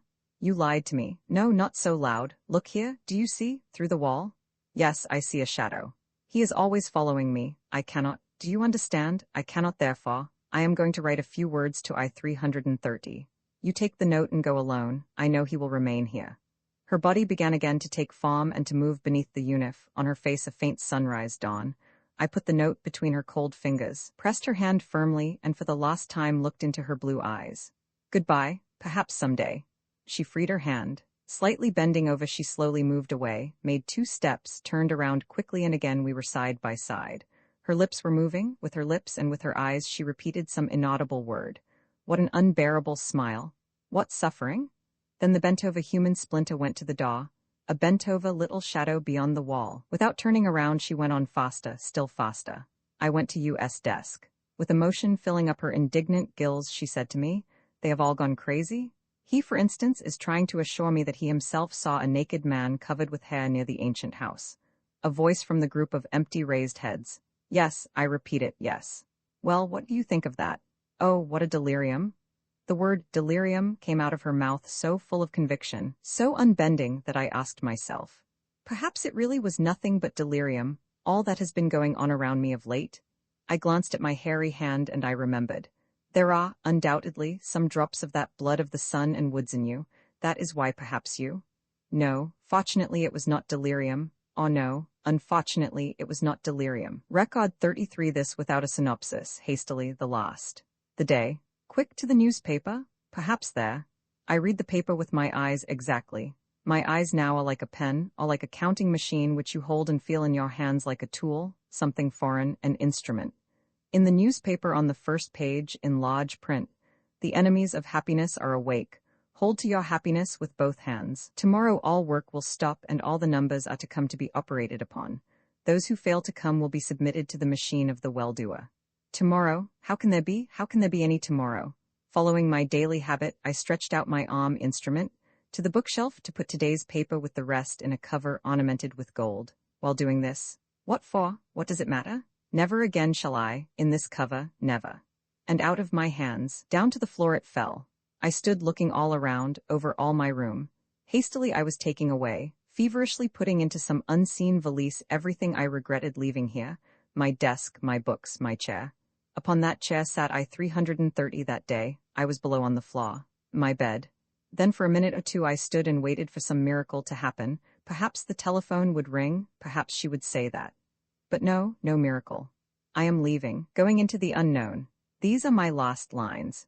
Farewell you, my unknown beloved ones, with whom I have lived through so many pages, before whom I have bared my diseased soul, my whole self to the last broken little screw, to the last cracked spring. I am going. Record 30 for the forgiven ones, a sunny night, a radio walkery. Oh, if only I actually had broken myself to pieces.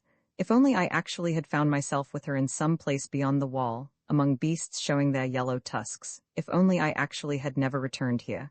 It would be 1,000, 1,000,000 times easier. But now, what? Now to go and choke that. But would it help? No, no, no. Take yourself in hand, D503. Set into yourself the firm logical hub. At least for a shot while weigh heavily with all your might on the lever, and like the ancient slave, turn the millstones of syllogisms until you have written down and understood everything that happened. When I botted the integral, everybody was already there and everybody occupied his place. All the cells of the gigantic hive were filled. Through the glass of the decks, tiny, ant-like people below, at the telegraph, dynamo, transformers, altimeters, ventilators, indicators, motor, pumps, tubes. In the saloon, people sitting over tables and instruments, probably those commissioned by the Scientific Bureau. Near them, the second builder and his 2 aides. All 3 had their heads down between their shoulders like turtles, their faces gray, autumnal, rayless. Well, I asked. Well, somewhat uncanny, replied one of them, smiling a gray, rayless smile.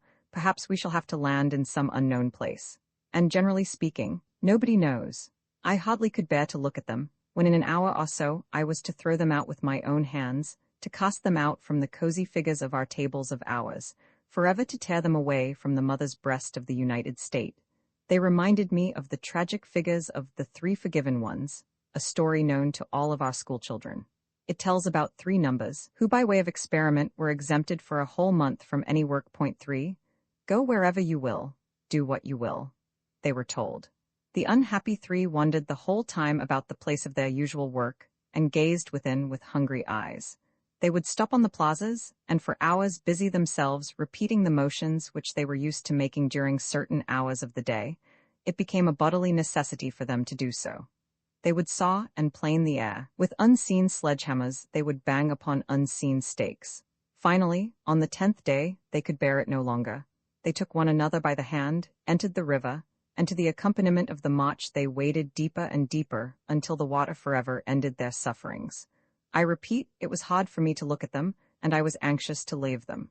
I just want to take a glance into the engine room, and then off, I said. They were asking me questions. What voltage should be used for the initial spark? How much ballast water was needed in the tank aft? As if a phonograph were somewhere within me, I was giving quick and precise answers, but I, my inner self, was busy with its own thoughts. In the narrow passage gray youths were passing, gray faces, and for a second, one face with its hair low over the forehead, eyes gazing from deep beneath it. It was that same man. I understood. They had come and there was no escape from it for me. Only minutes remained, a few dozens of minutes. An infinitesimal molecular quiver of my whole body. This did not cease to the very end. It was as if an enormous motor were placed under the very foundation of my body, which was so light that the walls, partitions, cables, beams, lights, everything was quivering. I did not yet know whether she was there, but I had no time. They were calling me, quick, to the commander's bridge, time to go where? Gray, rayless faces. Below in the water, tense blue veins. Heavy, cast-iron patches of sky. It was so difficult to lift my cast-iron hand and take up the receiver of the commander's telephone. Up, 45 degrees. A heavy explosion, a jerk, a rabid greenish-white mountain of water aft. The deck beneath my feet began to move, soft as rubber, and everything below, the whole life, forever. for a second, falling deeper and deeper into a sort of funnel, becoming more and more compressed. The icy blue relief map of the city, the round bubbles of cupolas, the lonely leaden finger of the accumulating tower. Then instantaneously a cotton curtain of cloud. We pierced it, and there was the sun and the blue sky. Seconds, minutes, miles. The blue was hardening, fast filling with darkness, like drops of cold silver sweat appeared the stars. A sad, unbearably bright, black, starry, sunny night. As if one had become deaf, one still saw that the pipes were roaring, but one only saw dead silence all about. The sun was mute. It was natural, of course. One might have expected it. We were beyond the terrestrial atmosphere. The transition was so quick, so sudden that everyone became timid and silent. Yet I thought I felt even easier under that fantastic, mute sun. I had bounded over the inevitable border, having left my body somewhere there below, and I was soaring bodiless to a new world, where everything was to be different, upside down. Keep the same course, I shouted into the engine room, or perhaps it was not I but a phonograph in me, and the same machine with a mechanical, hinge-like movement handed the commander's trumpet to the second builder. All permeated by that most delicate, molecular quiver known only to me, I ran down the companionway to seek the door of the saloon. An hour later it was to latch and lock itself. At the door stood an unfamiliar number.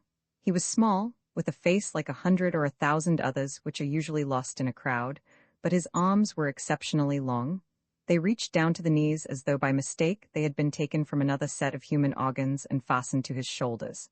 The long arms stretched out and barred the way. "Where do you want to go?"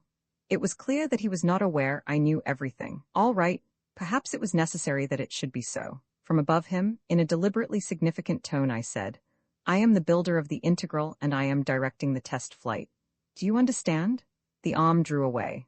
The saloon, heads covered with bristles, gray iron bristles and yellow heads, and bald, ripe heads were bent over the instruments and maps. Swiftly, with a glance, I gathered them in with my eyes. Off I ran, back along the long passage, then through the hatch into the engine room. There it was hot from the red tubes, overheated by the explosions, a constant raw. The levers were dancing their desperate, drunken dance, quivering ceaselessly with a barely noticeable quiver, the arrows on the dials. There, at last, near the tachometer, a notebook in his hand, was that man with the low forehead. "Listen," I shouted straight into his ear because of the raw. "Is she here? Where is she?" "She, there at the radio." I dashed over there. There were 3 of them, all with receiving helmets on. And she seemed a head taller than usual, wingy, sparkling, flying like an ancient walkery, and those bluish sparks from the radio seemed to emanate from her also that ethereal, lightning-like odor of ozone. "Someone, well, you for instance," I said to her, panting from having run. "I must send a message down to Earth to the docks. Come, I shall dictate it to you." Close to the apparatus there was a small box-like cabin. We sat at the table side by side. I found her hand and pressed it hard. "Well, what is going to happen?" "I don't know. Do you realize how wonderful it is, to fly without knowing where, no matter where? It will soon be 12 o'clock and nobody knows what. And when night. Where shall you and I be tonight? Perhaps somewhere on the grass, on dry leaves." Blue sparks emanated from her and the odor of lightning, and the vibration became more and more frequent within me. "Write down," I said loudly, panting from having run. "Time 11:20, speed 5800. Last night she came to me with your note. I know everything, don't talk, but the child is yours. I sent her over. She is already beyond the wall. She will live."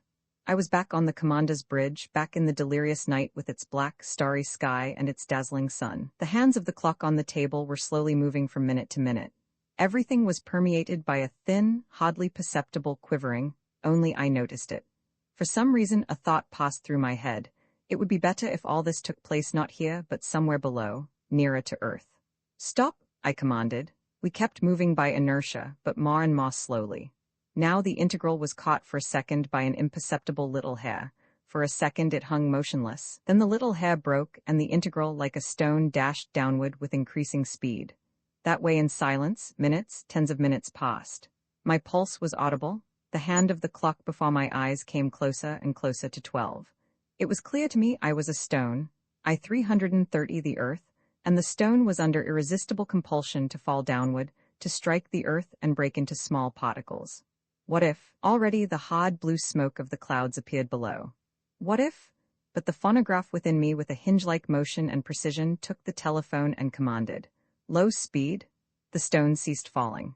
Only the far lower tubes were growling, two ahead and two aft, only enough to hold the integral motionless, and the integral, only slightly trembling, stopped in the air as if anchored, about 1 kilometer from the earth.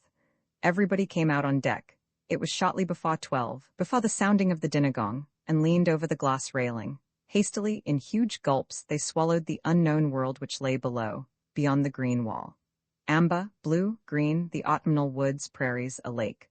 At the edge of a little blue saucer, some lone yellow debris, a threatening, dried-out yellow finger. It must have been the tower of an ancient church saved by a miracle. Look there to the right, there over the green desert, a brown blot was rapidly moving. I held a telescope in my hands and automatically I brought it to my eyes. The grass reaching their chests, a herd of brown horses was galloping, and on their back they, black, white, and dark. Behind me, I assure you I saw a face. Go away, tell it to someone else. Well, look for yourself, here is the telescope. They had already disappeared. Endless green desert, and in that desert, dominating it completely and dominating me, and everybody. The piercing vibrations of the gong, dinner time, 1 minute to 12. For a second, the little world around me became incoherent, dispersed. Someone's brass badge fell to the floor. It mattered little. Soon it was under my heel. A voice. And I tell you it was a face? A black square, the open door of the main saloon. White teeth pressed together, smiling. And at that moment, when the clock began slowly, holding its breath between beats, to strike, and when the front rows began to move towards the dining saloon, the rectangle of the door was suddenly crossed by the two familiar, unnaturally long arms. Stop! Someone's fingers sank piercing into my palm. It was I 330. She was beside me. Who is it? Do you know him? Is he not? Is he not? He was already lifted upon somebody's shoulders. Above 100 other faces, his face like hundreds, like thousands of other faces yet unique among the rest. In the name of the guardians, you, to whom I talk, they hear me. Every one of them hears me. I talk to you. We know. We don't know your numbers yet, but we know everything else. The integral shall not be yours. The test flight will be carried out to the end, and you yourselves, you will not dare to make another move. You with your own hands will help to go on with the test, and afterward, well, I have finished? Silence. The glass plates under my feet seemed soft, cotton-like. My feet too, soft, cotton-like. Beside me, she with a dead white smile, angry blue sparks, through her teeth to me. Ah, it is your work. You did your duty? Well. She tore her hand from mine. The Walkyrie helmet with indignant wings was soon to be seen some distance in front of me. I was alone, topid, silent. Like everyone else, I followed into the dining saloon. But it was not I. I told nobody. Save these white, mute pages. I cried this to her within me, inaudibly, desperately, loudly. She was across the table, directly opposite me, and not once did she even touch me with her gaze. Beside her, someone's ripe, yellow, bald head. I heard, it was I 330's voice. Nobility of character? But my dear professor, even a superficial etymological analysis of the word shows that it is a superstition, a remnant of the ancient feudal epoch. I felt I was growing pale, and that they would soon notice it. But the phonograph within me performed the prescribed 50 chewing movements for every bite. I locked myself into myself, as though into an opaque house. I threw up a heap of rocks before my door, and lowered the window blinds. Afterward, again the telephone of the commander was in my hands, and again, we made the flight with icy, supreme anxiety through the clouds into the icy, starry, sunny night. Minutes, hours passed. Apparently all that time the logical motor within me was working feverishly at full speed. For suddenly somewhere at a distant point of the dark blue space, I saw my desk, and the gill-like cheeks of you over it, and the forgotten pages of my records. It became clear to me. Nobody but she. Everything was clear to me. If only I could reach the radio room soon. Wing-like helmets, the odor of blue lightnings. I remember telling her something in a low voice, and I remember how she looked through me, and how her voice seemed to come from a distance. I am busy. I am receiving a message from below. You may dictate yours to her. The small, box-like little cabin. I thought for a second and then dictated in a firm voice. Time 1440. Going down. Motors stopped, the end of all. The commander's bridge, the machine heart of the integral stopped, we were falling. My heart could not catch up and would remain behind and rise higher and higher into my throat. Clouds. And then a distant green spot, everything green, more and more distinct, running like a storm towards us. Soon the end. The porcelain-like white distorted face of the second builder. It was he who struck me with all his strength. I hurt my head on something, and through the approaching darkness while falling I heard. Full speed, aft, a brusque jolt upward. Record 35 in a ring, a carat a murder. I did not sleep all night, the whole night but one thought. As a result of yesterday's mishap, my head is tightly bandaged. It seems to me not a bandage but a ring, a pitiless ring of glass iron, riveted about my head. And I am busy with the same thought, always the same thought in my riveted circle. To kill you? To kill you and then go to her and say, "Now do you believe?" What is most disquieting is that to kill is dirty, primitive. To break her head with something, the thought of it gives me a peculiar sensation of something disgustingly sweet in my mouth, and I am unable to swallow my saliva. I am always spitting into my handkerchief, yet my mouth feels dry. I had in my closet a heavy piston rod which cracked during the casting, and which I brought home in order to find out the cause of the cracking with a microscope. I made my manuscript into a tube, let her read me to the last letter, pushed the broken piston into that tube and went downstairs. The stairway seemed endless, the steps disgustingly slippery, liquid. I had to wipe off moisture from my mouth very frequently. Downstairs, my heart dropped. I took out the piston and went to the controller's table, but she was not there. Instead, an empty, icy desk with ink blots. I remembered that today all work was stopped. Everybody was to go to be operated upon. Hence there was no need for her to stay here. There was nobody to be registered. The street, it was windy. The sky seemed to be composed of soaring panels of cast iron. And exactly as it seemed for one moment yesterday, the whole world was broken up into separate, sharp, independent fragments, and each of these fragments was falling at full speed. Each would stop for a second, hang before me in the air, and disappear without trace. It was as if the black, precise letters on this page should suddenly move apart and begin to jump hither and thither in fright, so that there was not a word on the page, only nonsensical ap, jum, were. The crowd seemed just as nonsensical, dispersed, not in rows, going forward, backward, diagonally, transversely. Then nobody. For a second while I was dashing at full speed, suddenly stopping, I saw on the second floor in the glass cage hanging in the air, a man and a woman a kiss, she standing with her whole body bent backward brokenly. This is for the last time, forever. At a corner a thorny, moving bush of heads. Above the heads, separate, floating in the air, a banner. Down with the machines, down with the operation. And distinct from my own self, I thought. Is it possible that each one of us bears such a pain that it can be removed only with his heart, that something must be done to each one before he... For a second, everything disappeared for me from the world, except my beast-like hand with the heavy cast-iron package it held. A boy appeared. He was running, a shadow under his lower lip. The lower lip turned out like the cuff of a rolled-up sleeve. His face was distorted, he wept loudly, he was running away from somebody. Stamping of feet was heard behind him. The boy reminded me, "You must be in school, I must hurry?" I ran to the nearest opening of the underground railway. At the entrance someone passed me and said, "Not running, no trains today there." I descended. A sort of general delirium was reigning. The glitter of cut crystal suns, the platform packed closely with heads. An empty, topped train, in the silence a voice. I could not see her but I knew that intense, living, flexible, whip-like, flogging voice. I felt there that sharp triangle of brows drawn to the temples.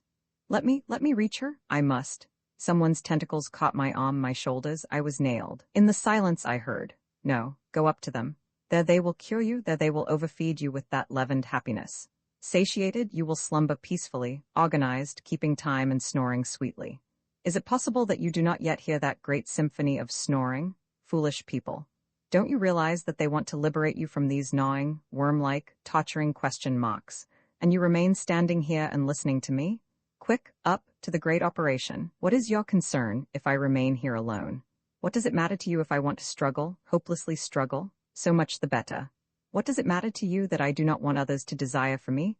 I want to desire for myself, if I desire the impossible." Another voice, slow, heavy. "Ah, the impossible. Which means to run after your stupid fancies. Those fancies would whirl from under your very noses like a tail. No, we shall catch that tail and then swallow it and fall snoring. A new tail will become necessary. They say the ancients had a certain animal which they called us. In order to make it go forward, they would attach a carrot to a bow held in front of its nose, so that it could not reach it, if it had caught and swallowed it. The tentacles suddenly let me go. I threw myself towards the place she was speaking from, but at that very moment, everything was brought to confusion. Shouts from behind, "They are coming here, coming here." The lights twinkled and went out, someone cut the cable, and everything was like a lava of cries, groaning, heads, fingers. I do not know how long we were rolled about that way in the underground tube. I only remember that steps were felt, dusk appeared, becoming brighter and brighter, and again we were in the street, dispersing fanwise in different directions. Again I was alone. Wind, gray, low twilight crawling over my head. In the damp glass of the sidewalk, somewhere very deep, there were light topsy-turvy walls and figures moving along, feet upward. And that terribly heavy package in my hands pulled me down into that depth to the bottom, at the desk again. You was not yet there. Her room was dark and empty. I went up to my room and turned on the light. My temples, tightly bound by the iron ring, were pulsating. I paced and paced, always in the same circle. My table, the white package on the table, the bed. My table, the white package on the table. In the room to my left the curtains were lowered.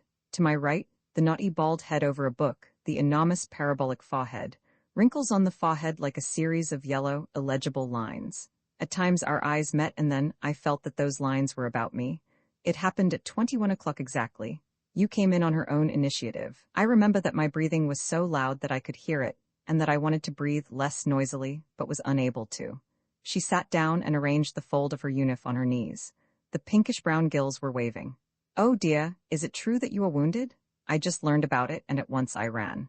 The piston was before me on the table. I jumped up, breathing even louder.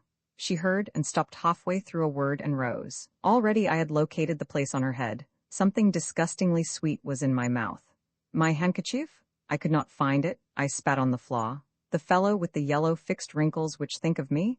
It was necessary that he should not see. It would be even more disgusting if he could. I pressed the button. I had no right to do that, but who cared about rights then? The curtains fell. Evidently she felt and understood what was coming, for she rushed to the door. But I was quicker than she, and I locked the door with the key, breathing loudly and not taking my eyes for a second away from that place on her head. You are mad, how dare you?" She moved backward towards the bed, put her trembling hands between her knees. Like a tense spring, holding her firmly with my gaze, I slowly stretched out my arm towards the table. Only one arm could move, and I snatched the piston. "I implore you, one day, only one day. Tomorrow I shall go and attend to the formalities." What was she talking about? I swung my arm, and I consider I killed her. Yes, you, my unknown readers, you have the right to call me murderer. I know that I should have dealt the blow on her head had she not screamed, for the sake, I agree. One moment. With trembling hands she tore off her uniform. A large, yellow, drooping body, she fell upon the bed. Then I understood. She thought that I pulled the curtains, in order to that I wanted. This was so unexpected and so stupid that I burst out laughing. Immediately, the tense spring within me broke, and my hand weakened, and the piston fell to the floor. Here I learned from personal experience that laughter is the most terrible of weapons. You can kill anything with laughter, even murder. I sat at my table and laughed desperately. I saw no way out of that absurd situation. I don't know what would have been the end if things had run their natural course, for suddenly a new factor in the arithmetical chain. The telephone rang. I hurried, grasped the receiver. Perhaps I heard an unfamiliar voice. Wait a minute. Annoying, infinite buzzing. Heavy steps from afar, nearer and louder like cast iron, and D503, the well-doer speaking. "Come at once to me." Ding, he hung up the receiver. Ding, like a key in a keyhole. You was still in bed. Eyes closed, gills apart in the form of a smile. I picked up her clothes, threw them on her, and said through clenched teeth, "Well, quick, quick." She raised her body on her elbow, her breasts hanging down to one side, eyes round. She became a figure of wax. "What? Get dressed, that is what." Face distorted, she firmly snatched her clothes and said in a flat voice, "Turn away." I turned away, pressed my forehead against the glass. Light, figures, sparks were trembling in the black, wet mirror. No, all this was I myself within me. What did he call me for? Is it possible that he knows already about her, about me, about everything? You, already dressed, was at the door. I made a step toward her and pressed her hand as hard as though I hoped to squeeze out of it drop by drop what I needed. "Listen. Her name, you know whom I am talking of. Did you report her name? No, tell the truth, I must. I care not what happens, but tell the truth?" No, but why not, since you... Her lower lip turned out like the lip of that boy, and her face, tears were running down her cheeks. "Because I was afraid that if I did you would stop love. Oh, I could not. I understood. It was the truth. Absurd, ridiculous, human truth. I opened the door. Record 36 empty pages. The Christian God, about my mother. It is very strange that a kind of empty white page should be left in my head. How I walked there, how I waited. I remember I had to wait. I know nothing about it. I remember not a sound, not a face, not a gesture, as if all communicating wires between me and the world were cut. When I came to, I found myself standing before him. I feared to raise my eyes. I saw only his enormous cast-iron hands upon his knees. Those hands weighed upon him, bending his knees with their weight. He was slowly moving his fingers. His face was somewhere above as if in fog. And only because his voice came to my ear from such a height, it did not roar like thunder, it did not deafen me, but appeared to be an ordinary human voice. Then you too, you the builder of the integral, you, whose lot it was to become the greatest of all conquistadors, you whose name was to have been at the head of a glorious, new chapter of the history of the United States, you. Blood ran to my head, to my cheeks, and here again a white page, only the pulsation in my temples and the heavy voice from above, but I remember not a word. Only when he became silent, I came to and noticed how his hand moved heavily like 1,000 pounds, and crawled slowly. A finger threatened me. Well, why are you silent? Is it true or not? Executioner? So, I repeated submissively, and then I clearly heard every word of his. Well then, do you think I am afraid of the word? Did you ever try to take off its shell and look into its inner meaning? I shall tell you. Remember a blue hill, a crowd, a cross, some up on the hill, sprinkled with blood, a busy nailing a body to the cross, others below, sprinkled with tears, a gazing upward. Does it not seem to you that the part which those above must play is the more difficult, the most important part? If it were not for them, how could that magnificent tragedy ever have been staged? True, they were hissed by the dark crowd, but for that the author of the tragedy, God, should have remunerated them the more liberally, should he not? And the Christian, most clement God himself, who burnt on a slow fire all the infidels, is he not an executioner? Was the number of those burned by the Christians less than the number of burned Christians? Yet, you must understand this. Yet this God was for centuries glorified as the God of love. Absurd? Oh, no, just the contrary. It is rather a patent for the imperishable wisdom of man, written in blood. Even at the time when he still was wild and hairy, man knew that real, algebraic love for humanity must inevitably be inhuman, and that the inevitable mock of truth is cruelty, just as the inevitable mock of fire is its property of causing the sensation of burning. Could you show me a fire that would not hurt? Well, prove now your point. Proceed? Argue? How could I argue? How could I argue when those thoughts were once mine, though I was never able to dress them in such a splendid, tempered armor? I remained silent. If your silence is intended to mean that you agree with me, then let us talk as adults do after the children have gone to bed. Let us talk to the logical end, I ask. What was it that man from his diaper age dreamed of, tormented himself for, prayed for? He longed for that day when someone would tell him what happiness is and then would chain him to it. What else are we doing now? The ancient dream about a paradise. Remember, there in paradise they know no desires anymore, no pity, no love, there they are all blessed. An operation has been performed upon their center of fancy. That is why they are blessed. Angels, servants of God.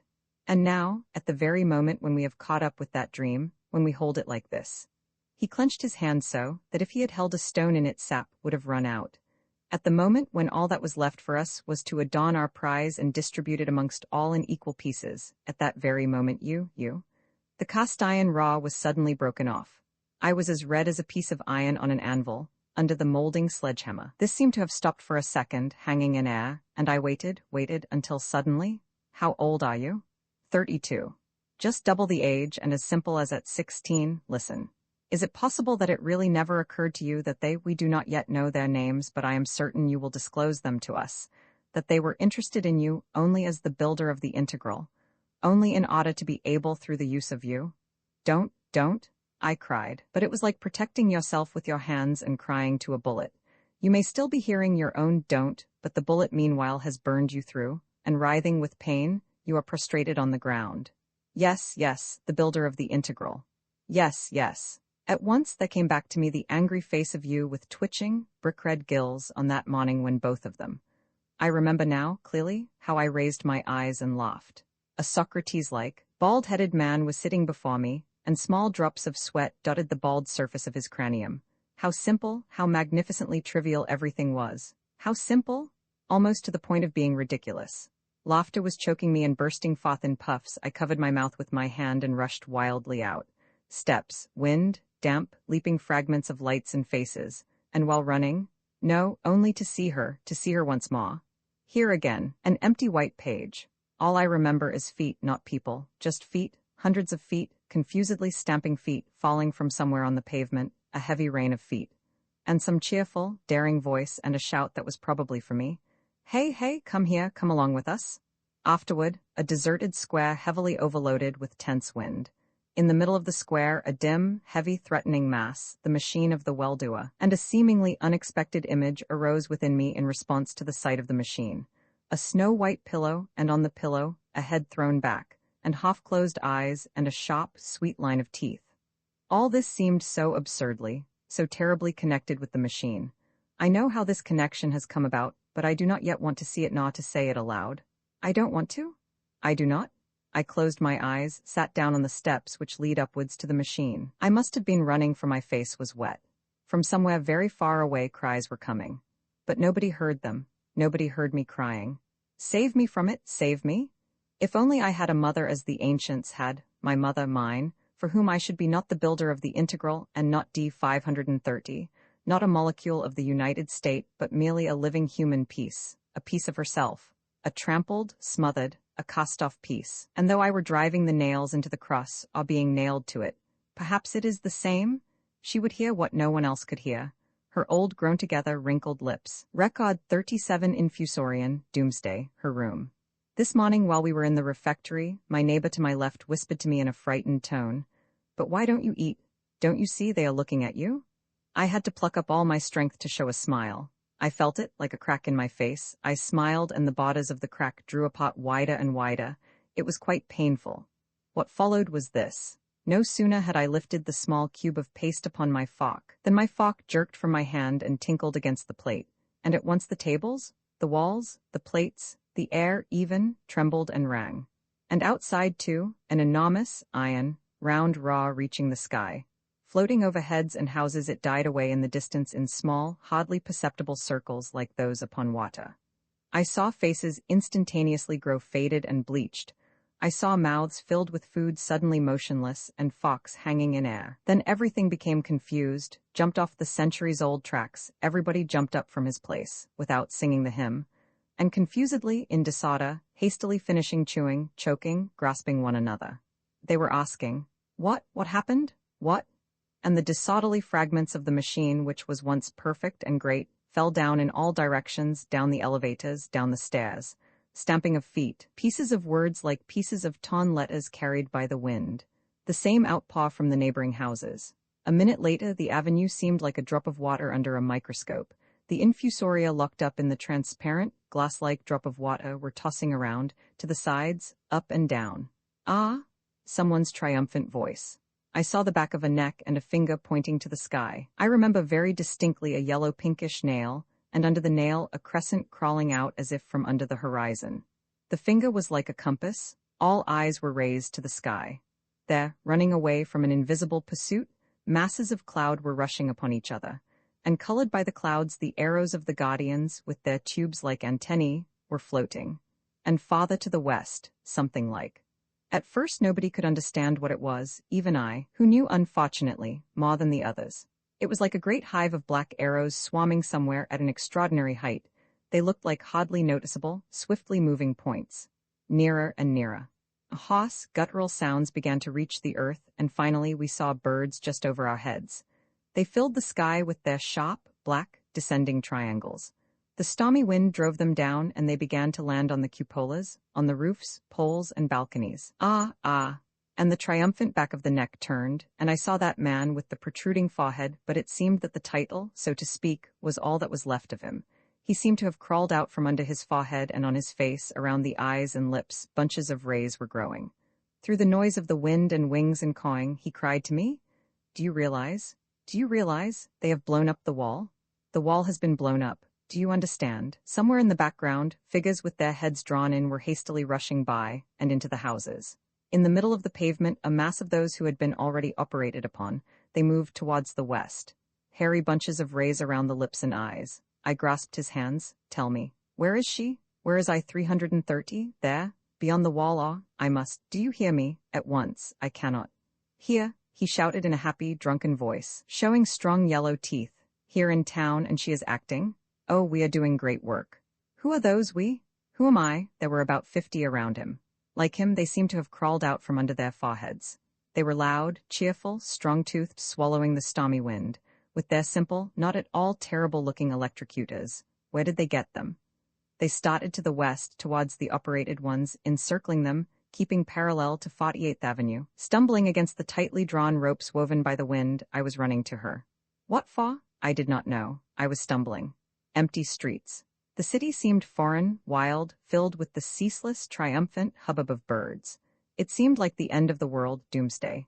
Through the glass of the walls in quite a few houses, this cut into my mind, I saw male and female numbers in shameless embraces, without curtains lowered, without pink checks, in the middle of the day. The house, her house, the door ajar. The lobby, the control desk, all was empty. The elevator had stopped in the middle of its shaft. I ran panting up the endless stairs. The corridor. Like the spokes of a wheel, figures on the doors dashed past my eyes. 320, 326, 330, 330. Through the glass wall, everything in her room was seen to be upside down, confused, creased. The table overturned, its legs in the air like a beast. The bed was absurdly placed away from the wall, obliquely. Strewn over the floor, fallen, trodden petals of the pink checks. I bent over and picked up 1, 2, 3 of them, all bar the name D503.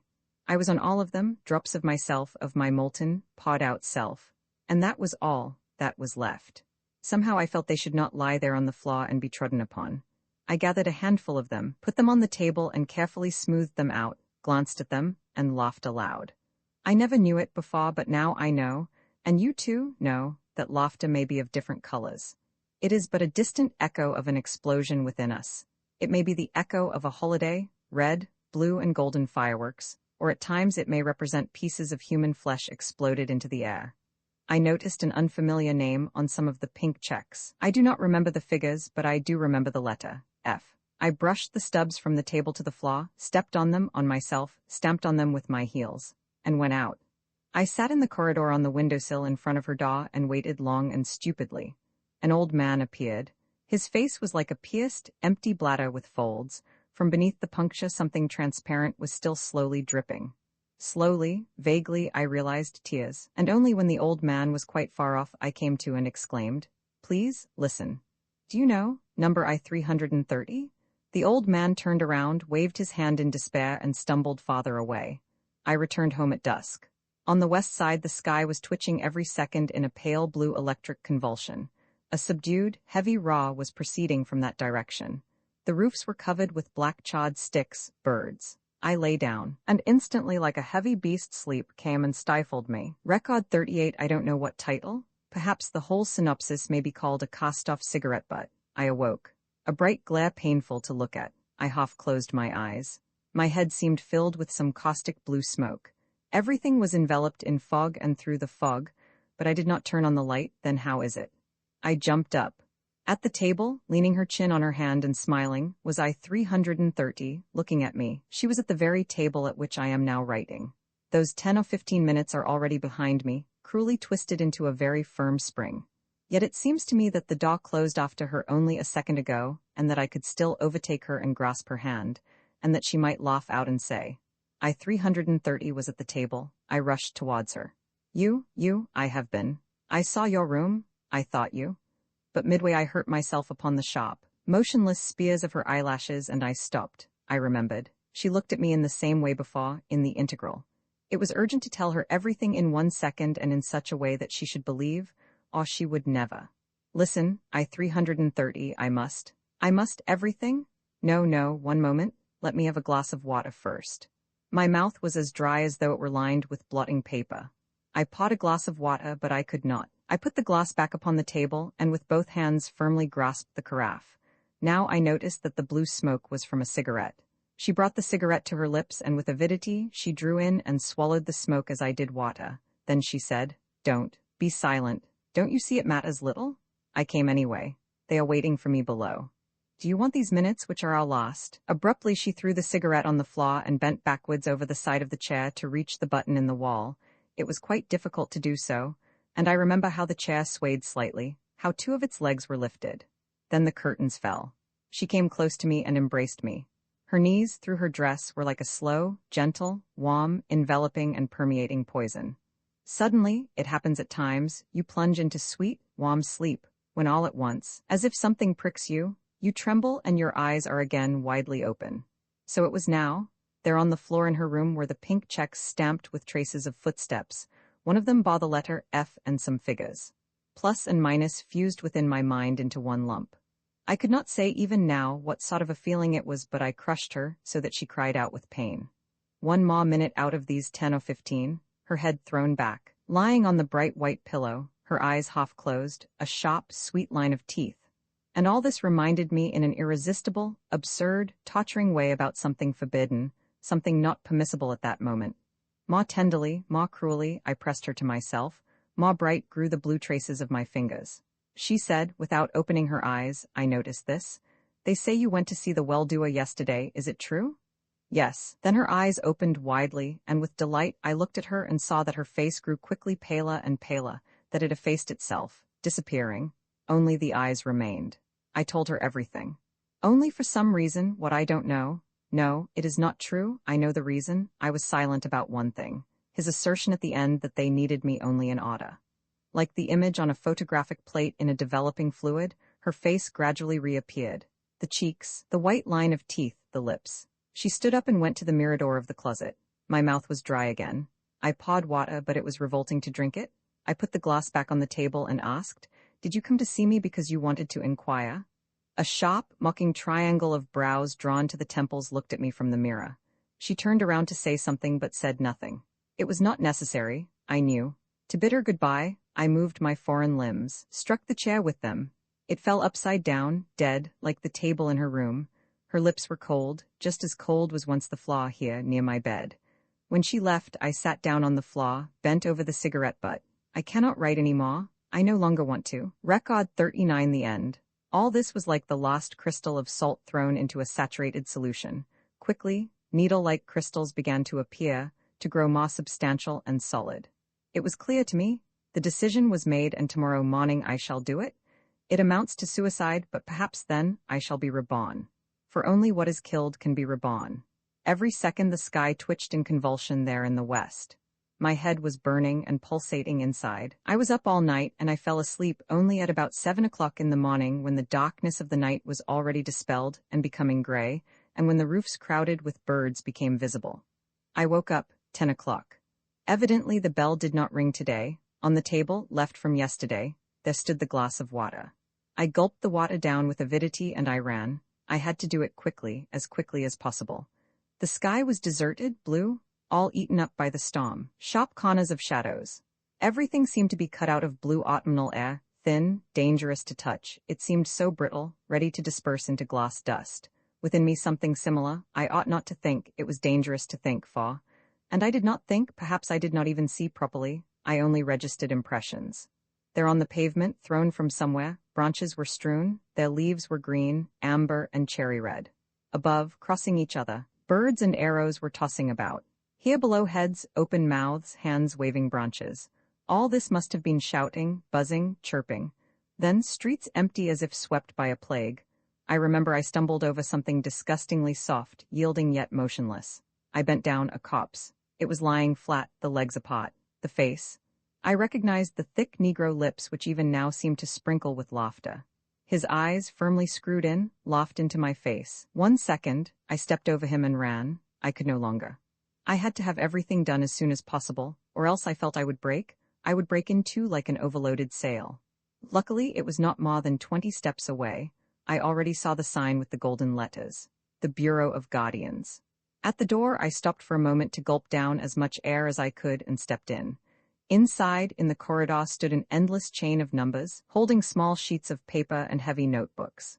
They moved slowly, advancing a step or two and stopping again. I began to be tossed about along the chain. My head was breaking to pieces. I pulled them by the sleeves.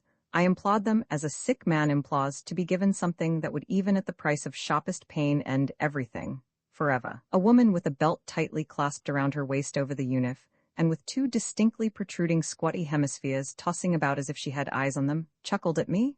"He has a bellyache. Show him to the room's second door to the right." Everybody laughed, and because of that laughter something rose in my throat. I felt I should either scream or awe. Suddenly from behind someone touched my elbow. I turned around. Transparent wing ears? But they were not pink as usual. They were purplish red. His Adam's apple was tossing about as though ready to tear the covering. Quickly boring into me. What are you here for? I seized him. Quickly, please, quickly, into your office. I must tell everything right away. I am glad that it may be terrible that it should be you to whom, but it is well, it is well. He too knew her. This made it even more tormenting for me, but perhaps he too would tremble when he should hear, and we would both be killing, and I would not be alone at that, my supreme second. The door closed with a slam. I remember a piece of paper was caught beneath the door, and it rustled on the floor when the door closed. And then a strange, airless silence covered us as if a glass bell were put over us. If only he had uttered a single, most insignificant word, no matter what, I should have told him everything at once. But he was silent. So keyed up that I heard a noise in my ears. I said without looking at him, I think I always hated her from the very beginning. I struggled. Oh, no, don't believe me. I could have, but I did not want to save myself. I wanted to perish. This was dearer to me than anything else, and even now, even this minute when I know already everything.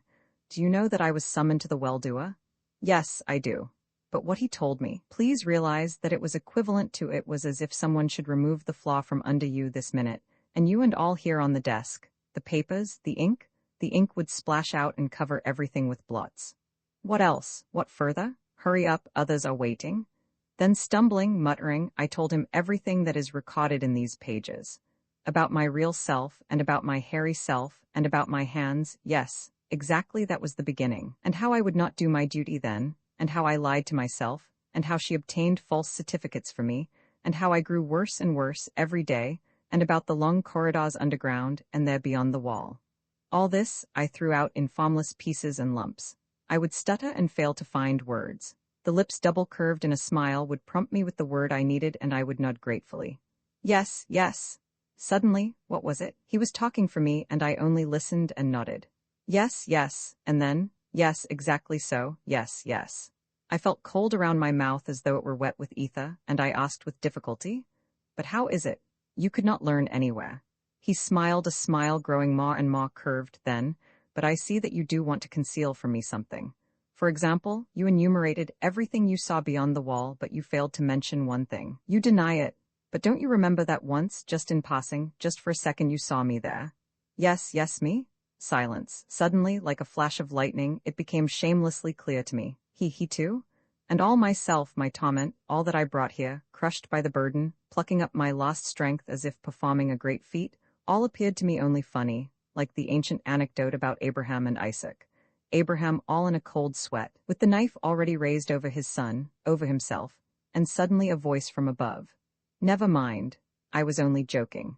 Without taking my eyes from the smile which grew more and more curved, I put my hands on the edge of the desk and slowly, very slowly pushed myself with my chair away from him. Then instantly gathering myself into my own hands, I dashed madly out, past loud voices, past steps and mouths. I do not remember how I got into one of the public restrooms at a station of the Underground Railway. Above, everything was perishing. The greatest civilization, the most rational in human history was crumbling. But here, by some irony, everything remained as before, beautiful. The walls shone, water murmured cozily and like the water, the unseen, transparent music. Only think of it. All this is doomed, all this will be covered with grass someday. Only myths will remain. I moaned aloud. At the same instant, I felt someone gently patting my knee. It was from the left. It was my neighbor who occupied a seat on my left. An enormous forehead, a bald parabola, yellow unintelligible lines of wrinkles on his forehead, those lines about me. I understand you. I understand completely, he said. Yet you must calm yourself, you must. It will return. It will inevitably return. It is only important that everybody should learn of my discovery. You are the first to whom I talk about it. I have calculated that there is no infinity. No, I looked at him wildly. Yes, I tell you so. There is no infinity. If the universe is infinite, then the average density of matter must equal 0, but as it is not 0, we know, consequently the universe is finite. It is spherical in form, and the square of its radius, A2, is equal to the average density multiplied by. The only thing left is to calculate the numerical coefficient, and then. Do you realize what it means? It means that everything is final, everything is simple. But you, my honored sir, you disturb me. You prevent my finishing my calculations by your yelling. I do not know which shattered me more, his discovery, awe his positiveness at that apocalyptic hour. I only then noticed that he had a notebook in his hands and a logarithmic dial. I understood then that even if everything was perishing, it was my duty, before you, my unknown and beloved, to leave these records in a finished form. I asked him to give me some paper, and here in the restroom, to the accompaniment of the quiet music, transparent like water, I wrote down these last lines. I was about to put down a period, as the ancients would put a cross over the caves into which they used to throw their dead, when all of a sudden my pencil trembled and fell from between my fingers. Listen, I pulled my neighbor. Yes, listen, I say, there where your finite universe ends, what is there? What? He had no time to answer, from above down the steps, stamping. Record for the wild man with a barometer, epilepsy, if, until today, everything in life seemed to me clear. That is why, I think, I always had a sort of partiality toward the word clear. But today, I don't understand. First, I really was assigned to Auditorium 112, as she said, although the probability was as 510 million or 120,000. 500 is the number of auditoriums, and there are 10 million numbers. And second, but let me relate things in successive order. The auditorium, an enormous half-globe of glass with the sun piercing through. The circular rows of noble, globe-like, closely shaven heads. With joy in my heart, I looked around. I believe I was looking in the hope of seeing the rose-colored scythe, the dear lips of O, somewhere among the blue waves of the unifs. Then I saw extraordinarily white, sharp teeth like the... But no, tonight at 21 o'clock O was to come to me, therefore my desire to see her was quite natural. The bell. We stood up, sang the hymn of the United States, and our clever phono-lecturer appeared on the platform with a sparkling golden megaphone. Respected numbers, not so long ago, our archaeologists dug up a book written in the 20th century. In this book, the ironical author tells about a wild man and a barometer. The wild man noticed that every time the barometer's hand stopped on the word rain, it actually rained. And as the wild man craved rain, he let out as much mercury as was necessary to put it at the level of the word rain, on the screen a wild man with feathers, letting out the mercury. Laughter. You are laughing at him, but don't you think the European of that age deserves more to be laughed at? He, like the wild man, wanted rain, rain with a little ah, an algebraic rain, but he remained standing before the barometer like a wet hen. The wild man at least had more courage and energy and logic, although primitive logic. The wild man showed the ability to establish a connection between cause and effect. By letting out the mercury, he made the first step on the path which. Here, I repeat, I am not concealing anything. I am setting down everything. I suddenly became impermeable to the quickening currents coming from the megaphone. I suddenly felt I had come here in vain. Why in vain, and how could I not have come here, where I was assigned? Everything seemed to me empty like a shell. I succeeded with difficulty in switching my attention in again, when the phono-lecturer came to the main theme of the evening, to our music as a mathematical composition. Mathematics is the cause, music the effect. The phono-lecturer began the description of the recently invented musicometer. By merely rotating this handle, anyone is enabled to produce about 3 sonatas per hour. What difficulties our predecessors had in making music? They were able to compose only by bringing themselves to strokes of inspiration, an extinct form of epilepsy. Here you have an amusing illustration of their achievements. The music of Scriabin, 20th century. This black box, a curtain potted on the platform, and we saw an ancient instrument. This box they called the Royal Grand. They attached to this the idea of regality, which also goes to prove how their music. And I don't remember anything further. Very possibly because, I'll tell you frankly, because she, I 330, came to the royal box. Probably I was simply startled by her unexpected appearance on the platform.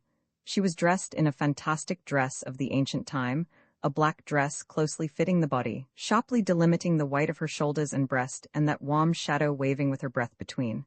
And the dazzling, almost angry teeth. A smile, a bite directed downward. She took her seat. She began to play something wild, convulsive, loud like all their life then, not a shadow of rational mechanism. Of course all those around me were right. They were laughing. Only a few, but why is it that I too, Yes, epilepsy, a mental disease, a pain. A slow, sweet pain. Bite, and it goes deeper and becomes sharper. And then, slowly, sunshine, not our sunshine, not crystalline, bluish and soft, coming through the glass bricks. No, a wild sunshine, rushing and burning, tearing everything into small bits. The number at my left glanced at me and chuckled. I don't know why, but I remember exactly how a microscopic saliva bubble appeared on his lips and burst.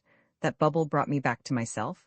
I was again I. Like all the other numbers, I heard now only the senseless, disorderly cracking of the cards. I laughed. I felt so light and simple. The gifted phonolecturer represented to us only too well that wild epoch, and that was all. With what a joy I listened afterward to our contemporary music. It was demonstrated to us at the end of the lecture for the sake of contrast. Crystalline, chromatic scales converging and diverging into endless series, and synthetic harmony of the formulae of Taylor and Maclaurin. Wholesome, square and massive like the trousers of Pythagoras. Sad melodies dying away in waving movements. The beautiful texture of the spectrum of planets, dissected by Fraunhofer lines, what magnificent, what perfect regularity? How pitiful the willful music of the ancients, not limited except by the scope of their wild imaginations. As usual in good order, four abreast, all of us left the auditorium. The familiar double-curved figure passed swiftly by. I respectfully bowed. Dero was to come in an hour. I felt agitated, agreeably and usefully. Home at last, I rushed to the house office, handed over to the controller on duty my pink ticket, and received a certificate permitting the use of the curtains. This right exists in our state only for the sexual days. Normally, we live surrounded by transparent walls which seem to be knitted of sparkling air. We live beneath the eye of everyone, always bathed in light. We have nothing to conceal from one another. Besides, this mode of living makes the difficult and exalted task of the guardians much easier. Without it, many bad things might happen. It is possible that the strange opaque dwellings of the ancients were responsible for their pitiful selfish psychology. My sick home is my fortress. How did they manage to think of such things? At 22 o'clock, I lowered the curtain, and at the same second O came in smiling, slightly out of breath. She extended to me her rosy lips and her pink ticket. I tore off the stub, but I could not tear myself away from the rosy lips up to the last moment.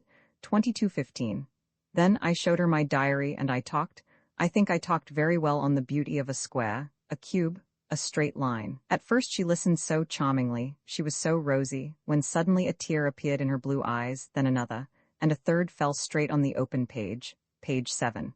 The ink blurred. Well, I shall have to copy it again. My dearo, if only you What if what? Again the old lament about a child, or perhaps something new regarding the other one. Although it seems as though but that would be too absurd. Record 40 facts, the bell, I am certain. Daylight, it is clear. The barometer, 760 mm. It is possible that I, D 503, really wrote these pages? Is it possible that I ever felt or imagined I felt all this? The handwriting is mine, and what follows is all in my handwriting. Fortunately, only the handwriting. No more delirium, no absurd metaphors, no feelings, only facts, for I am healthy, perfectly, absolutely healthy. I am smiling. I cannot help smiling. A splinter has been taken out of my head and I feel so light, so empty. To be more exact, not empty, but there is nothing foreign, nothing that prevents me from smiling. Smiling is the normal state for a normal human being. The facts are as follows. That evening my neighbor who discovered the finiteness of the universe, and I, and all others who did not have a certificate showing that we had been operated on, all of us were taken to the nearest auditorium. For some reason the number of the auditorium, 112, seemed familiar to me, that they tied us to the tables and performed the great operation. Next day, I, D 503, appeared before the well-doer and told him everything known to me about the enemies of happiness. Why before it seemed hard for me to go, I cannot understand. The only explanation seems to be my illness, my soul. The same evening, sitting at the same table with him, with the well-doer, I saw for the first time in my life the famous gas chamber.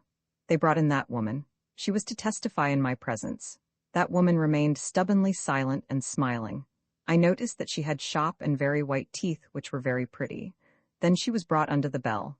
Her face became very white, and as her eyes were large and dark, all was very pretty. When they began pumping the air from under the bell, she threw her head back and half closed her eyes. Her lips were pressed together. This reminded me of something. She looked at me, holding the arms of the chair firmly. She continued to look until her eyes closed. Then she was taken out and brought to by means of electrodes and again put under the bell. The procedure was repeated 3 times, yet she did not utter a word. The others who were brought in with that woman proved to be more honest. Many of them began to speak after the first trial.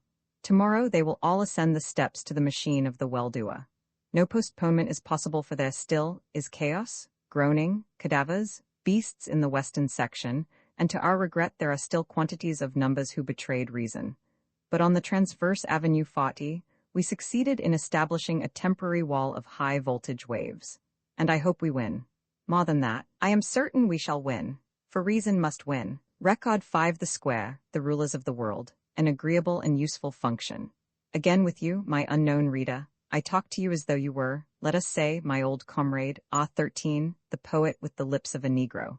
Well, everyone knows him. Yet you're somewhere on the moon, or on Venus, or on Mars. Who knows you? Where and who are you? Imagine a square, a living, beautiful square. Imagine that this square is obliged to tell you about itself, about its life. You realize that this square would hardly think it necessary to mention the fact that all its 4 angles are equal. It knows this too well.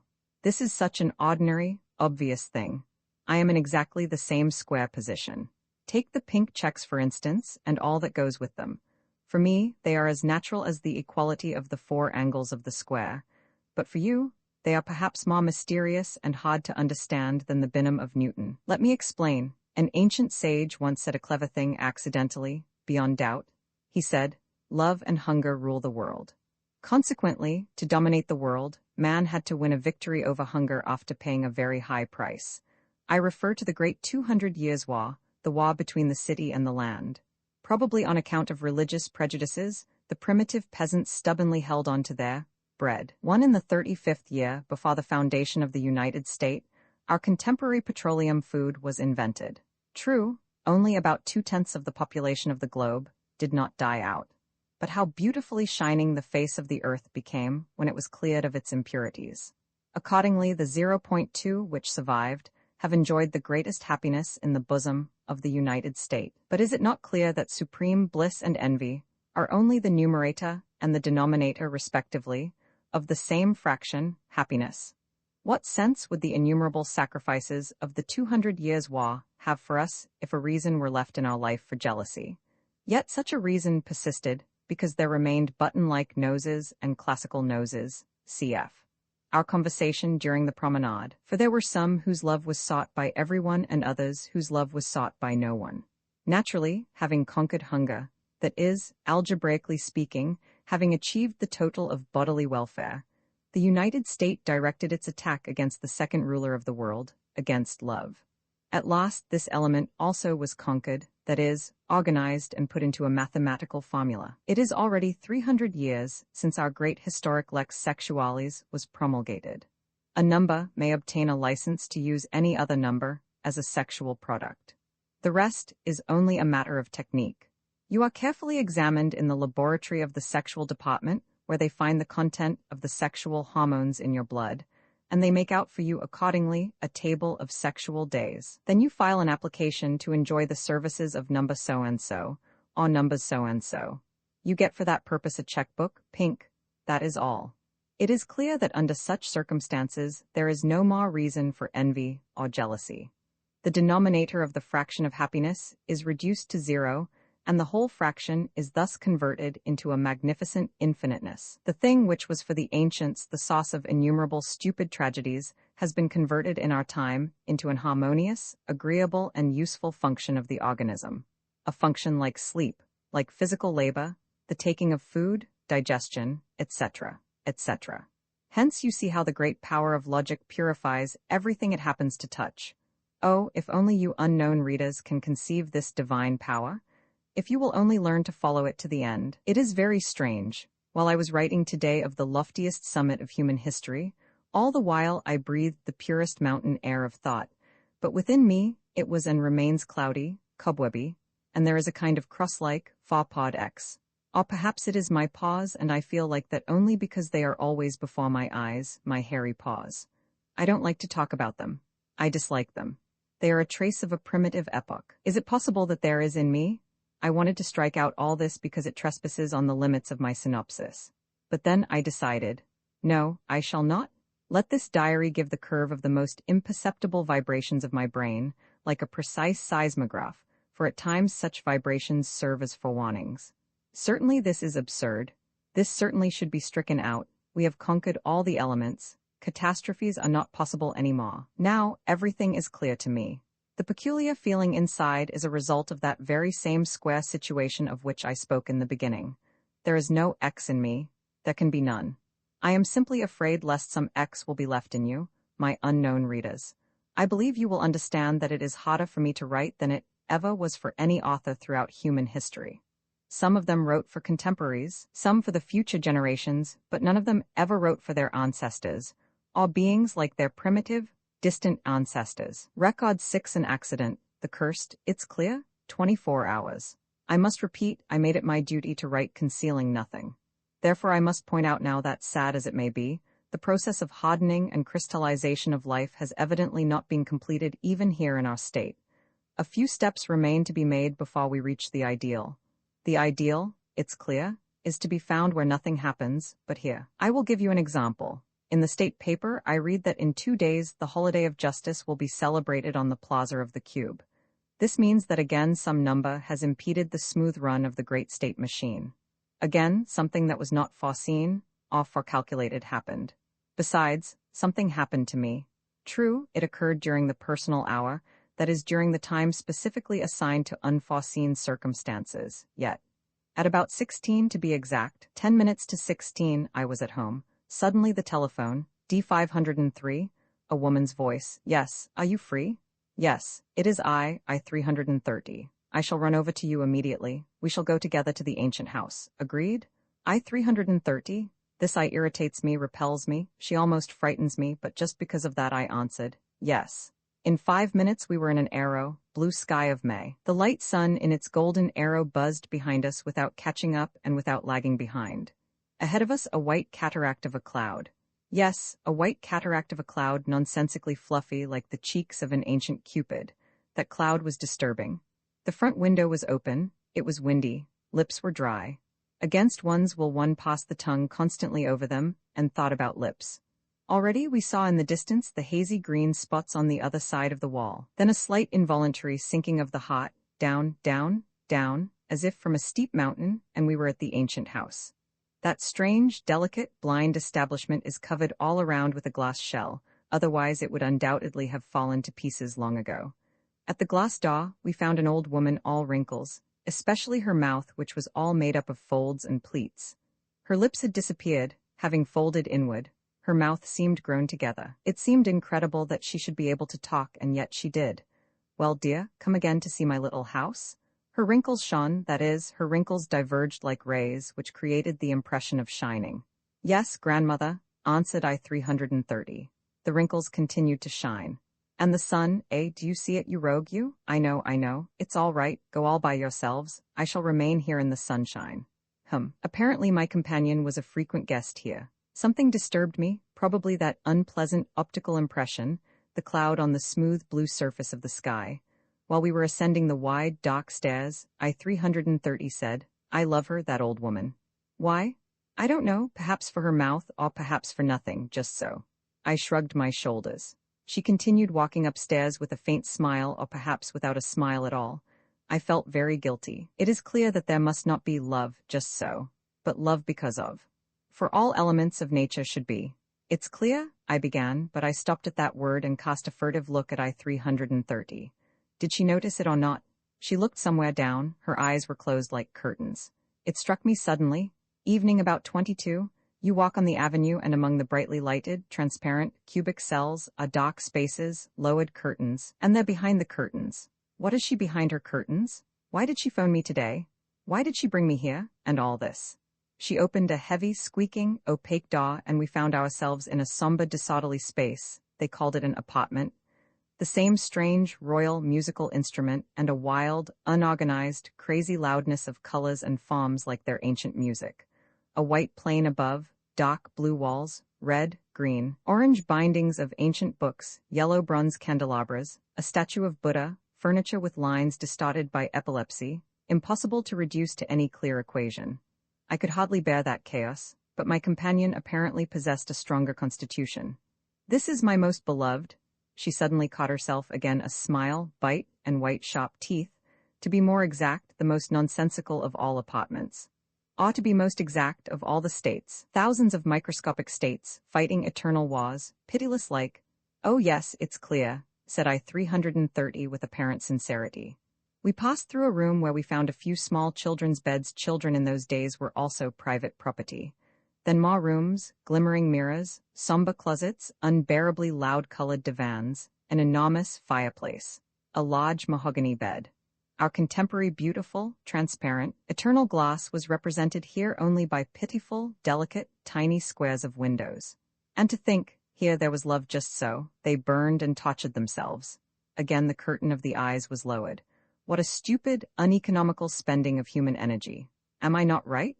She spoke as though reading my thoughts, but in her smile, there remained always that irritating X. There behind the curtain something was going on. I don't know what, but something that made me lose my patience. I wanted to quarrel with her, to scream at her exactly, to scream, but I had to agree. It was impossible not to agree. We stopped in front of a mirror. At that moment, I saw only her eyes. An idea came to me. Human beings are built as nonsensically as these stupid apartments. Human heads are opaque, and there are only two very small windows that lead inside, the eyes. She seemed to have guessed my thoughts. She turned around. Well, here they are, my eyes. Well, this suddenly, then silence. There were in front of me two gloomy dark windows, and behind them inside, such strange hidden life. I saw there only fire, burning like a peculiar fireplace, and unknown figures resembling. All this was certainly very natural. I saw in her eyes the reflection of my own face. But my feelings were unnatural and not like me. Evidently, the depressing influence of the surroundings was beginning to tell on me. I felt definitely fear. I felt as if I were trapped and caged in a strange cage. I felt that I was caught in the wild hurricane of ancient life. Do you know, said I 330, step out for a moment into the next room. Her voice came from there, from inside, from behind the dark window eyes, where the fireplace was blazing. I went out, sat down. From a shelf on the wall there looked straight into my face, somewhat smiling, a snub-nosed, asymmetrical physiognomy of one of the ancient poets. I think it was Pushkin. Why do I sit here enduring this smile with such resignation, and what is this all about? Why am I here? And why all these strange sensations, this irritating, repellent female, this strange game? The door of the closet slammed. There was the rustle of silk. I felt it difficult to restrain myself from getting up and I don't remember exactly. Probably I wanted to tell her a number of disagreeable things. But she had already appeared. She was dressed in a short, bright yellowish dress, black hat, black stockings. The dress was of light silk. I saw clearly very long black stockings above the knees, an uncovered neck and the shadow between. It's clear that you want to seem original. But is it possible that you? It is clear, interrupted I 330, that to be original means to stand out among others. Consequently, to be original means to violate the law of equality. What was called in the language of the ancients to be common is with us only the fulfilling of one's duty. For, yes, exactly, I interrupted impatiently. And there is no use. She came near the bust of the snub-nosed poet, lowered the curtains on the wild fire of her eyes, and said, this time I think she was really in earnest, or perhaps she merely wanted to soften my impatience with her, but she said a very reasonable thing. Don't you think it surprising that once people could stand types like this, not only stand them but worship them? What a slavish spirit, don't you think so? It's clear that is he? I wanted, damn that cursed, it's clear? Oh yes, I understand, but in fact these were rulers stronger than the crowned ones. Why were they not isolated and exterminated? In our state?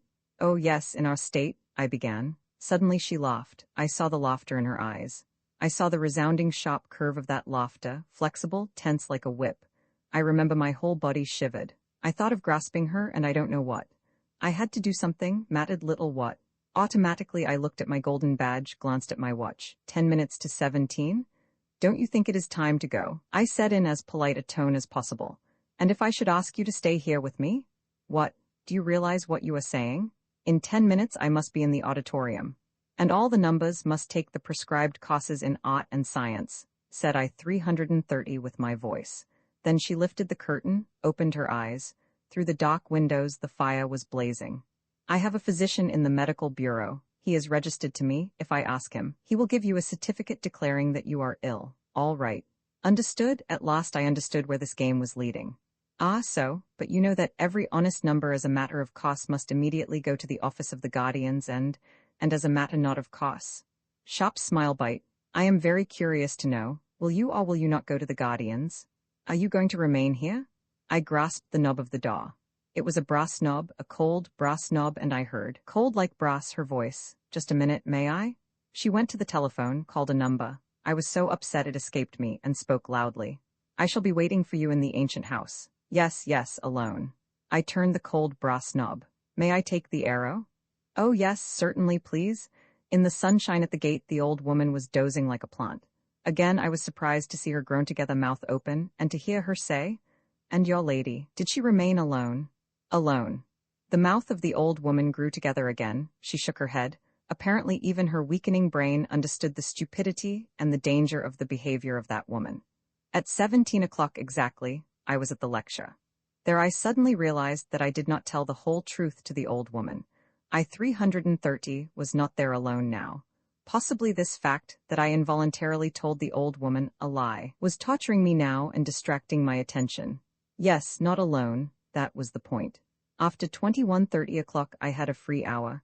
I could therefore have gone to the office of the Guardians to make my report, but after that stupid adventure I was so tired. Besides, the law provides 2 days. I shall have time tomorrow. I have another 24 hours. Record 7 an eyelash, Taylor, Henbane and Lily of the Valley. Night, green, orange, blue, the red royal instrument, the yellow dress, then a brass Buddha. Suddenly it lifted the brass eyelids and sap began to flow from it, from Buddha. Sap also from the yellow dress. Even in the mirror drops of sap, and from the lodge bed and from the children's bed, and soon from myself. It is horror, motley sweet horror. I woke up. Soft blue light, the glass of the walls, of the chairs, of the table was glimmering. This calmed me. My heart stopped palpitating. Sap, Buddha, how absurd. I am sick, it is clear. I never saw dreams before. They say that to see dreams was a common normal thing with the ancients. Yes, after all, their life was a whirling carousel. Green, orange, Buddha, sap. But we people of today, we know all too well that dreaming is a serious mental disease. Is it possible that my brain, this precise, clean, glittering mechanism, like a chronometer without a speck of dust on it, is? Yes, it is now. I really feel there in the brain some foreign body like an eyelash in the eye. One does not feel one's whole body but this eye with a hair in it, one cannot forget it for a second. The cheerful, crystalline sound of the bell at my head. 7 o'clock. Time to get up. To the right and to the left as in mirrors, to the right and to the left through the glass walls I see others like myself, other rooms like my own, other clothes like my own, movements like mine, duplicated thousands of times. This invigorates me. I see myself as a part of an enormous, vigorous, united body. And what precise beauty? Not a single superfluous gesture, or bow, or turn. Yes, this Taylor was undoubtedly the greatest genius of the ancients.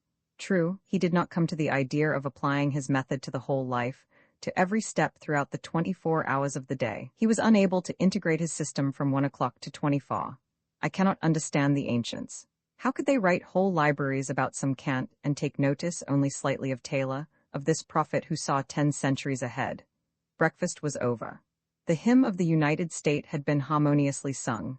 Rhythmically, 4 abreast we walked to the elevators, the motors buzzed faintly, and swiftly we went down, down, down, the heart sinking slightly. Again that stupid dream, or some unknown function of that dream. Oh yes, yesterday in the Arrow, then down, down? Well, it is all over anyhow. Period. It is very fortunate that I was so firm and brusque with her. The car of the Underground Railway carried me swiftly to the place where the motionless, beautiful body of the Integral, not yet spiritualized by fire, was glittering in the docks in the sunshine.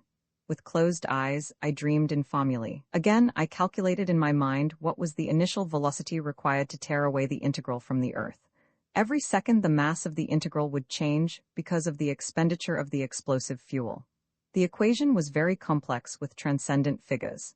As in a dream I felt, right here in the firm calculated world, how someone sat down at my side, barely touching me and saying, "Pardon." I opened my eyes. At first, apparently because of an association with the Integral, I saw something impetuously flying into the distance. Ahead, I saw pink wing ears sticking out on the sides of it, then the curve of the overhanging back of the head, the double-curved letter S, through the glass walls of my algebraic world. Again I felt the eyelash in my eye. I felt something disagreeable. I felt that today I must. Certainly, please. I smiled at my neighbor and bowed. Number S4711, I saw glittering on his golden badge. That is why I associated him with the letter S from the very first moment. An optical impression which remained unregistered by consciousness. His eyes sparkled, two sharp little drills. They were revolving swiftly, drilling in deeper and deeper. It seemed that in a moment they would drill into the bottom, and would see something that I do not even dare to confess to myself. That bothersome eyelash became wholly clear to me. S was one of them, one of the guardians, and it would be the simplest thing immediately, without deferring to tell him everything. I went yesterday to the ancient house. My voice was strange, husky, flat. I tried to cough. That is good. It must have given you material for some instructive deductions. Yes, but you see, I was not alone. I was in the company of I-330, and then. I-330? You are fortunate. She is a very interesting, gifted woman. She has a host of admirers. But he too? Then during the promenade. Perhaps he is even assigned as her he number? No, it is impossible to tell him, unthinkable. This was perfectly clear. Yes, certainly, very. I smiled broader and broader, more stupidly, and felt as if my smile made me look foolish, naked. The drills reached the bottom. Revolving continually, they screwed themselves back into his eyes. S smiled double-curvedly, nodded and slid to the exit. I covered my face with the newspaper. I felt as if everybody were looking at me, and soon I forgot about the eyelash, about the little drills, about everything. I was so upset by what I read in the paper. According to authentic information, traces of an organization which still remains out of reach have again been discovered. This organization aims at liberation from the beneficial yoke of the state. Liberation. It is remarkable how persistent human criminal instincts are. I use deliberately the word criminal. For freedom and crime are as closely related as, well, as the movement of an arrow and its speed. If the speed of an arrow equals 0, the arrow is motionless. If human liberty is equal to 0, man does not commit any crime. That is clear. The way to rid man of criminality is to rid him of freedom. No sooner did we rid ourselves of freedom, in the cosmic sense centuries are only a no sooner, than suddenly some unknown pitiful degenerates. No, I cannot understand why I did not go immediately yesterday to the Bureau of the Guardians. Today, after 16 o'clock, I shall go there without fail. At 16:10 I was in the street. At once I noticed 090 at the corner. She was all rosy with delight at the encounter. She has a simple, round mind. A timely meeting, she would understand and lend me support. No, I did not need any support. My decision was firm. The pipes of the musical tower thundered out harmoniously the march, the same daily march. How wonderful the charm of this dailiness, of this constant repetition and mirror-like smoothness? Out for a walk. Her round blue eyes opened toward me widely, blue windows leading inside. I penetrate there unhindered. There is nothing in there, I mean nothing foreign, nothing superfluous. No, not for a walk, I must go. I told her where. And to my astonishment, I saw her rosy round mouth form a crescent with the horns downward as if she tasted something sour. This angered me. You she-numbers seem to be incurably eaten up by prejudices. You are absolutely unable to think abstractly. Forgive me the word, but this I call bluntness of mind. You, to the spies? How ugly! And I went to the botanical garden and brought you a branch of lily of the valley. Why and I, why this and, just like a woman? Angrily, this I must confess, I snatched the flowers. Here they are, your lilies of the valley. Well, smell them? Good? Yes. Why not use a little bit of logic? The lilies of the valley smell good, all right, but you cannot say about an odor, about the conception of an odor, that it is good or bad, can you? You can't, can you? There is the smell of lilies of the valley, and there is the disagreeable smell of henbane. Both are odors. The ancient states had their spies, we have ours. Yes, spies, I am not afraid of words. But is it not clear to you that there the spies were henbane? Here they are lilies of the valley? Yes, lilies of the valley, yes. The rosy crescent quivered. Now I understand that it was only my impression, but at that moment I was certain she was going to laugh. I shouted still louder. Yes, lilies of the valley. And there is nothing funny about it, nothing funny. The smooth round globes of heads passing by returning towards us. 090 gently took my hand. You are so strange today, are you ill? My dream, yellow color, Buddha. It was at once borne clearly upon me that I must go to the medical bureau. Yes, you are right, I am sick, I said with joy. That seems to me an inexplicable contradiction. There was nothing to be joyful about. You must go at once to the doctor. You understand that. You are obliged to be healthy. It seems strange to have to prove it to you. My dear, of course you are right. Absolutely right. I did not go to the Bureau of the Guardians. I could not. I had to go to the medical bureau. They kept me there until 17 o'clock. In the evening, incidentally, the Bureau of Guardians is closed evenings. In the evening, O came to see me. The curtains were not lowered. We busied ourselves with the arithmetical problems of an ancient textbook. This occupation always calms and purifies our thoughts. O sat over her notebook, her head slightly inclined to the left. She was so assiduous that she poked out her left cheek with the tongue from within. She looked so childlike, so charming. I felt everything in me was pleasant, precise, and simple. She left. I remained alone. I breathed deeply 2 times. It is very good exercise before retiring for the night. Suddenly, an unexpected odor reminiscent of something very disagreeable. I soon found out what was the matter. A branch of lily of the valley was hidden in my bed. Immediately everything was aroused again, came up from the bottom. Decidedly, it was tactless on her part surreptitiously to put these lilies of the valley there. Well, true I did not go. I didn't, but was it my fault that I felt indisposed? Record 8 An irrational root, A13, the triangle. It was long ago during my school days when I first encountered the square root of -1. I remember it all very clearly. A bright globe-like class hall, about 100 round heads of children and Plappa, our mathematician. We nicknamed him Plappa. It was a very much used-up mathematician, loosely screwed together. As the member of the class who was on duty that day would be putting the plug into the socket behind, we would hear at first from the megaphone, plap, plap, plap, plap, TSHSHS8. Only then the lesson would follow. One day Plappa told us about irrational numbers, and I remember I wept and banged the table with my fist and cried, I do not want that square root of -1. Take that square root of -1 away. This irrational root grew into me as something strange, foreign, terrible. It tortured me. It could not be thought out. It could not be defeated because it was beyond reason. Now that square root of -1 is here again. I read over what I have written and I clearly see that I was insincere with myself, that I lied to myself in order to avoid seeing that square root of -1. My sickness, etc., is all nonsense. I could go there. I feel sure that if such a thing had happened a week ago, I should have gone without hesitating. Why then am I unable to go now? Why? Today, for instance, at exactly 16:10, I stood before the glittering glass wall. Above was the shining, golden, sun-like sign, Bureau of Guardians. Inside, a long queue of bluish-gray eunuchs awaiting their turns, faces shining like the oil lamps in an ancient temple. They came to accomplish a great thing. They came to put on the altar of the United States their beloved ones, their friends, their own selves. My whole being craved to join them, yet I could not. My feet were as though melted into the glass plates of the sidewalk. I simply stood there looking foolish. Mathematician? Dreaming? I shivered. Black eyes varnished with laughter looked at me, thick Negro lips. It was my old friend the poet, A13, and with him Rosio. I turned around angrily. I still believe that if they had not appeared, I should have entered the bureau and have torn the square root of -1 out of my flesh. Not dreaming at all, if you will, standing in adoration, I retorted quite brusquely. Oh, certainly, certainly, you, my friend, should never have become a mathematician. You should have become a poet, a great poet. Yes, come over to our trade, to the poets. If you will, I can arrange it in a jiffy. A13 usually talks very fast. His words run in torrents, his thick lips sprinkle. Every P is a fountain, every poet's a fountain. So far I have served knowledge, and I shall continue to serve knowledge. I frowned. I do not understand jokes, and A13 has the bad habit of joking. To the deuce with knowledge. Your much heralded knowledge is but a form of cowardice. It is a fact, yes. You want to encircle the infinite with a wall, and you fear to cast a glance behind the wall. Yes, sir. And if ever you should glance beyond the wall, you would be dazzled and close your eyes. Yes. Walls are the foundation of every human, I began. A13 sprinkled his fountain.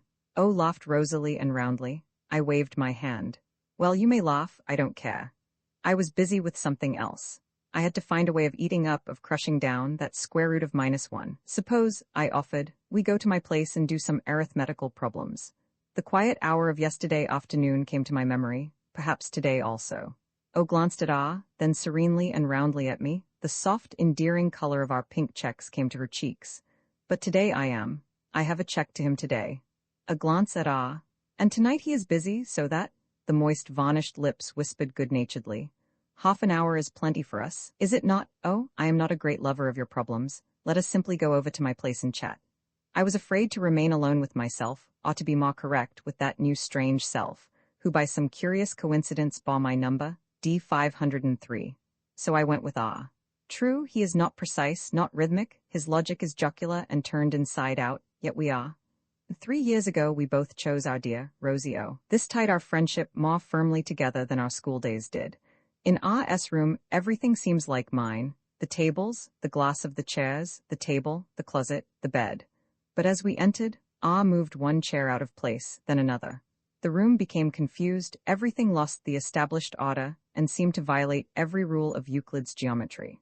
Ah remained the same as before. In Taylor and in mathematics, he always lagged at the tail of the class.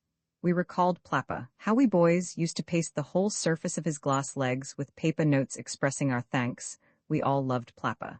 We recalled our priest. It goes without saying that we were taught not the law of ancient religion, but the law of the United States.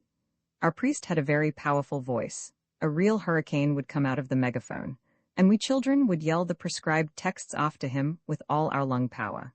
We recalled how our scapegrace, Ah-13, used to stuff the priest with chewed paper. Every word was thus accompanied by a paper wad shot out. Naturally, Ah was punished, for what he did was undoubtedly wrong, but now we laughed heartily. By we I mean our triangle, Ah, O and I must confess, I too. And what if he had been a living one, like the ancient ones, ha? We'd have BB, a fountain running from the fat bubbling lips. The sun was shining through the ceiling, the sun above, the sun from the sides, its reflection from below. Oh, on Ah-13's lap and minute drops of sunlight in Os blue eyes. Somehow my heart warmed up. The square root of -1 became silent and motionless. Well, how is your integral? Will you soon hop off to enlighten the inhabitants of the planets? You'd better hurry up, my boy, or we poets will have produced such a devilish lot that even your integral will be unable to lift the cargo. Every day from 8 to 11, Ah wagged his head and scratched the back of it. The back of his head is square, it looks like a little valise. I recalled for some reason an ancient painting in the cab. I felt more lively. You two are writing for the integral? Tell me about it. What are you writing about? What did you write today, for instance? Today I did not write, today I was busy with something else. BB busy sprinkled straight into my face. What else? Ah frowned. What? Well, if you insist I'll tell you. I was busy with the death sentence. I was putting the death sentence into verse. An idiot, and to be frank, one of our poets. For 2 years we all lived side by side with him and nothing seemed wrong. Suddenly he went crazy. I said he am a genius, and I am above the law. All that sort of nonsense. But it is not a thing to talk about. The fat lips hung down. The varnish disappeared from the eyes. He jumped up, turned around and stared through the wall. I looked at his tightly closed little valise and thought, what is he handling in his little valise now? A moment of awkward asymmetric silence. I could not see clearly what was the matter, but I was certain there was something. Fortunately, the antediluvian time of those Shakespeares and Dostoevskys, or what were their names, is past, I said in a voice deliberately loud. Ah turned his face to me. Words sprinkled and bubbled out of him as before, but I thought I noticed there was no more joyful varnish to his eyes. Yes, dear mathematician, fortunately, we are the happy arithmetical mean. As you would put it, the integration from 0 to infinity, from imbeciles to Shakespeare. Do I put it right? I do not know why, it seemed to me absolutely uncalled for. I recalled suddenly the other one, her tone. A thin invisible thread stretched between her and Ah. What thread? The square root of -1 began to bother me again. I glanced at my badge. 16:25 o'clock? They had only 35 minutes for the use of the pink check. Well, I must go. I kissed O, shook hands with Ah, and went to the elevator.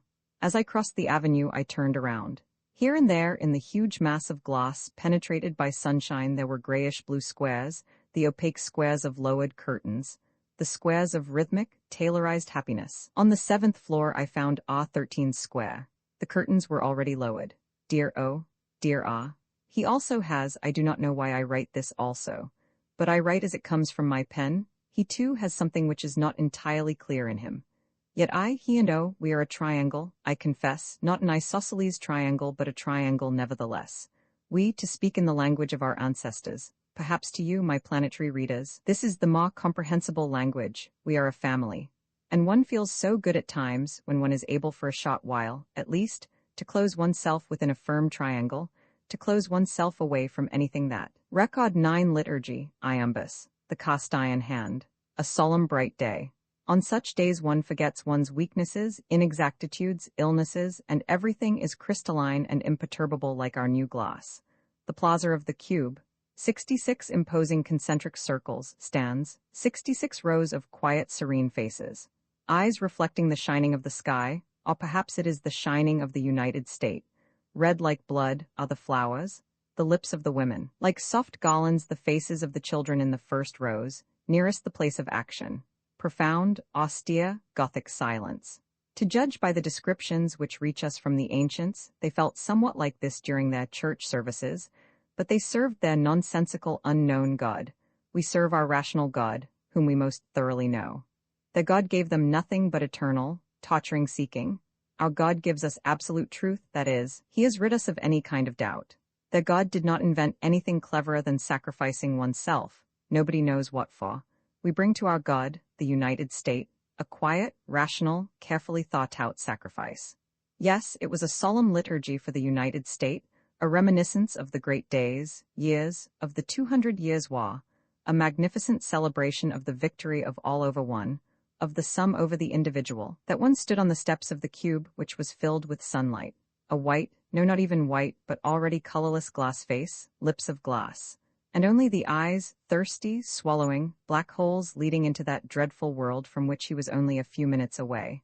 The golden badge with the number already had been taken off.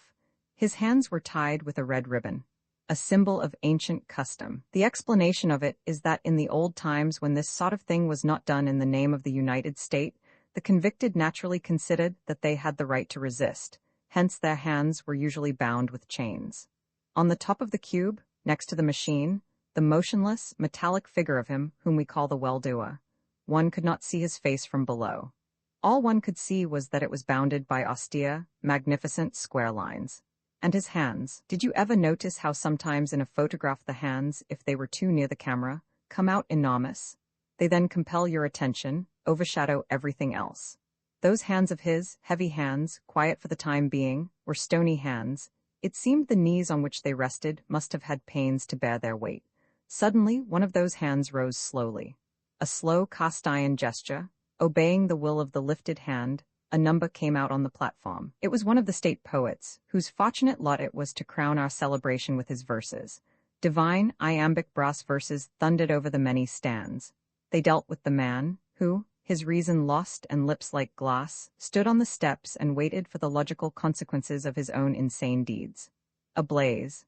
Buildings were swaying in those iambic lines, and sprinkling upward their liquefied golden substance, they broke and fell. The green trees were scorched, their sap slowly ran out, and they remained standing like black crosses, like skeletons. Then appeared Prometheus, that meant us. He harnessed fire with machines and steel and fettered chaos with law. The world was renovated, it became like steel, a sun of steel, trees of steel, men of steel. Suddenly an insane man unchained the fire and set it free, and again the world had perished. Unfortunately, I have a bad memory for poetry, but one thing I am sure of. One could not choose more instructive or more beautiful parables. Another slow, heavy gesture of the cast-iron hand and another poet appeared on the steps of the cube. I stood up. Impossible, but thick Negro lips, it was he. Why did he not tell me that he was to be invested with such high? His lips trembled, they were gray. Oh, I certainly understood, to be face to face with the well-doer, face to face with the hosts of guardians. Yet one should not allow oneself to be so upset. Swift sharp verses like an axe. They told about an unheard-of crime, about sacrilegious poems in which the well-doer was called. But no, I do not dare to repeat. Ah, 13 was pale when he finished, and looking at no one, I did not expect such bashfulness of him, he descended and sat down. For an infinitesimal fraction of a second I saw right beside him somebody's face, a sharp, black triangle, and instantly I lost it. My eyes, thousands of eyes, were directed upward toward the machine. Then, again the superhuman, cast-iron gesture of the hand. Swayed by an unknown wind, the criminal moved one step, one more, then the last step in his life. His face was turned to the sky, his head thrown backward. He was on his last. Heavy, stony like fate, the well-doer went around the machine, put his enormous hand on the lever.